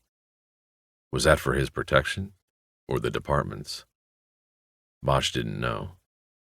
He didn't know anything anymore. Bosch pushed away an untouched tray containing an institutional meal of turkey loaf with flour gravy, corn, yams, a hard roll that was supposed to be soft, and strawberry shortcake with flat whipped cream. You eat that? You might never get out of here. He looked up. It was Eleanor. She stood in the open door, smiling. He smiled back. He couldn't help himself. I know. How are you, Harry? Okay. I'll be okay. Might not be able to do chin-ups anymore, but I'll survive with that. How are you, Eleanor? I'm fine, she said, and her smile just slayed him. They put you through the Vegematic today? Oh, yeah. Sliced and diced. The best and the brightest of my fine department. Couple of your pals, too. Had me on the ropes all morning. There's a chair on this side. She circled the bed but continued standing next to the chair. She looked around and a slight frown creased her brow, as if she knew this room and therefore knew something wasn't right. They got me too last night. They wouldn't let me come see you till they were through with you. Orders. Didn't want us going together on the story. But I guess our stories came out all right. At least they didn't pull me back in after they talked to you today. Told me that was it. They find the diamonds? Not that I've heard, but they aren't telling me much anymore. They've got 2 crews working it today, but I'm out of it. I'm on a desk till it cools off and the shooting team finishes up. They're still probably at Rourke's place looking. What about Tran and Bin? They cooperate? No, they aren't saying word one. I know that from a friend who was on the interrogation. They don't know anything about any diamonds. Probably got their own people together in a posse. They'll be out on the treasure hunt, too. Where do you think the treasure is? I don't have any idea. This whole thing, Harry, it's kind of thrown me. I don't know what I think about things anymore. That included how she thought about him, he knew. He didn't say anything, and after a while the silence became uneasy. What happened, Eleanor? Irving told me Lewis and Clark intercepted Avery. That's all I know. I don't understand. They watched us watch the vault all night. They must have gotten it into their heads that we were lookouts. If you start with the assumption that you were a bad cop like they did, then you might come to the same conclusion. So when they see you turn Avery away and send the 2 uniforms home, they figure they know your game. They grab Avery at Darling's and he tells them about your visit the day before and all the alarms this week. And then he lets it slip that you didn't want him to open the vault. And they said, you mean you can open the vault? And the next thing is, they are sneaking down the alley. Yeah, they had an idea about being heroes, catching the bad cops and the robbers all at once. Nice plan until the payoff. Poor dumb jerks. Poor dumb jerks. The silence came back then, and Eleanor didn't wait for it to settle. Well, I just wanted to see how you were doing, he nodded, and to tell you... Here it is, he thought. The kiss goodbye. I've decided to quit. I'm going to leave the Bureau. What will you do? I don't know, but I'm going to leave here, Harry. I have some money, so I'll travel a while and then see what I want to do. Eleanor, why? It's hard for me to explain, but everything that happened, everything about the job has turned to shit, and I don't think I can go back and work in that squad room again after what has happened. Will you come back to L.A.? She looked down at her hands and then around the room again. I don't know, Harry. I'm sorry. It seemed like, I don't know. I'm very confused about things right now. What things? I don't know. Us, what's happened, everything. Silence filled the room again, and it seemed so loud that Bosch hoped a nurse, or even Galvin Jr. would stick a head in to see if everything was all right. He needed a cigarette badly. He realized it was the first time today that he had thought about smoking. Eleanor looked down at her feet now, and he looked over at his untouched food. He picked up the roll and started to toss it up and down in his hand like a baseball. After a while, Eleanor's eyes made their third trip around the room without seeing whatever it is she was looking for. Bosch couldn't figure it out. "Didn't you get the flowers I sent?" "Flowers?" "Yes, I sent daisies, like the ones growing on the hill below your house. I don't see any in here." Daisies, Bosch thought. The vase he had knocked against the wall. "Where are my goddamn cigarettes?" he wanted to yell. "They'll probably come later. They only make deliveries up here once a day." She frowned. "You know," Bosch said, "if Rourke knew we'd found the second vault and were watching it, and if he knew that we watched Tran go in and clear his box, why didn't he get his people out? That really bothers me about this whole thing. Why'd he go through with it?" She shook her head slowly. "I don't know. Maybe, well, I've been thinking that maybe he wanted them to go down. He knew those guys. Maybe he knew it would work out, that they'd go down shooting. That without them, he'd get to keep all the diamonds from the first vault." "Yeah. But you know, I've been remembering things all day. About when we were down there. It's been coming back. And I remember that he didn't say he'd get it all. He said something about his share being bigger now with Meadows and the other two dead. He still used the word share, like there was still someone else to split it with." She raised her eyebrows. "Maybe it was just semantics, Harry." "Maybe. I've got to go. You know how long they'll keep you?" "Haven't been told, but I think tomorrow I'll take myself out. Thinking about going to Meadows' funeral over at Veterans." "A Memorial Day funeral. Sounds appropriate to me." "Want to go with me?" No. I don't think I want anything more to do with Mr. Meadows. But I'll be at the bureau tomorrow, clearing out my desk and writing up status sheets on the cases I'll have to pass to other agents. You could come by if you'd like. I'll brew you some fresh coffee like before. But you know, I don't really think they're going to let you out so fast, Harry. Not with a bullet wound. You need to rest. You need to heal some." "Sure," Bosch said. He knew she was saying goodbye to him. "Okay, then. Maybe I'll see you." She leaned over and kissed him goodbye, and he knew it was goodbye to everything about them. She was almost out the door before he opened his eyes. "One last thing," he said, and she turned at the door and looked back at him. "How'd you find me, Eleanor? You know, in the tunnels with Rourke." She hesitated, and her eyebrows went up again. "Well, I went down with Hanlon, but when we got out of the hand-dug tunnel, we split up. He went one way in that first line, and I went the other. I picked the winner. I found the blood. Then I found Franklin, dead. And after that, I was a little lucky. I heard the shots, and then the voices, mostly Rourke's voice. I followed that. Why did you think of that now?" "I don't know. It just sort of came up. You saved my life." They looked at each other. Her hand was on the door handle, and it was open just enough so that Bosch could look past her and see Galvin Jr. still there, sitting in a chair in the hallway. "All I can say is thanks." She made a shushing sound, dismissing his gratitude. "You don't have to say anything. Don't quit."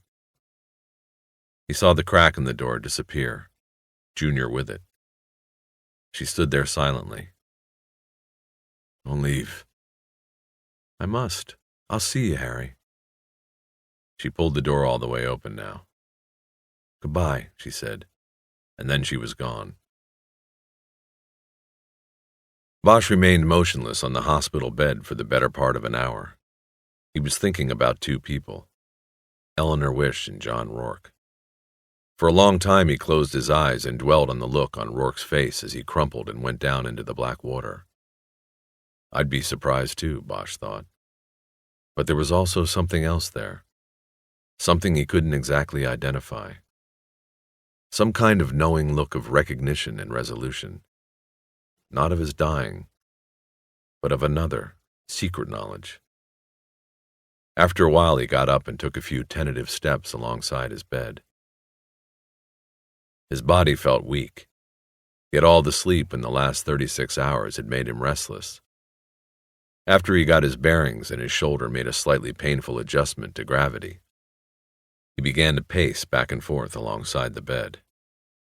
He was wearing pale green hospital pajamas, not one of the open-back smocks that he would have found humiliating. He padded around the room in bare feet, stopped to read the cards that had come with the flowers. The Protective League had sent one of the vases. The others came from a couple of cops he knew, but wasn't particularly close to. The widow of an old partner, his union lawyer, and another old partner who lived in Ensenada. He walked away from the flowers and went to the door. He opened it a crack and saw Galvin Jr. still sitting there, reading a police equipment catalog. Bosch pulled the door all the way open. Galvin's head jerked up, and he slapped the magazine closed and slipped it into a briefcase at his feet. He didn't say anything. "So, Clifford, I hope I can call you that. What are you doing here? Am I supposed to be in danger?" The younger cop didn't say anything. Bosch glanced up and down the hall and saw it was empty all the way down to the nurse's station, about 50 feet away. He looked at his door and noticed he was in room 313. "Detective, please go back in your room," Galvin finally said. "I'm only here to keep the press out of your room. The deputy chief thinks they will probably try to get in to get an interview with you, and my job is to prevent that. To prevent you from being disturbed. What if they use the sneaky method of just..." Bosch made a show of looking up and down the hall to make sure no one would hear. "Using the telephone."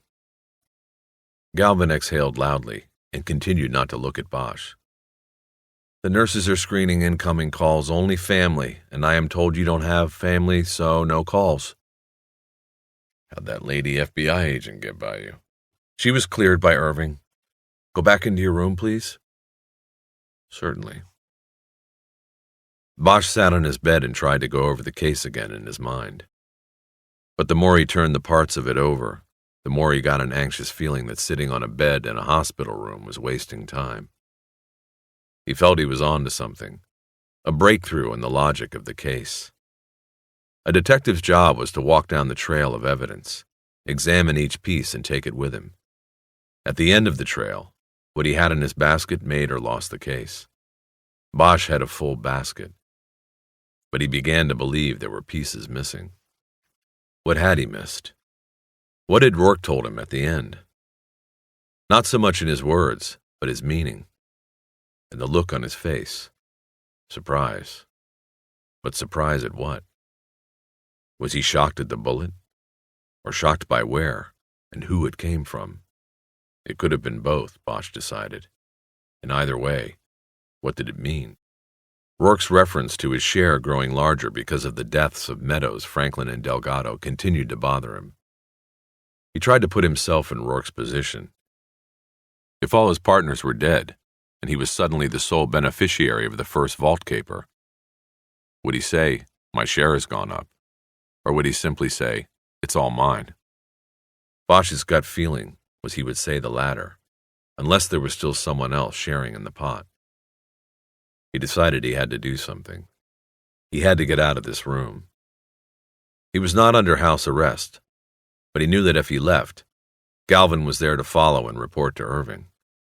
He checked the phone and found that it had been turned on, as Irving promised. No calls in, but Harry could call out. He got up and checked the closet. His clothes were there, what was left of them. Shoes, socks, and pants, that was it. The pants had abrasion marks on the knees, but had been cleaned and pressed by the hospital. His sport coat and shirt had probably been taken off with scissors in the ER, and either thrown away or put in an evidence bag. He grabbed all the clothing and got dressed, tucking his pajama top into his pants when he was done. He looked cloddish, but it would do until he got some clothes on the outside. The pain in his shoulder was least when he held his arm up in front of his chest, so he began to put his belt around his shoulders to use it as a sling. But deciding that would make him too noticeable going out of the hospital, he put the belt back through the loops of his pants. He checked the drawer of the nightstand and found his wallet and badge, but no gun. When he was ready, he picked up the phone on the bedside table, dialed the operator, and asked for the third-floor nursing station. A woman's voice said hello, and Bosch identified himself as Deputy Chief Irvin Irving. "Can you get Detective Galvin, my man on the chair down the hall, to come to the phone? I need to speak with him." Bosch put the phone down on the bed and walked softly to the door. He opened it just wide enough to see Galvin sitting on the chair reading the catalog again. Bosch heard the nurse's voice calling him to the phone, and Galvin got up. Bosch waited about 10 seconds before looking down the hall. Galvin was still walking toward the nurse's station. Bosch stepped out of the room and began walking quietly the opposite way. After 10 yards, there was an intersection of hallways, and Bosch took a left. He came to an elevator with a sign above it that said hospital personnel only, and he punched the button. When it came, it was a stainless steel and fake wood grain affair, with another set of doors at the back, big enough for at least 2 beds to be wheeled in. He pushed the first-floor button, and the door closed. His treatment for the bullet wound had ended. The elevator dropped Bosch off in the emergency room. He walked through and out into the night. On the way to Hollywood Station in a cab, he had the driver stop at his bank, where he got money out of an ATM, and then at Save-On Drugstore, where he bought a cheap sports shirt, a carton of cigarettes, a lighter since he couldn't handle matches, and some cotton, fresh bandages, and a sling. The sling was navy blue. It would be perfect for a funeral. He paid the cab driver at the station on Wilcox and went in through the front door, where he knew there was less chance that he would be recognized or spoken to. There was a rookie he didn't know on the front desk, with the same pimple-faced explorer scout who had brought the pizza to Sharkey. Bosch held up his badge and passed by without saying a word. The detective bureau was dark and deserted, as it was on most Sunday nights, even in Hollywood. Bosch had a desk light clamped to his spot at the homicide table. He turned it on rather than using the bureau's ceiling lights, which might draw curious patrol officers down the hall from the watch commander's office. Harry didn't feel like answering questions, even the well-meaning ones from the uniformed cops. He first went to the back of the room and started a pot of coffee. Then he went into one of the interview rooms to change into his new shirt. His shoulder sent arrows of searing pain through his chest and down his arm as he pulled the hospital shirt off. He sat down in one of the chairs and examined the bandage for signs of a blood leak. There was none. Carefully and much less painfully, he slipped the new shirt on. It was extra large. There was a small drawing of a mountain, sun, and seascape on the left breast and the words City of Angels. Bosch covered that when he put on the sling and adjusted it so that it held his arm tightly against his chest. The coffee was ready when he finished changing. He carried a steaming cup to the homicide table, lit a cigarette, and pulled the murder book and other files on the Meadows case out of a file drawer. He looked at the pile and didn't know where to start or what he was looking for. He began reading through it all, hoping something would hit him as being wrong.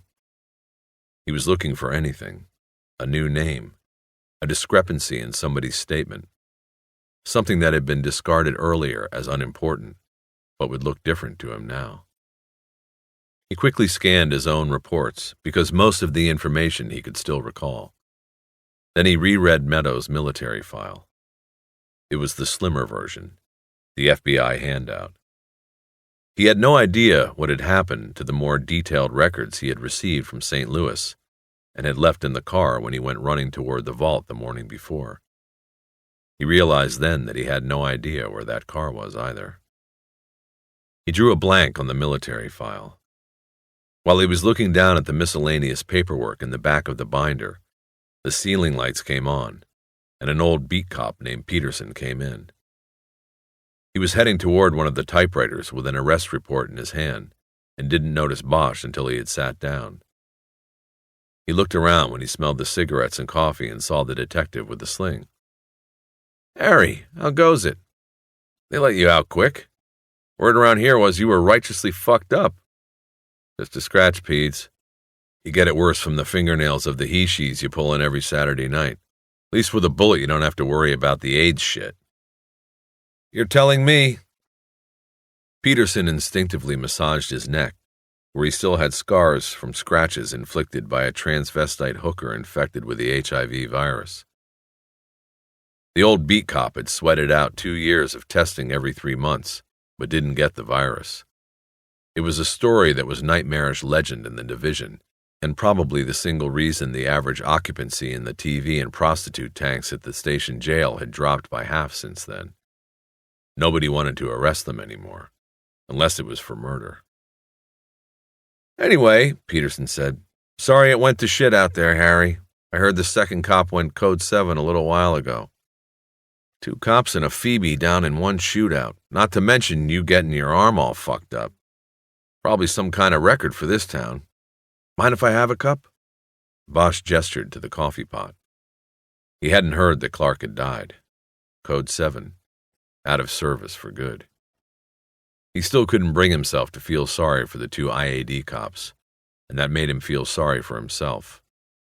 Made him feel like the hardening of the heart was now complete. He no longer had compassion for anybody, not even poor dumb jerks who screwed up and got themselves killed. They don't tell you shit around here, Peterson was saying as he poured. But when I read those names in the paper, I said, whoa, I know them guys, Lewis and Clark. They were IAD, not on any bank detail. They called them 2 the great explorers, always digging around, looking to fuck somebody up. I think everybody knows that's who they were, but the TV and the Times... Anyway, I sure was curious, what they were doing there. Bosch wasn't going to bite on that. Peterson and the other cops would have to find out from another source what really went down at Beverly Hills Safe and Lock. In fact, he began to wonder if Peterson really had an arrest report to type up, or had the rookie at the front desk spread the word that Bosch was in the bureau and the old beat cop had been sent back to pump him. Peterson had hair whiter than chalk and was considered an old cop, but was actually only a few years older than Bosch. He had walked or driven the Boulevard beat for 20 years on night watch, and that was enough to turn a man's hair white early. Bosch liked Peterson. He was a silo of information about the street. There was rarely a murder on the Boulevard that went by without Bosch's checking with him to see what his informants were saying, and he almost always came through. Yeah, it's curious, Bosch said. He added nothing else. You doing paper from your shooting? Peterson asked after settling himself in front of a typewriter.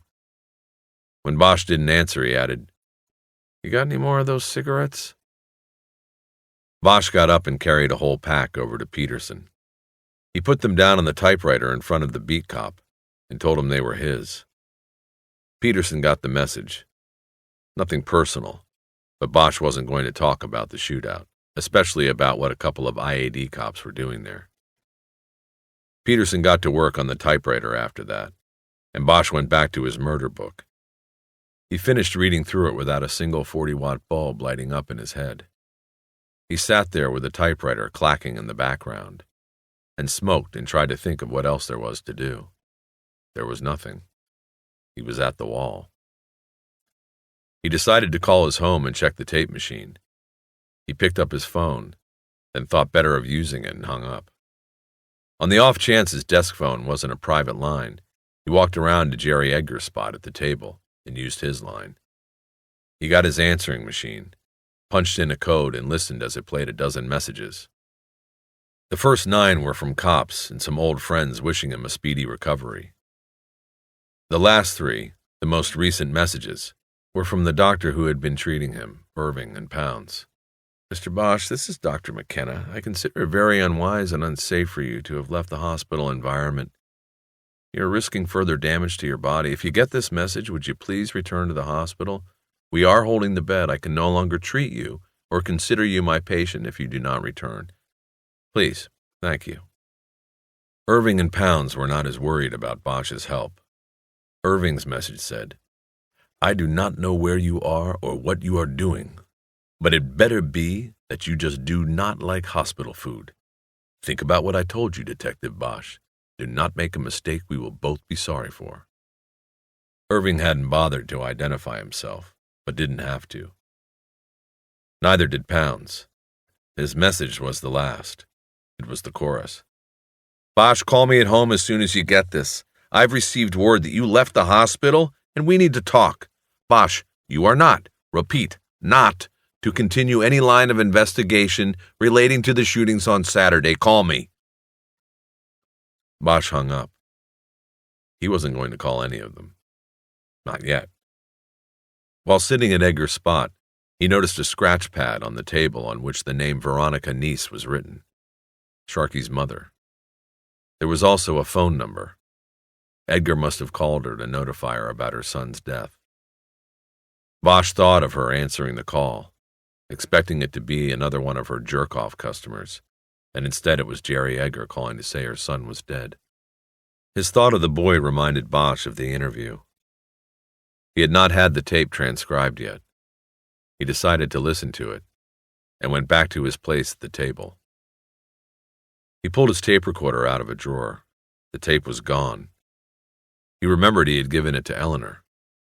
He went to the supply closet, trying to calculate whether the interview would still be on the backup tape. The backup automatically rewound when it reached its end, and then started taping over itself. Depending on how often the taping system in the interview room had been used since Tuesday's session with Sharky, the Q&A with the boy might still be intact on the backup tape. Bosch popped the cassette out of the recorder and brought it back to his table. He put it on his own portable, put on a set of earphones, and rewound the tape to its beginning. He reviewed it by playing it for a few seconds, until he could tell whether it was his voice, or Sharky's, or Eleanor's, and then fast-forwarding for about 10 seconds. He repeated this process for several minutes before he finally hit the Sharky interview in the last half of the tape. Once he found it, he rewound the tape a bit so he could hear the interview from the start. He rewound too far and ended up listening to half a minute of another interview concluding. Then he heard Sharky's voice. "What are you looking at?" "I don't know." It was Eleanor. "I was wondering if you knew me. You seem familiar. I didn't realize I was staring." "What? Why should I know you?" "I never did no federal shit, man. I don't know." "Never mind. You looked familiar to me, that's all. I was wondering if you recognized me. Why don't we wait until Detective Bosch comes in?" "Yeah, okay. Cool." There was silence on the tape then. Listening to it, Bosch was confused. Then he realized that what he had just heard had been said before he went into the interview room. What had she been doing? The silence on the tape ended, and Bosch heard his own voice. "Sharky, we are going to tape this because it might help us later to go over it. Like I said, you're not a suspect, so you..." Bosch stopped the tape and rewound it to the exchange between the boy and Eleanor. He listened to it again, and then again. Each time it felt as if he had been punched in the heart. His hands were sweating, and his fingers slipped on the buttons of the recorder. He finally pulled the earphones off and flung them onto the table. "Damn it," he said. Peterson stopped typing and looked over. Part 9, Monday, May 28th, Memorial Day observed. By the time Bosch got to the Veterans Cemetery in Westwood, it was just after midnight. He had checked the new car out of the Wilcox Fleet garage and then driven by Eleanor Wish's apartment. There were no lights on, and he felt like a teenager checking on the girlfriend who dumped him. Even though he was alone, he was embarrassed. He didn't know what he would have done if there had been a light. He headed back east toward the cemetery, thinking about Eleanor and how she had betrayed him in love and business all at the same time. He started with the supposition that Eleanor had asked Sharky if he recognized her because it was she who had been in the Jeep that delivered Meadows' body to the reservoir. She had been looking for a sign that the boy realized this and recognized her, but he didn't. Sharky went on, after Bosch joined the interview, to say he had seen two people who he thought were men. He said the smaller of the two stayed in the Jeep's passenger seat, and didn't help with the body at all. It seemed to Bosch that the boy's mistake should have ensured his life, but he knew that it had been he who had then doomed Sharkey when he suggested hypnotizing him. Eleanor had passed that on to Rourke, who knew he couldn't risk it. Next was the question of why. The money was the ultimate answer, but Bosch could not comfortably attribute this motive to Eleanor. There was something more. The others involved, Meadows, Franklin, Delgado, and Rourke, all shared the common bond of Vietnam, as well as direct knowledge of the two targets, Bin and Tran. How did Eleanor fit into this? Bosch thought about her brother, killed in Vietnam. Was he the connection? He remembered that she had said his name was Michael, but she hadn't mentioned how or when he was killed. Bosch hadn't let her.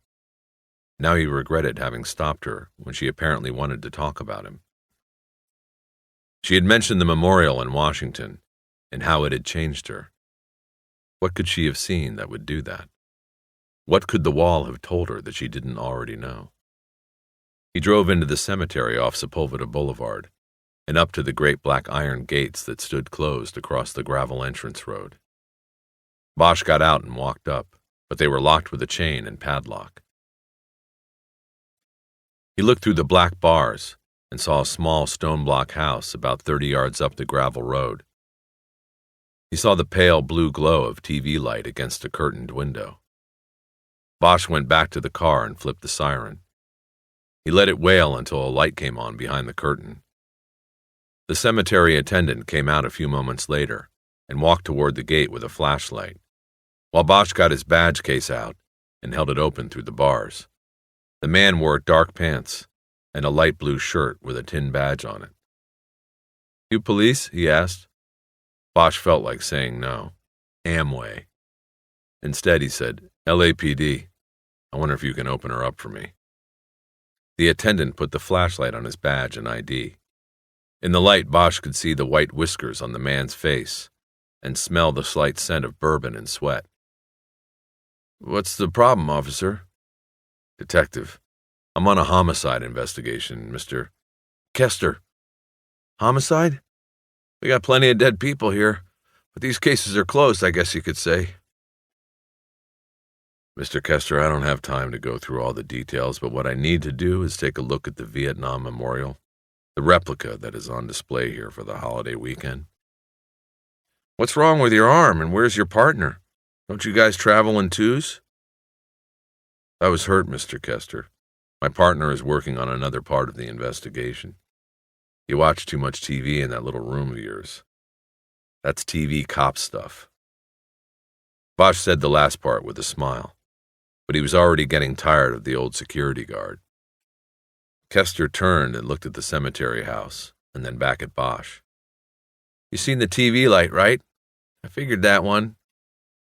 This is federal property, and I don't know if I can open it up without—" "Look, Kester, I know you're civil service and they haven't fired anyone since maybe Truman was president. But if you give me a bad time in this, I'm going to give you a bad time. I'll put a drinking on the job beef in on you Tuesday morning, first thing. Now let's do it. Open it up and I won't bother you. I just need to take a look at the wall." Bosch rattled the chain. Kester stared dull-eyed at the lock and then fished a ring of keys off his belt and opened the gate. "Sorry," Bosch said.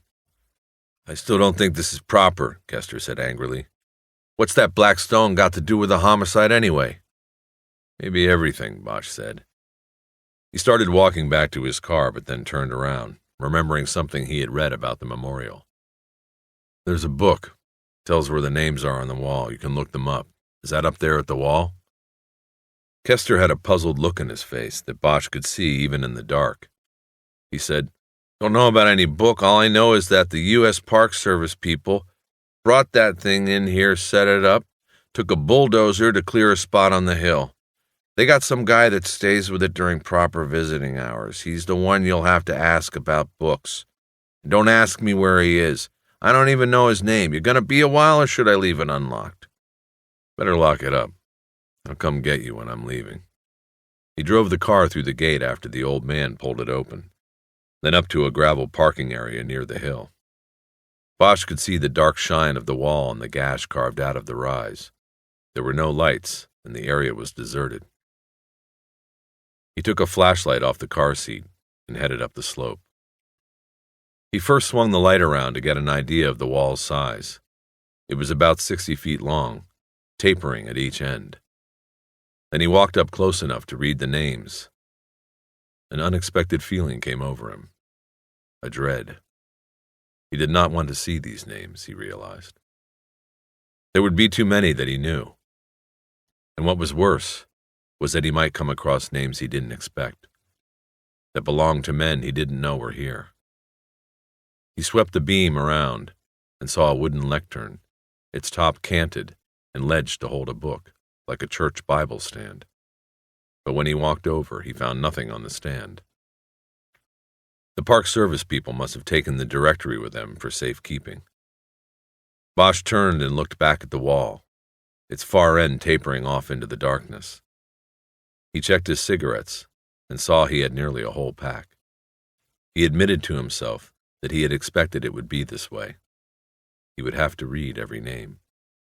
He knew it before he came. He lit a cigarette and put the beam on the first panel of the wall. It was 4 hours before he saw a name he recognized. It wasn't Michael Scarletti. It was Darius Coleman, a boy Bosch had known from 1st Infantry. Coleman was the first guy Bosch had known, really known, to get blown away. Everybody had called him Cake. He had a knife-cut tattoo on his forearm that said Cake, and he was killed by friendly fire when a 22-year-old lieutenant called in the wrong chart coordinates for an airstrike in the triangle. Bosch reached to the wall and ran his fingers along the letters in the dead soldier's name. He had seen people do that on TV and in movies. He pictured Cake with a reefer tucked behind his ear, sitting on his pack and eating chocolate cake out of a can. He was always trading for everybody's cake. The reefer made him crave the chocolate. Harry moved on to other names after that, stopping only to light cigarettes until he had none left. In nearly 4 more hours, he had come across 36 more names belonging to soldiers he had known and knew were dead.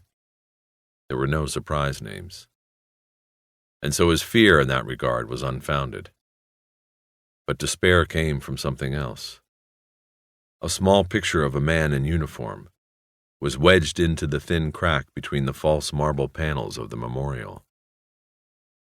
The man offered his full, proud smile to the world. Now he was a name on the wall. Bosch held the photo in his hand and turned it over. It said, "George, we miss your smile. All our love, Mom and Terry." Bosch carefully put the photo back into the crack, feeling like an intruder on something very private.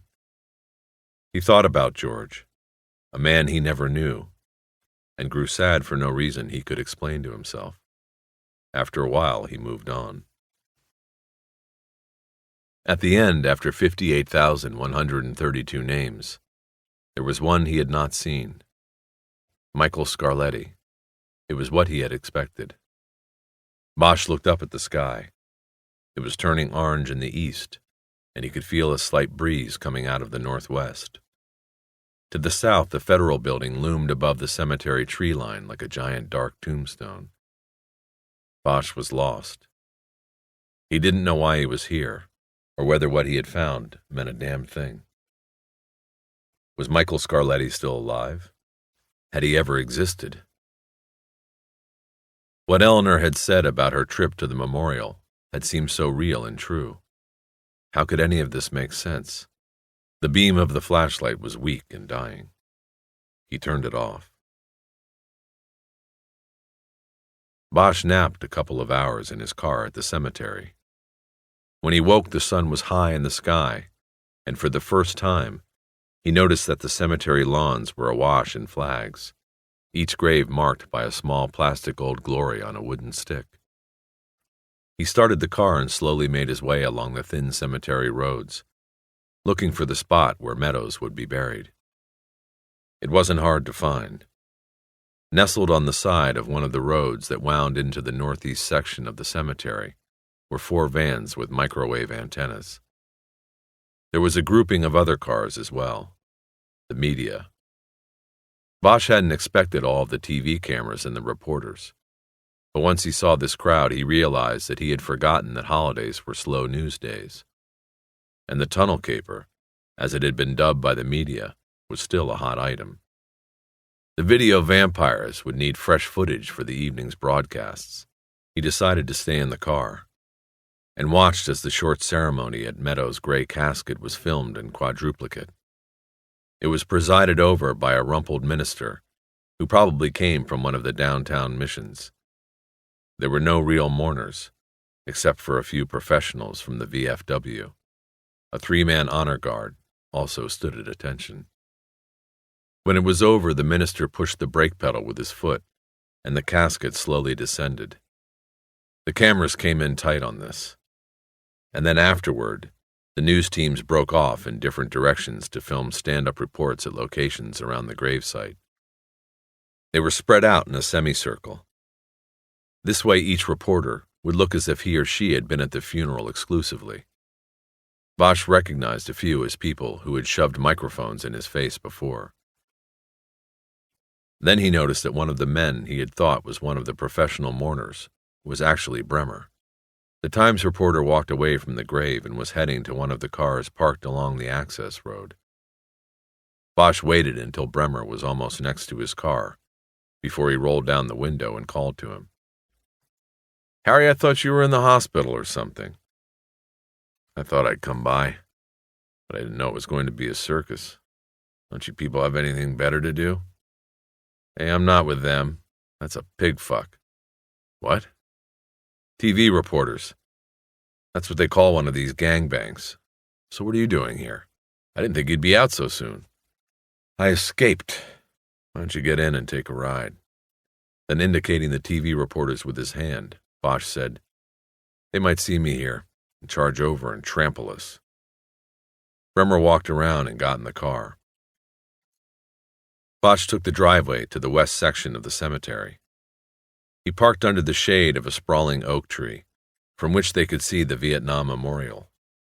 There were several people milling about, mostly men, mostly alone. They all looked at the black stone quietly.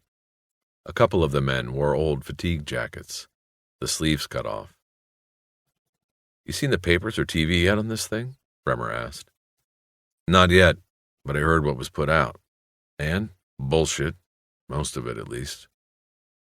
"Can you tell me?" "Not that it gets back to me." Bremer nodded. They had known each other a long time. Bosch did not have to ask for promises, and Bremer did not have to go over the differences between off-the-record statements, background statements, and statements not for attribution. They had a trust built on prior credibility, going both ways. "3 things you should check," Bosch said.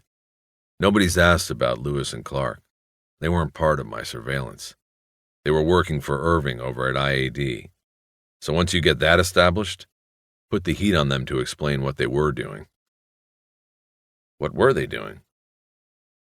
"That you'll have to get somewhere else. I know you have other sources in the department." Bremer was writing in a long, thin spiral notebook, the kind that always gave reporters away. He was nodding as he wrote. "Second, find out about Rourke's funeral. It will probably be out of state somewhere. Someplace far enough away that the media back here won't bother to send anybody. But send somebody anyway, somebody with a camera. He'll probably be the only one there, just like today's planting. That should tell you something." Bremer looked up from his notebook. "You mean no hero's funeral? You're saying Rourke was part of this thing, or he just fucked it up?" "Christ, the Bureau and we, the media, are making the guy out to be John Wayne reincarnated." "Yeah, well, you gave him life after death. You can take it away, I guess." Bosch just looked at him a moment, contemplating how much he should tell, what was safe for him to tell. For just a moment he felt so outraged he wanted to tell Bremer everything he knew, and the hell with what would happen and what Irving had said, but he didn't. Control came back. "What's the third thing?" Bremer asked. Get the military records of Meadows, Rourke, Franklin, and Delgado. That will tie it up for you. They were in Vietnam. Same time, same unit. That's where this whole thing starts. When you get that far, call me, and I'll try to fill in what you don't have." Then all at once, Bosch grew tired of the charade being orchestrated by his department in the FBI. The thought of the boy, Sharky, kept coming to mind. Flat on his back, his head cocked at that odd, sickening angle. The blood. They were going to mop that one up like it didn't matter. "There's a fourth thing," he said. "There was a kid." When the story about Sharky was finished, Bosch started the car and drove Bremer back down the driveway to his own car. The TV reporters had cleared out of the cemetery, and a man in a small front loader was pushing dirt into Meadows' grave. Another man leaned on a shovel nearby and watched. "I'll probably need a job after your story comes out," Bosch said while watching the grave diggers. "You won't be in it as an attribution, plus when I get the military records, they'll speak for themselves. I'll be able to scam the department's public information officers into confirming some of this other stuff, make it look like it came from them. And then near the bottom of the story, I'll say, Detective Harry Bosch declined to comment. How's that?" "I'll probably need a job after your story comes out." Bremer just looked at the detective for a long moment. "Are you going over to the grave?" "I might, after you leave me alone." "I'm leaving." He opened the car door and got out, then leaned back in. "Thanks, Harry. This is going to be a good one. Heads are going to bounce." Bosch looked at the reporter and sadly shook his head. "No, they aren't," he said. Bremer stared uneasily, and Bosch dismissed him with his hand. The reporter closed the door and went to his own car. Bosch had no misconceived notion about Bremer. The reporter was not guided by any genuine sense of outrage or by his role as a watchdog for the public. All he wanted was a story no other reporter had. Bremer was thinking of that, and maybe the book that would come after, and the TV movie, and the money and ego-feeding fame. That was what motivated him, not the outrage that had made Bosch tell him the story. Bosch knew this, and accepted it. It was the way things worked. Heads never bounce, he said to himself. He watched the gravediggers finish their job. After a while, he got out and walked over. There was one small bouquet of flowers next to the flag stuck in the soft orange ground. The flowers were from the VFW. Bosch stared at the scene and didn't know what he should feel. Maybe some kind of sentimental affection or remorse. Meadows was underground for good this time. Bosch didn't feel a thing. After a while, he looked up from the grave and toward the Federal Building. He started walking in that direction. He felt like a ghost, coming from the grave for justice, or maybe just vengeance. If she was surprised it was Bosch who had pressed the door buzzer, Eleanor wished didn't show it. Harry had flipped his badge to the guard on the first floor and been waved to the elevator. There was no receptionist working on the holiday, so he had pressed the night bell. It was Eleanor who opened the door. She wore faded jeans and a white blouse. There was no gun on her belt. "I thought you might come, Harry. Were you at the funeral?" He nodded, but made no move toward the door she held open. She looked at him a long moment. Her eyebrows arched in that lovely questioning look she had. "Well, are you going to come in or stand out there all day?" "I was thinking we would take a walk, talk alone. I have to get my key card so I can come back in." She made a move to go back in and then stopped. "I doubt you heard this because they haven't put the word out, but they found the diamonds." "What?" "Yes, they traced Rourke to some public storage lockers in Huntington Beach. They found receipts somewhere. They got the court order this morning and just opened them. I've been listening to the scanner. They're saying hundreds of diamonds. They'll have to get an appraiser." "We were right, Harry. Diamonds. You were right. They also found all the other stuff in a second locker. Rourke hadn't gotten rid of it. The box holders will get their stuff back. There's going to be a press conference, but I doubt they will be saying whose lockers they were. He just nodded, and she disappeared through the door. Bosch wandered over to the elevators and pushed the button while waiting for her. She had her purse with her when she came out. It made him conscious of not having a gun, and it privately embarrassed him that he momentarily thought that was a concern. They didn't speak on the way down, not until they were out of the building and on the sidewalk heading toward Wilshire. Bosch had been weighing his words, wondering if the finding of the diamonds meant anything. She seemed to be waiting for him to begin, but uncomfortable in the silence. "I like the blue sling," she finally said. "How do you feel anyway? Surprised they let you out of there so soon." "I just left. I feel fine." He stopped to put a cigarette in his mouth. He had bought a pack from a machine in the lobby. He lit it with a lighter. "You know," she said, "this would make a good time to quit those. Make a new start?" He ignored the suggestion and breathed the smoke in deeply. "Eleanor, tell me about your brother." "My brother? I told you." "I know. I want to hear again. About what happened to him and what happened to you when you visited the wall in Washington. You said it changed things for you. Why did it change things for you?" They were at Wilshire. Bosch pointed across the street and they crossed toward the cemetery. "I left my car over here. I'll drive you back." "I don't like cemeteries, I told you." "Who does?" They walked through the opening in the hedge, and the sound of traffic was quieted. Before them was the expanse of green lawn, white stones, and American flags. "My story's the same as 1,000 others," she said. "My brother went over there and didn't come back, that's all. And then, going to the memorial, well, it filled me with a lot of different feelings. Anger. Yes, there was that. Outrage. Yes, I guess, I don't know. It was very personal. What's going on, Harry? What has this got to do with anything?" They were on the gravel drive that ran alongside the rows of white stone. Bosch was leading her toward the replica. "You said your father was career military. Did you get the details of what happened to your brother?" "He did, but he and my mother never really said anything to me. About details, I mean. They just said he was coming home soon, and I had gotten a letter from him saying he was coming. Then, like the next week, they said he'd been killed. He didn't make it home after all." "Harry, you are making me feel... What do you want? I don't understand this." "Sure you do, Eleanor." She stopped and just looked down at the ground.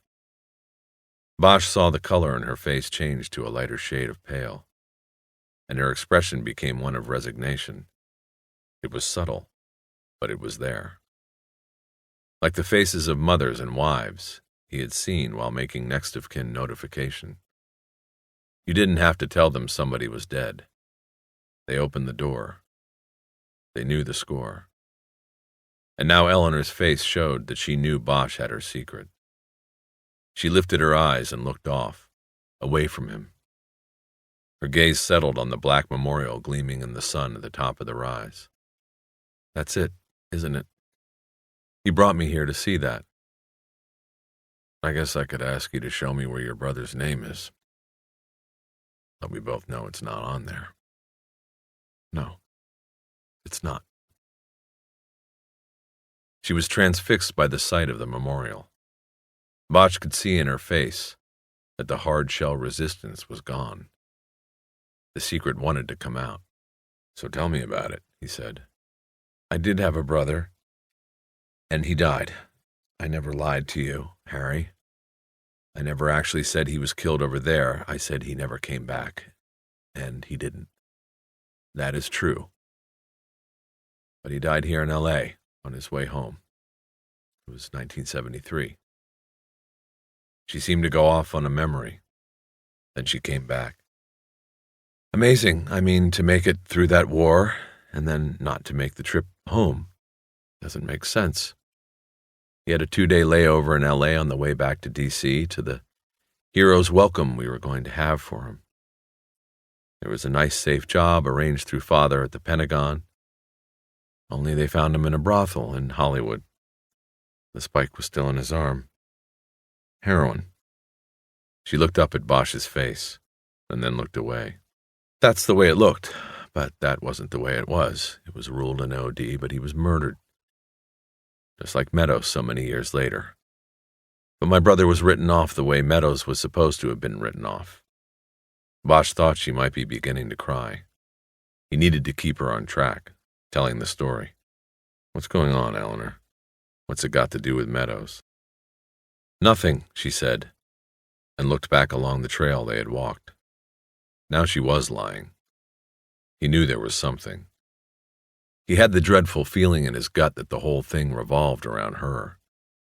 He thought of the daisies she had sent to his hospital room, the music they had played at her apartment, the way she had found him in the tunnel. Too many coincidences. Everything, he said, was all part of your plan. No, Harry. Eleanor, how did you know there are daisies growing on the hill below my house? I saw them when you visited me at night. Remember? You couldn't see anything below the porch. He let that sink in a little. You had been there before, Eleanor, when I was taking care of Sharky. And then the visit later that night. That wasn't a visit. That was a test, like the hang-up phone call. That was you. Because it was you who put the bug in my phone. This whole thing was... Why don't you just tell me? She nodded without looking at him. He could not take his eyes off her. She composed herself and began.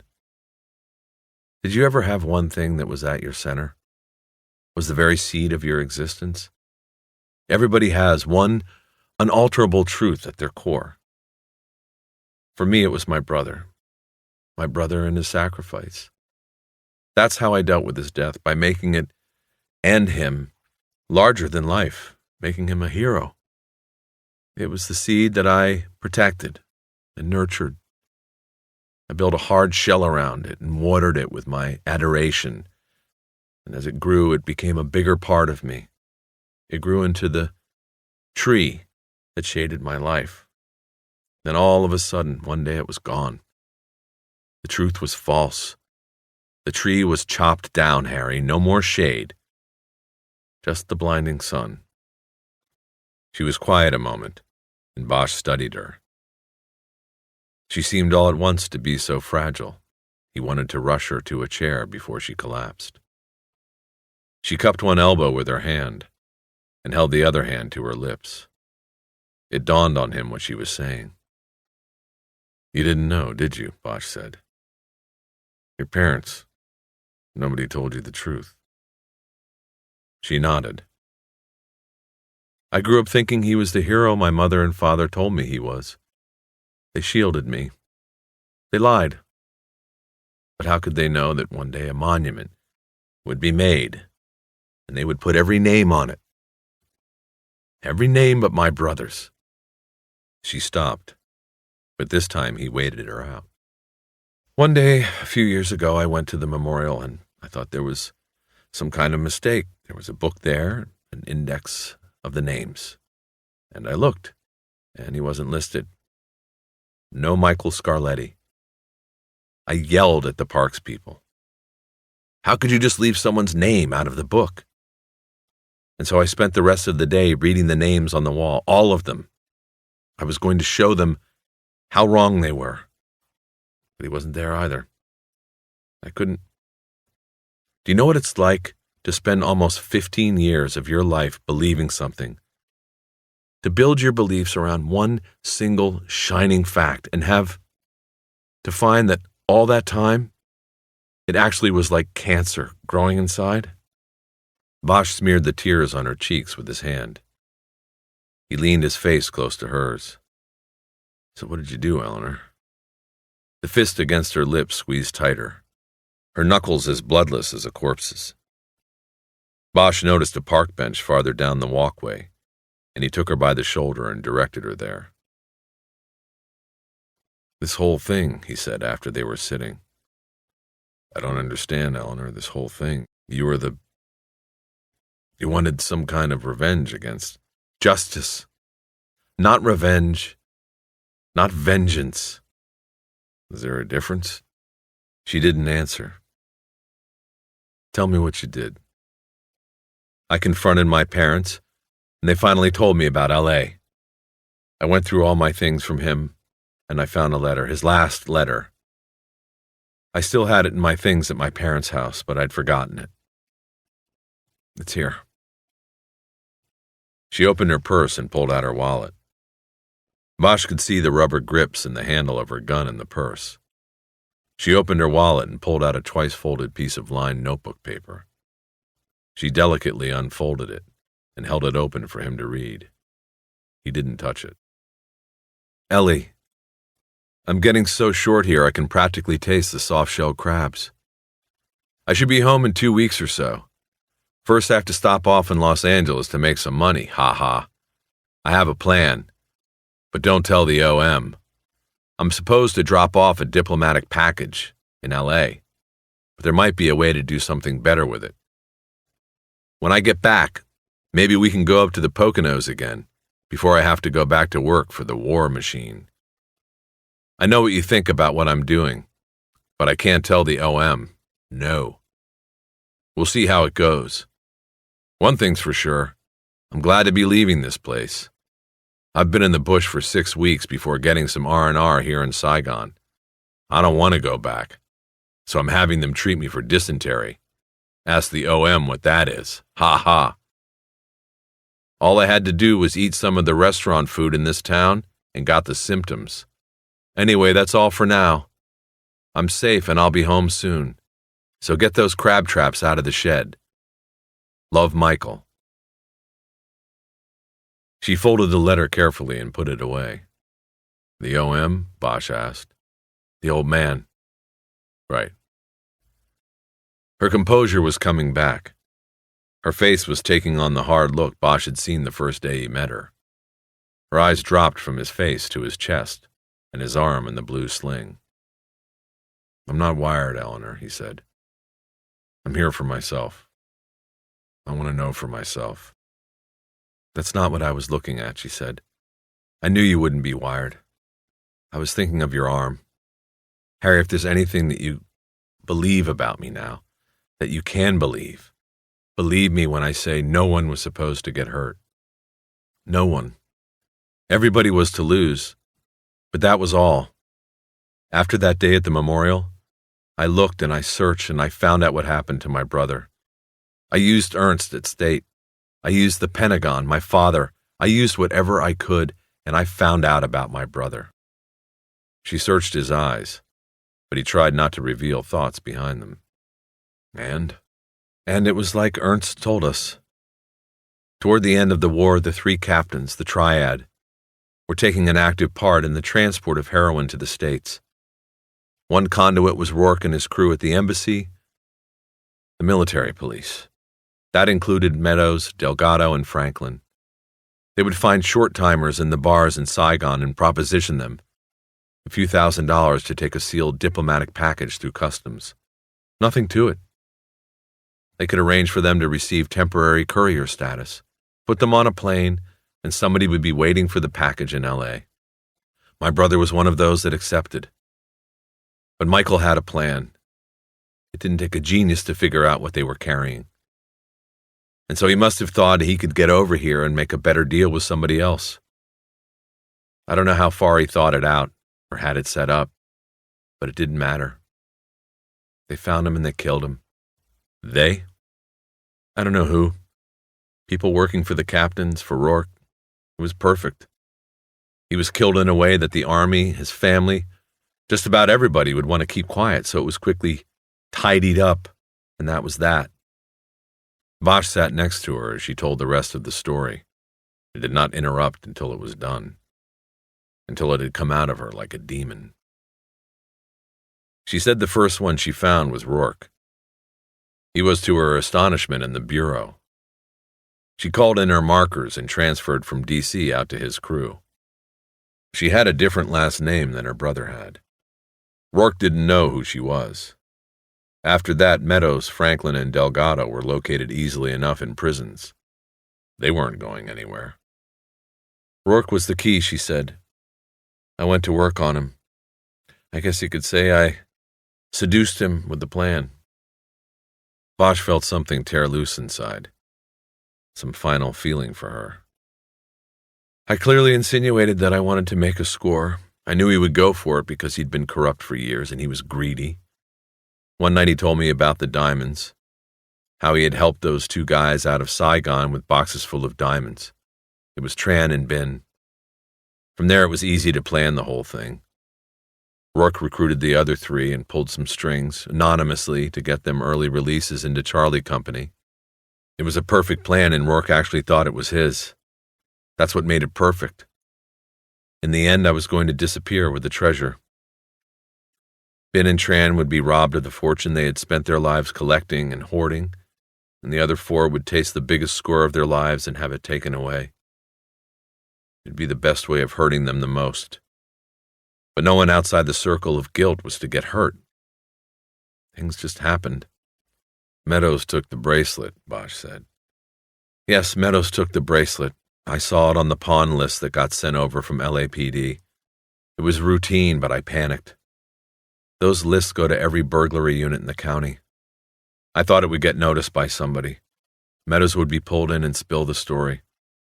I told Rourke and he panicked too. He waited until they were pretty much done with the second tunnel, and then he and the two others confronted Meadows. I wasn't there. Her eyes were fixed on a point far away. There was no emotion in her voice anymore. It was just a flat line. Bosch didn't have to prompt her. The rest just came out. I wasn't there, she said again. Rourke called me. He told me that, Meadows died without giving up the pawn ticket. He said he'd made it look like an overdose. The bastard actually said that he knew people who had done it before, a long time ago, and gotten away with it. You see? He was talking about my brother. When he said that, I knew I was doing the right thing. Anyway, he needed my help. They had searched Meadows' place and couldn't find the pawn stub. That meant Delgado and Franklin were going to break into the shop and get the bracelet back. But Rourke wanted my help with Meadows. The body. He didn't know what to do with it. She said she knew from Meadows' record that he had been busted for loitering at the reservoir. It wasn't difficult for her to convince Rourke it was a good place to leave the body. But I also knew that the reservoir was Hollywood Division, that if you didn't get the call, you would at least hear about it and probably take an interest after Meadows was ID'd.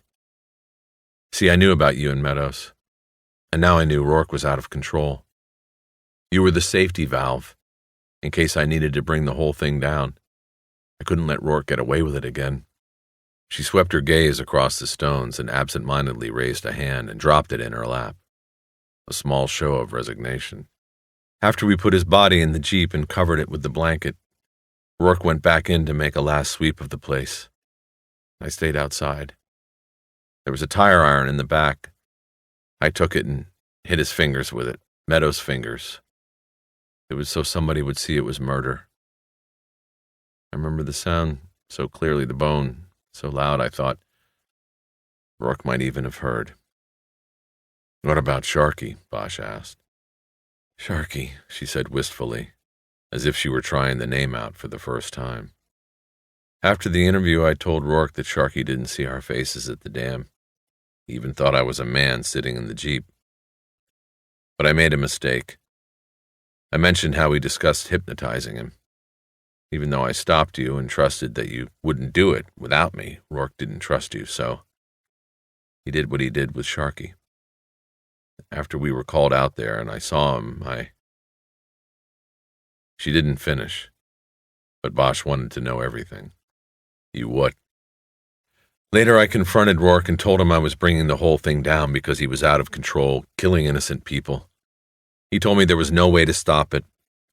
Franklin and Delgado were in the tunnel and out of reach. They'd turned the radios off when they brought the C4 in. It's too unstable. He said there was no stopping it without more spilled blood. And the next night you and I were almost run down. That was Rourke, I'm sure." She said that the two of them played an unspoken game of mutual distrust and suspicion after that. The burglary of Beverly Hills Safe and Lock continued as planned, and Rourke steered Bosch and everybody else away from going underground to stop it. He had to let Franklin and Delgado go through with it, even though there were no diamonds left in Tran's box. Rourke could not risk going underground to warn them either. Eleanor finally ended the game when she followed Bosch down into the tunnel and killed Rourke, his eyes staring at her as he slid down into the black water. "And that's the whole story," she said quietly. "My car is over this way," Bosch said as he stood up from the bench. "I'll take you back now." They found his car on the driveway, and Bosch noticed her eyes linger on the fresh soil on Meadows' grave before she got in. He wondered if she had watched from the federal building as the casket was put in the ground. As he drove toward the exit, Harry said, "Why couldn't you let it go? What happened to your brother was another time, another place. Why didn't you let it go?" "You don't know how many times I've asked that, and how many times I didn't know the answer. I still don't." They were at the light at Wilshire, and Bosch was wondering what he was going to do. And once again she read him. She sensed his indecision. "Are you going to take me in now, Harry? You might have a hard time proving your case. Everybody's dead. It could look like you were part of it too. You going to risk that?" He didn't say anything. The light changed and he drove down to the federal building, pulling to the curb near the Garden of Flags. She said, "If it means anything to you at all, what happened between you and me, it wasn't part of any plan. I know you won't ever know if that's the truth, but I wanted to say, don't," he said. "Don't say a thing about it." A few uneasy moments of silence passed between them. "You're just letting me go here?" "I think it would be best for you, Eleanor, if you turned yourself in. Go get a lawyer, and then come in. Tell them you didn't have anything to do with the murders. Tell them the story about your brother. They are reasonable people and they want to keep a low profile. Avoid the scandal. The U.S. attorney will probably let you plead to something short of murder. The Bureau will go along. And what if I don't turn myself in? You will tell them?" "No. Like you said, I'm too much a part of it. I'd never go with what I'd tell them." He thought a long moment. He didn't want to say what he was going to say next unless he was sure he meant it. And could, and would do it. "No, I won't tell them. But if I don't hear in a few days that you went in, I will tell Ben, and I'll tell Tran. I won't need to prove it to them. I'll just tell them the story with enough facts that they'll know it is true. And you know what they'll do? They'll act like they don't know what the hell I'm talking about, and they'll tell me to get out. And then they'll come after you, Eleanor, looking for the same kind of justice you got for your brother." "You would do that, Harry?" I said I would. "I'll give you 2 days to go in. Then I tell them the story." She looked at him, and the pained expression on her face asked why. Harry said, "Somebody has to answer for Sharkey." She turned away, put her hand on the door handle and looked out the car window at the flags flapping in the Santa Ana breeze. She didn't look back at him when she said, "So I guess I was wrong about you." "If you mean the dollmaker case, the answer is yes, you were wrong about me." She looked back at him with a wan smile as she opened the door. She quickly leaned over and kissed him on the cheek. She said, "Goodbye, Harry Bosch." Then she was out of the car, standing in the wind and looking in at him. She hesitated and then closed the door. As Harry drove away, he glanced once in the mirror and saw her still at the curb. She stood there looking down like someone who had dropped something in the gutter. After that, he didn't look back. Epilogue. The morning after Memorial Day, Harry Bosch checked back into MLK, where he was severely chastised by his doctor, who seemed to Harry, at least, to take a perverse pleasure in ripping the home-applied bandages away from his shoulder, and then using a stinging saline solution to rinse the wound. He spent 2 days resting, and then was wheeled into the OR for surgery to reattach muscles that had been torn from bone by the bullet. On the second day of his recovery from surgery, a nurse's aide dropped off a day-old Los Angeles Times for him to while away a few hours with.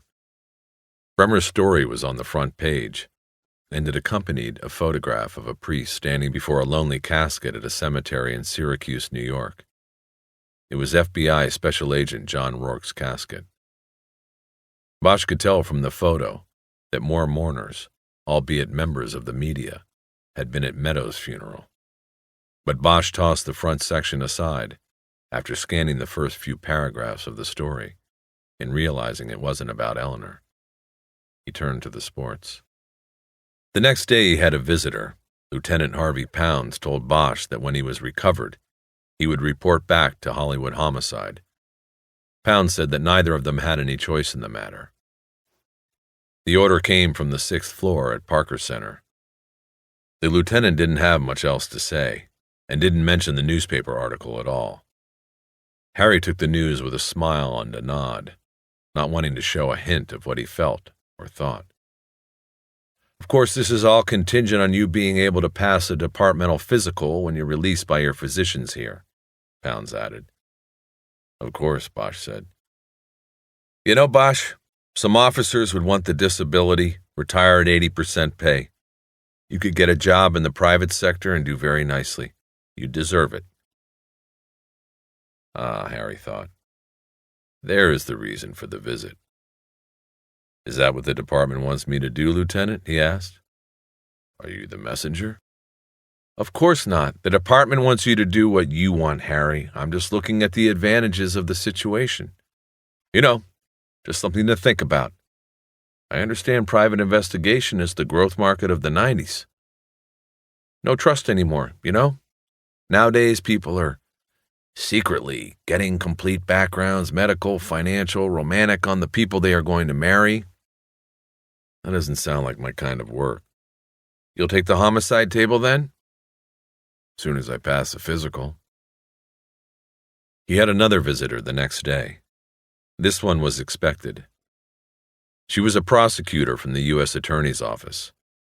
Her name was Chavez, and she wanted to know about the night Sharkey was killed. Eleanor wished she'd come in, Bosch knew then. He told the prosecutor that he had been with Eleanor, confirming her alibi. Chavez said she just had to check to be sure, before they started talking a deal. She asked a few other questions about the case, then got up from the visitor's chair to go. What's going to happen to her? Bosch asked. I can't discuss that, Detective. Off the record?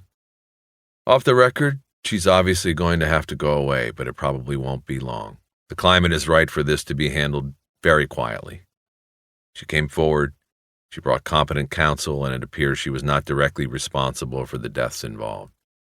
If you ask me, she'll get out of this very lucky. She'll plead and do maybe 30 months tops at Tehachapi. Bosch nodded, and Chavez was gone. Harry, too, was gone the next day, sent home for 6 weeks recuperative leave before reporting back to the station on Wilcox. When he arrived at the house on Woodrow Wilson, he found a yellow slip of paper in his mailbox. He took it to the post office and exchanged it for a wide, flat package in brown paper. He didn't open it until he was home. It was from Eleanor Wish. Though it did not say so, it was just something he knew. After tearing away the paper and bubbled plastic liner, he found a framed print of Hopper's Nighthawks. It was the piece he had seen above her couch that first night he was with her.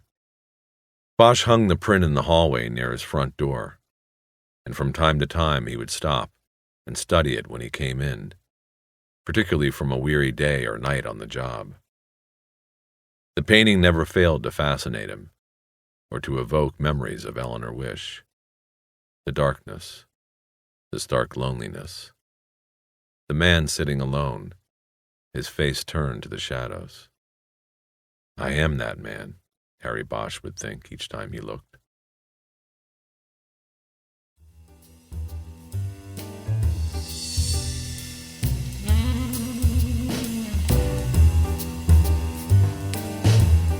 To celebrate this special edition of The Black Echo, we sat down with Michael Connelly and Titus Welliver for a behind-the-scenes conversation with the two men closest to the character Harry Bosch.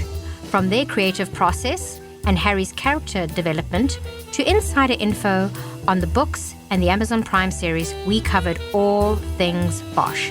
Let's get into it. Okay, Titus, I have some short questions here that require short answers. What a coincidence. I, too, have some short questions that require short answers. Perfect. So what are your recording booth must-haves? Water and a comfortable chair and no shoes. When you're writing a new story, are you also thinking about the audio version? In a way, I am. I don't particularly think this is going to be good in an audiobook, but dialogue is really a key part. And I often say that out loud as I'm writing because I'm trying to get it to be real. And so that's where the audio comes in. Would you like me to come to your house sometime and do that for you? If you have the time, I could give you the like a script and you could read it and then I could tell if it's good or not. Okay. How do you get in the mood to write Bosch, aside from a bath and scented candles? You know what? I was a newspaper reporter before I did this, and there's no such thing as like writer's block or anything like that. You got to come in and write. You got to do it. So I don't necessarily have to be in a mood. I just, I try to find momentum in my writing, and then it becomes the task is keeping momentum. And, that usually comes out of the story, getting plugged into a story. You just want to write all the time. Okay, here's a good one. Who's on Harry's speed dial? Speed dial. Obviously, his daughter, Maddie. His lieutenant, I hate to say it, probably the coroner's office. He's all about the mission with a little bit of the people close to him, meaning his daughter. And his favorite takeout spots. Speaking of taking out, when you order coffee, do you ever say it's for Harry? All the time. You know what it's like to have somebody say, Titus in Starbucks. So everybody looks around and wants to know who has a name like that. So if I say Harry, everybody bats an eye. So I actually do that. Would you hang out with Harry in real life? I would like to, but I think it would be difficult. But I mean, I hang out with you and it's not that difficult. He's an interesting guy, but it's hard to draw stuff out of him, I think. And so I don't know. I think be a half a cup of coffee and then we go our separate ways. Do Bosch fans have a group name? Might I suggest the Bosch Pit? You can suggest that. I don't know if it'll take, but that's a good one. I haven't heard of that. I mean, you're probably more connected with the fans than I am. I've heard like Boschies, people were called Boschies, but otherwise I don't know if there's a all-encompassing name for them. There's a group of rough-talking ladies that call themselves botches. Oh, yeah. Yep. That's cool. What's Harry's astrological sign? I think it's Capricorn. That's the end of the year, right? I foolishly said in a book early on in the series of books that he was born in 1950. And so I'm stuck with that. This is the guy in the books, not you. Don't take that as an insult. What's the one item Harry can't live without? Item is a weird word, so I don't know if this is something like he has in his pockets, but I'll just go off of that and say his empathy. I think his connection to victims and the cases, that's where he lights his fire. The basic unfairness of being a crime victim.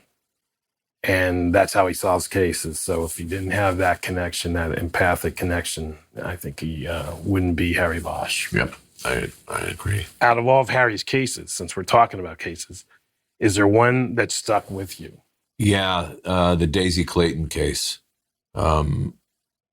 And that one, not just because we covered that so recently, but I found that one was very, very powerful. The connection with Elizabeth Clayton, her mother, that still resonates with me. I've thought a lot about it, and particularly in shooting the scene where Harry finally confronts Daisy Clayton's killer. That was a particularly difficult scene to shoot. And it was one of those things where, because I certainly don't take my work home or anything, but I think you remember, I was I was fearful for that actor's life in that moment.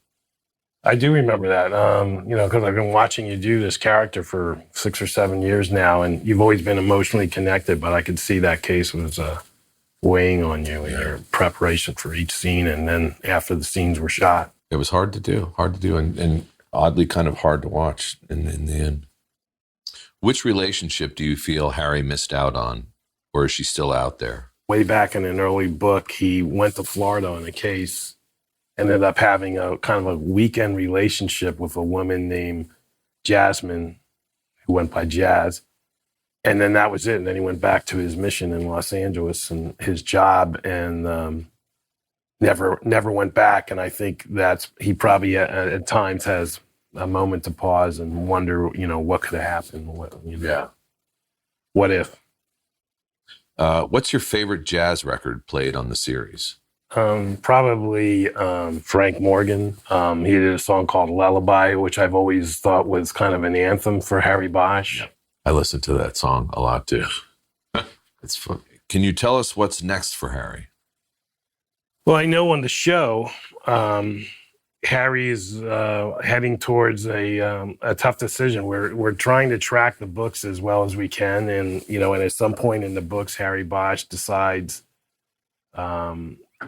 his mission should be to carry out his mission outside of the police department. And I think there's been frustrations and disappointments with the justice system that Harry's seen almost every season, almost every case. And so I think he's getting more and more pushed towards that kind of decision. I don't know if it will be when it will come, but to me, that when you say, where's Harry going? I think he's heading in that direction.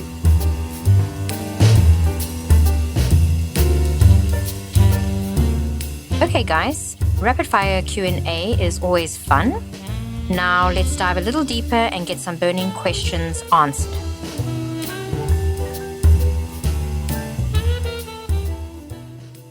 Michael, you and Titus have worked together on the Bosch series on Amazon Prime Video since 2013. What's it like working together?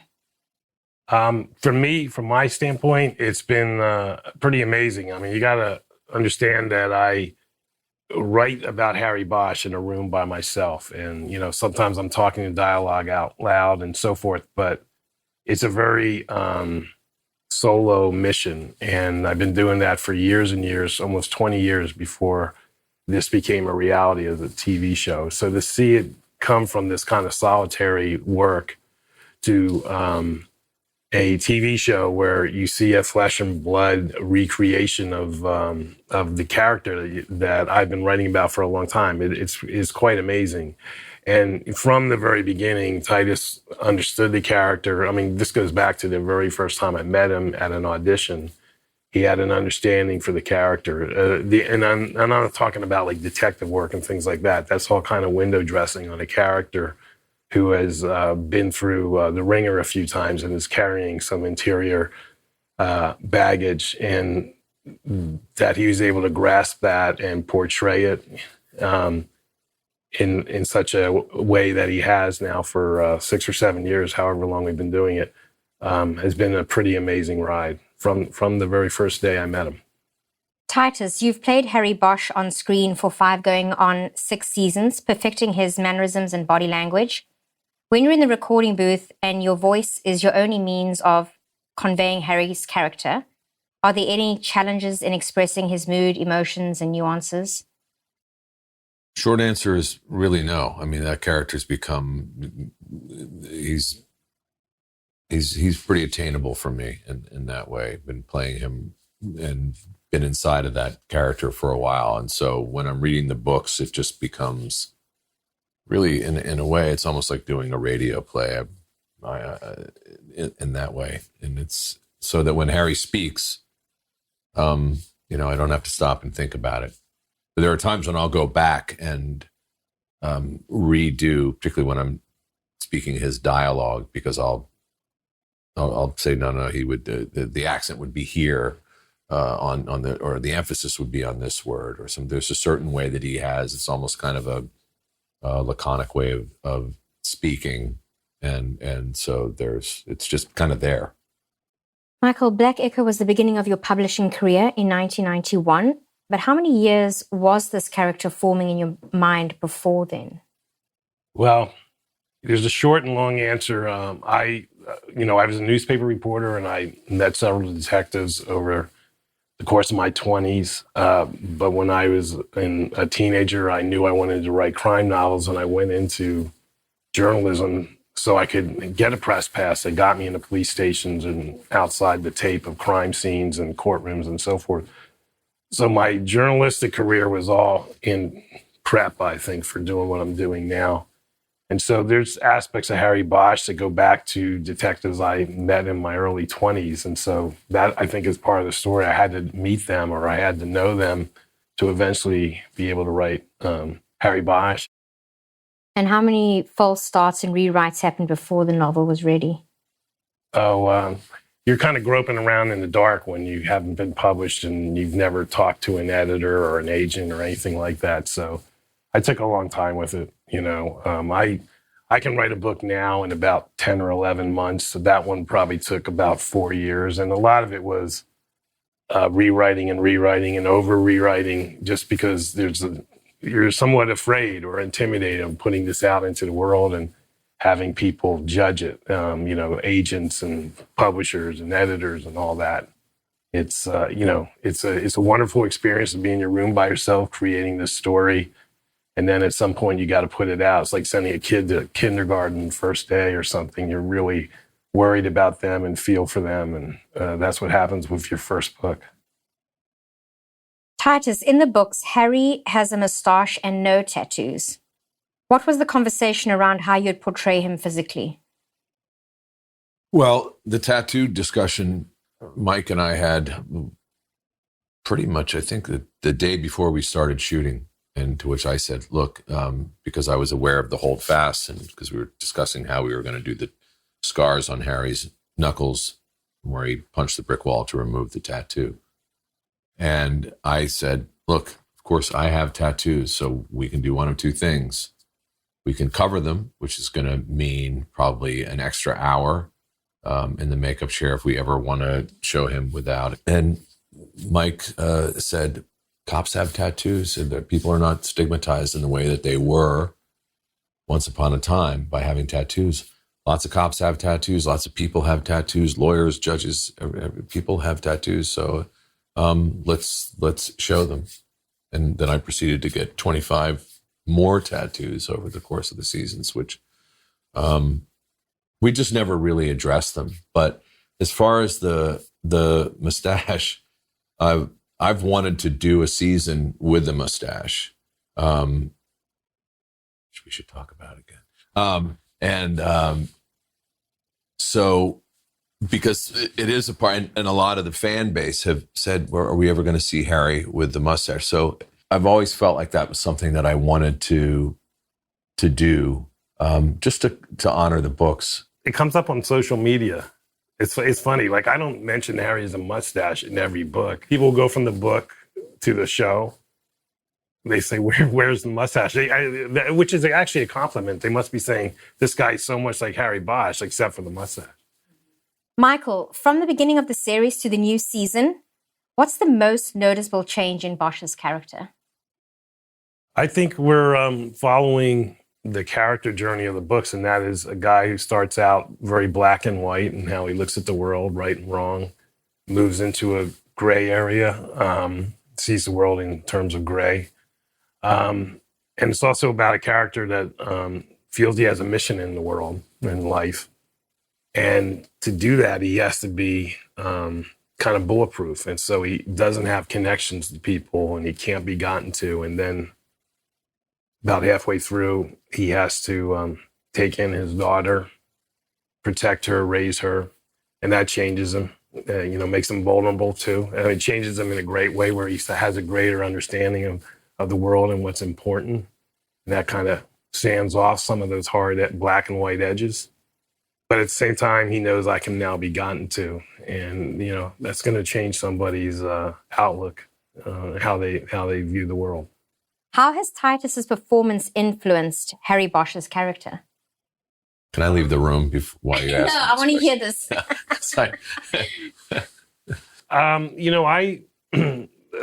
For the 6-7 years that we've been doing this, I'm often writing a Bosch book and then also going to the writing room. And then I'll go when we're actually filming and watch this guy playing the character. So it's really kind of all spiraled together.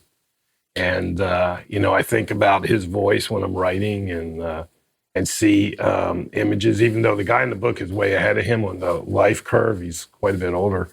You can't help but have that kind of punch into your creativity.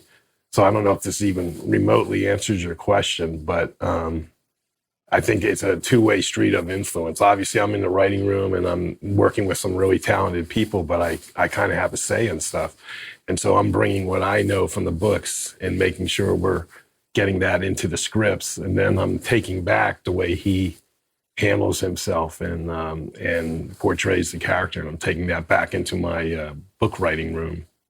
Titus, how do the two of you collaborate on the portrayal of Harry's character? Well, when I was cast in the role, the script was very, very solid and very, very clear as to who the character was. But obviously, after I met Michael, I asked him, I said, we were on the fast track. So I didn't have time to read all the books before we started filming. So I asked Mike which books would be most helpful. And Mike just said, read the book read City of Bones, because that's what we're going to tackle. And Harry is very, very clear. His moral compass, all of that is extremely clear within that book. So I read it a couple of times before we started filming. And, the truth is that the character is so very, very clearly defined. I think all too often people, when they're doing an adaptation, for lack of a better word, they want to try to sex it up a little bit. That's not a word that's in the dictionary, but pump it up and jump the shark and all of that. And it's just not necessary to do anything like that with Harry. And so I was very, very conscious of maintaining the core integrity of who Harry is. And, that he is an action-oriented person who has a real depth of emotional stillness.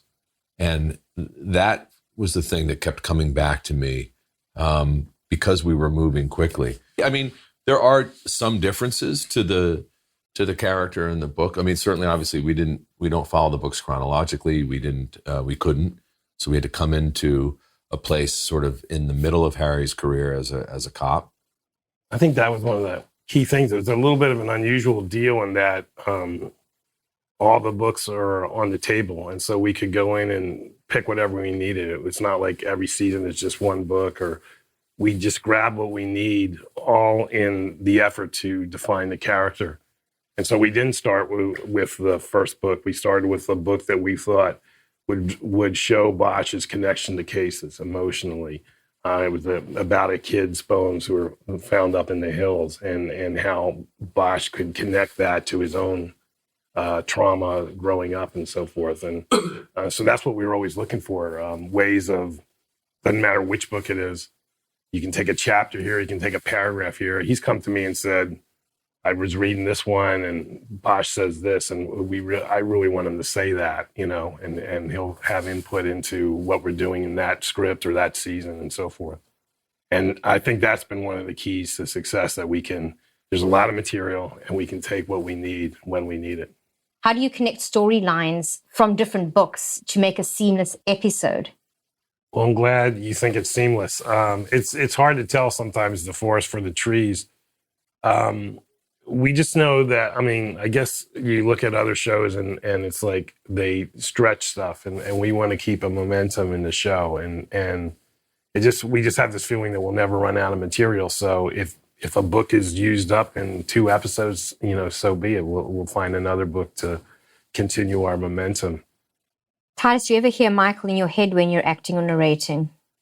I know that when I'm reading certainly the scripts for the show, and I have questions about things, I might not. Sometimes I'll text Mike or call him, or we'll have a discussion on the set. But I feel like I know Mike well enough that sometimes, without actually an audible Michael Connelly voice in my head, I kind of sometimes he will answer that question in like the little guy who lives in the kid's mouth in The Shining, Mike's voice. No, Titus, Bosch wouldn't do that. I was thinking more of like, use the force. Yes, use the force. Not a little voice in a mouth. You are a Jedi, and I've said that before. Michael, the Bosch series has impacted so many readers, listeners, and TV watchers. What are some of the most unique aspects of each medium? Book, audiobook, TV show? Well, I think now that I have the experience of having my finger in all that stuff, to me, the book is kind of like an instruction manual, I mean, and that's the bottom line of reader creativity. It's an instruction manual. Here's the words.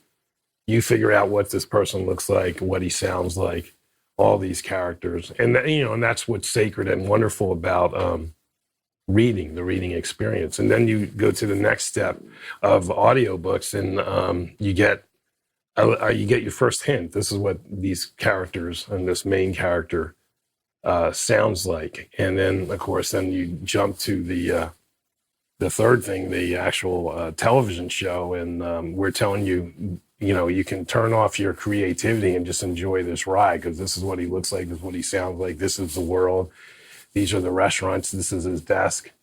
And you give it all away. There's things that are wonderful about all of them. I started as a book writer. I'll probably end as a book writer. And and the audio as well, that has the aspect of internal thought in these characters that you lose when you go to scripting and then filming. And it becomes the responsibility of Titus and others to embody that. And so you don't know what Harry Bosch is thinking, but you see something in his eyes, and you see dedication, or you see sadness, or you see empathy, the big part of Bosch, empathy.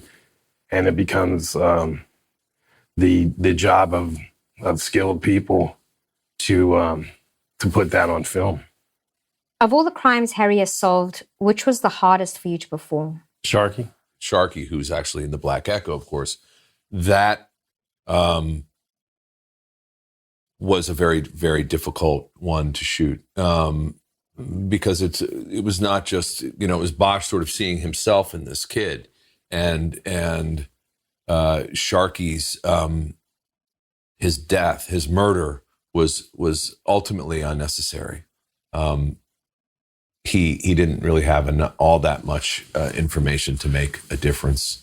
And he was a runaway, and he was a kid who was on the streets, and Harry really identified with him. And there was a part of Harry, empathy once again, kicking in to try to redirect this kid. He knew that he couldn't ultimately save him from that, but he certainly didn't. Harry took on the guilt of the fact that he had been seen communicating with Harry, and which raised the paranoia of the criminals. And so they killed him, and Harry felt kind of indirectly responsible for his death.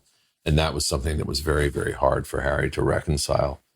Michael, what was the most complex plot twist you had to map out in the Bosch series? That's kind of funny, because it was a real lesson. And I go in my room by myself or wherever I'm writing, and I don't have to worry about budgets or complexities, So I wrote this, I think it was only 2 pages in a book, but I wrote this scene where these bad guys take Bosch up into a plane and they're going to throw him out of the plane into a lake to get rid of him. Then they decided that was an integral part of that story, and we were adapting it. And so that thing that I probably wrote in about an hour in a book took 3 days to film, cost more than $1 million. And he had to do all kinds of physical work. We shot real planes in the air. We shot what you'd see through a plane from a helicopter. So we had a fake plane on a stage, all green screened. It was 3 days, huge fuselage of a plane that you could remove the different pieces of it, and on a big hydraulic gimbal because we had to. And also it was very complicated technically because in order to get lighting and things correctly, there's a lot of math and physics involved with when the plane tilts this way, the light source has got to come here because the light's got to cross over. And I have friends that work in the FX biz, and they do the big stuff. They've worked on the Harry Potter films and the big Marvel films, and they said that sequence was executed with perfection. It's a pretty harrowing sequence in it, but it's just one of those things because we did it. We knew the amount of work that went in, and that's just the stuff that we did. That which they did in post was incredible. I looked at it and knowing where we were, and that was kind of a mind blower. I just remember the line producer afterwards cautioned me to be careful of how I write after that, because this thing I just threw in there like this will be cool in a book became. But it's the signature moment of that season. I think that was absolutely season 5. Michael, does your writing space mimic a criminal investigation room with mugshots, character profiles, and timelines pinned up on your wall? Was it all in your head? Mostly in my head. I don't have the yarn connecting stuff on the wall. That comes out of when I was a newspaper reporter, and I got sent out of town on stories a lot, and you had to find places to write. So I don't need any of that kind of stuff to do what I got to do. So it's pretty much I need my laptop computer and a wall socket to keep it plugged in, and then I'm good to go. You have such a strong fan base of readers and audiobook listeners. Was there anything surprising you've heard from fans about Harry Bosch? Just wears the mustache. No, I'm constantly reminded from feedback on the show, the books, and so forth, how the world is pretty small. This show goes around the world. The books go around the world. And I'm constantly, we film a show about this guy trying to make sense of his world in Los Angeles. And then it will have an impact on somebody very far away. And sometimes I get to be right in the middle of that impact. Like I've been in foreign countries. A story comes to mind where I was in, I don't even remember the name of this town, a small town in France. And I was doing a book appearance, and I had a translator. Everything had to be translated for me because it wasn't like in Paris where most people speak English. And this lady stood up, and I thought something was wrong. She was very emotional. And then her question was translated to me, and she said, "I'm really worried about Harry Bosch." And it just struck me as like, man, I don't know how many thousands of miles I was away from my own home and away from where Harry Bosch tries to make sense of his world. But to think that storytelling can have that kind of impact with someone in another language, another country, across an ocean, it's amazing. And the TV show does the same thing. Titus, the character Hieronymus Bosch shares a name with the famous Dutch painter. I've heard you were named after the painter Rembrandt's son, Titus. That's true. Is this a coincidence, or were you destined to play this part? Well, it is coincidence. I would I don't know that I was destined to play this part, but I can say that that since I've played this character, and I'm asked this often, what's my most favorite character that I've ever played? And they all have certain things that make them interesting, but without question, Harry Bosch is the most complex, interesting character that I've ever played, and for me as an actor, has been the most rewarding experience that I've ever had, because it's there is a depth and a complexity to this character emotionally that is very challenging to play. Mike said to me when we were doing the pilot, he said, "How long would you want to play this character? You know, people get burned out playing a character." And I answered him very quickly and just said, "I'll play him as long as they'll have me." And I think, you know, that will be the thing for me, because nothing lasts forever. But that'll be, you know, because the thing about Harry Bosch is that Mike continues to write the books, but the impact and the love for this character within the fan base of the books and now the show, it's global and it's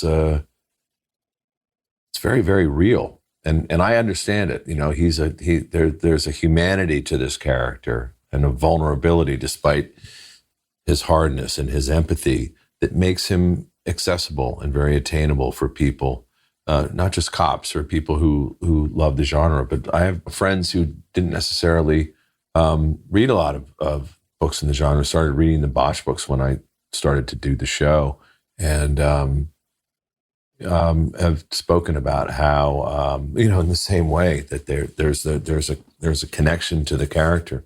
And I've had similar things where people have said, I'm worried about him. The day that Harry's got to ride off into the sunset that'll be a hard day, because I love this character. I love this guy, and I not just love him, but I like him. And he is a person who obviously he's not a real person, but there's he's just he has that strength, he has that magnetism and that pull that makes people want to be in his world in that time. So the painting The Garden of Earthly Delights by Hieronymus Bosch is featured in Harry Bosch's LA home. Would you like to speak to the symbolism of that? Sure.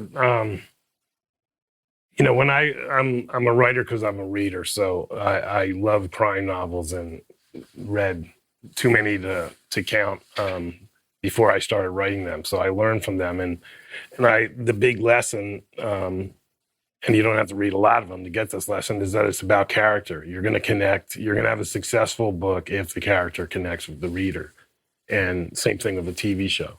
And so, you know, you always, every page you write, you think, what am I saying about character here? And so that ultimately comes to a name. You know, give your character some kind of name that has some kind of obvious resonance or hidden metaphor or whatever. And like a lot of young people, when I was in college, I got fascinated with Hieronymus Bosch and in a humanities class and studied his paintings and all that. And so years later, when I'm putting this character together, I remembered that painting, Garden of Earthly Delights, and started working the idea that it's, in a way, I mean, it's about a world gone wrong.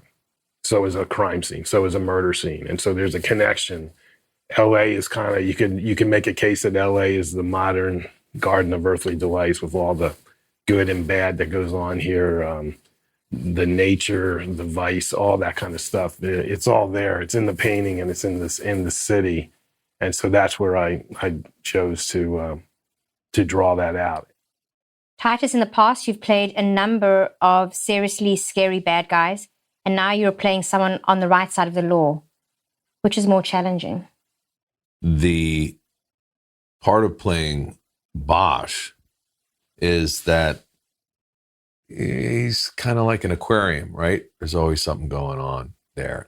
But there, the restraints being that when you're reading one of the books, Harry's internal life is expressed through the written word. And so the reader gets a sense of what Harry's thinking and what his next move is.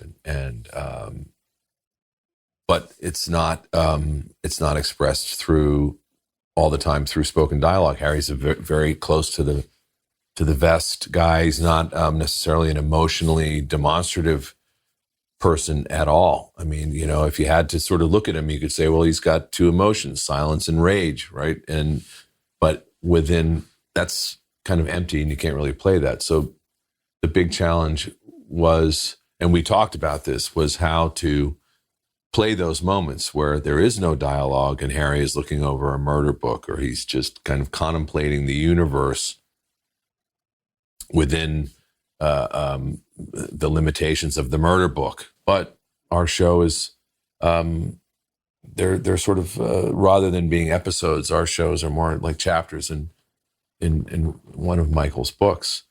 So we can allow that stuff to land. And so there are a lot of times when Harry's in his house and these are all things that, you know, people have had to imagine in the process of reading the books. Michael tells you who he's listening to and what he's drinking and what's going on in his head. So now you have to telegraph that. Has Titus upped Harry's cool factor? His cool factor? Oh yeah. I mean, in a negative way for me. I mean, you know, people will, I get a lot of Bosch swag, you know, and I'll have a backpack that has the Bosch logo on it. And people will ask me, you know, I'll be on a plane or something. They'll say, are you involved in that show? And I go, yeah. And I'm about to say, yeah, I write the books. And they go, what's Titus Welliver like? You know, and it's like, TV is such a bigger level, bigger audience, bigger everything than the nerdy book world that I come from, and I'll be sent back to someday. Yeah, he's got big sideburns this season. Really? Big sideburns. Massive, not a moustache, eh? No. No, these are retro homage to the sideburns of the 70s. Mike will tell you right now, not his favorite look. I think it's his personal protest about no mustache. So he'll eventually grow these across. That's what I figured. Ultimately, that hair will migrate just to the top of my lip. Amazing. I can't wait to see that. Then you'll dye it red. Yeah, of course. Thank you both so much. I really appreciate it. Sure. Thank you.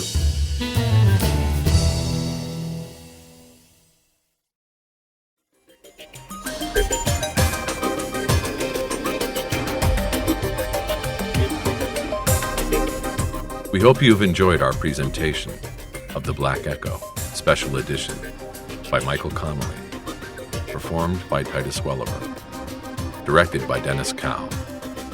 Performance copyright 2020 by Brilliance Publishing, Inc. All rights reserved. For further information concerning this program or other Brilliance audio titles, please visit our website at www.brilliancepublishing.com. No part of this recording may be played for an audience or reproduced in any form. It may not be streamed, downloaded, broadcast, or copied without written permission. Address all inquiries to Brilliance Audio, P.O. Box 887, Grand Haven, Michigan 49417.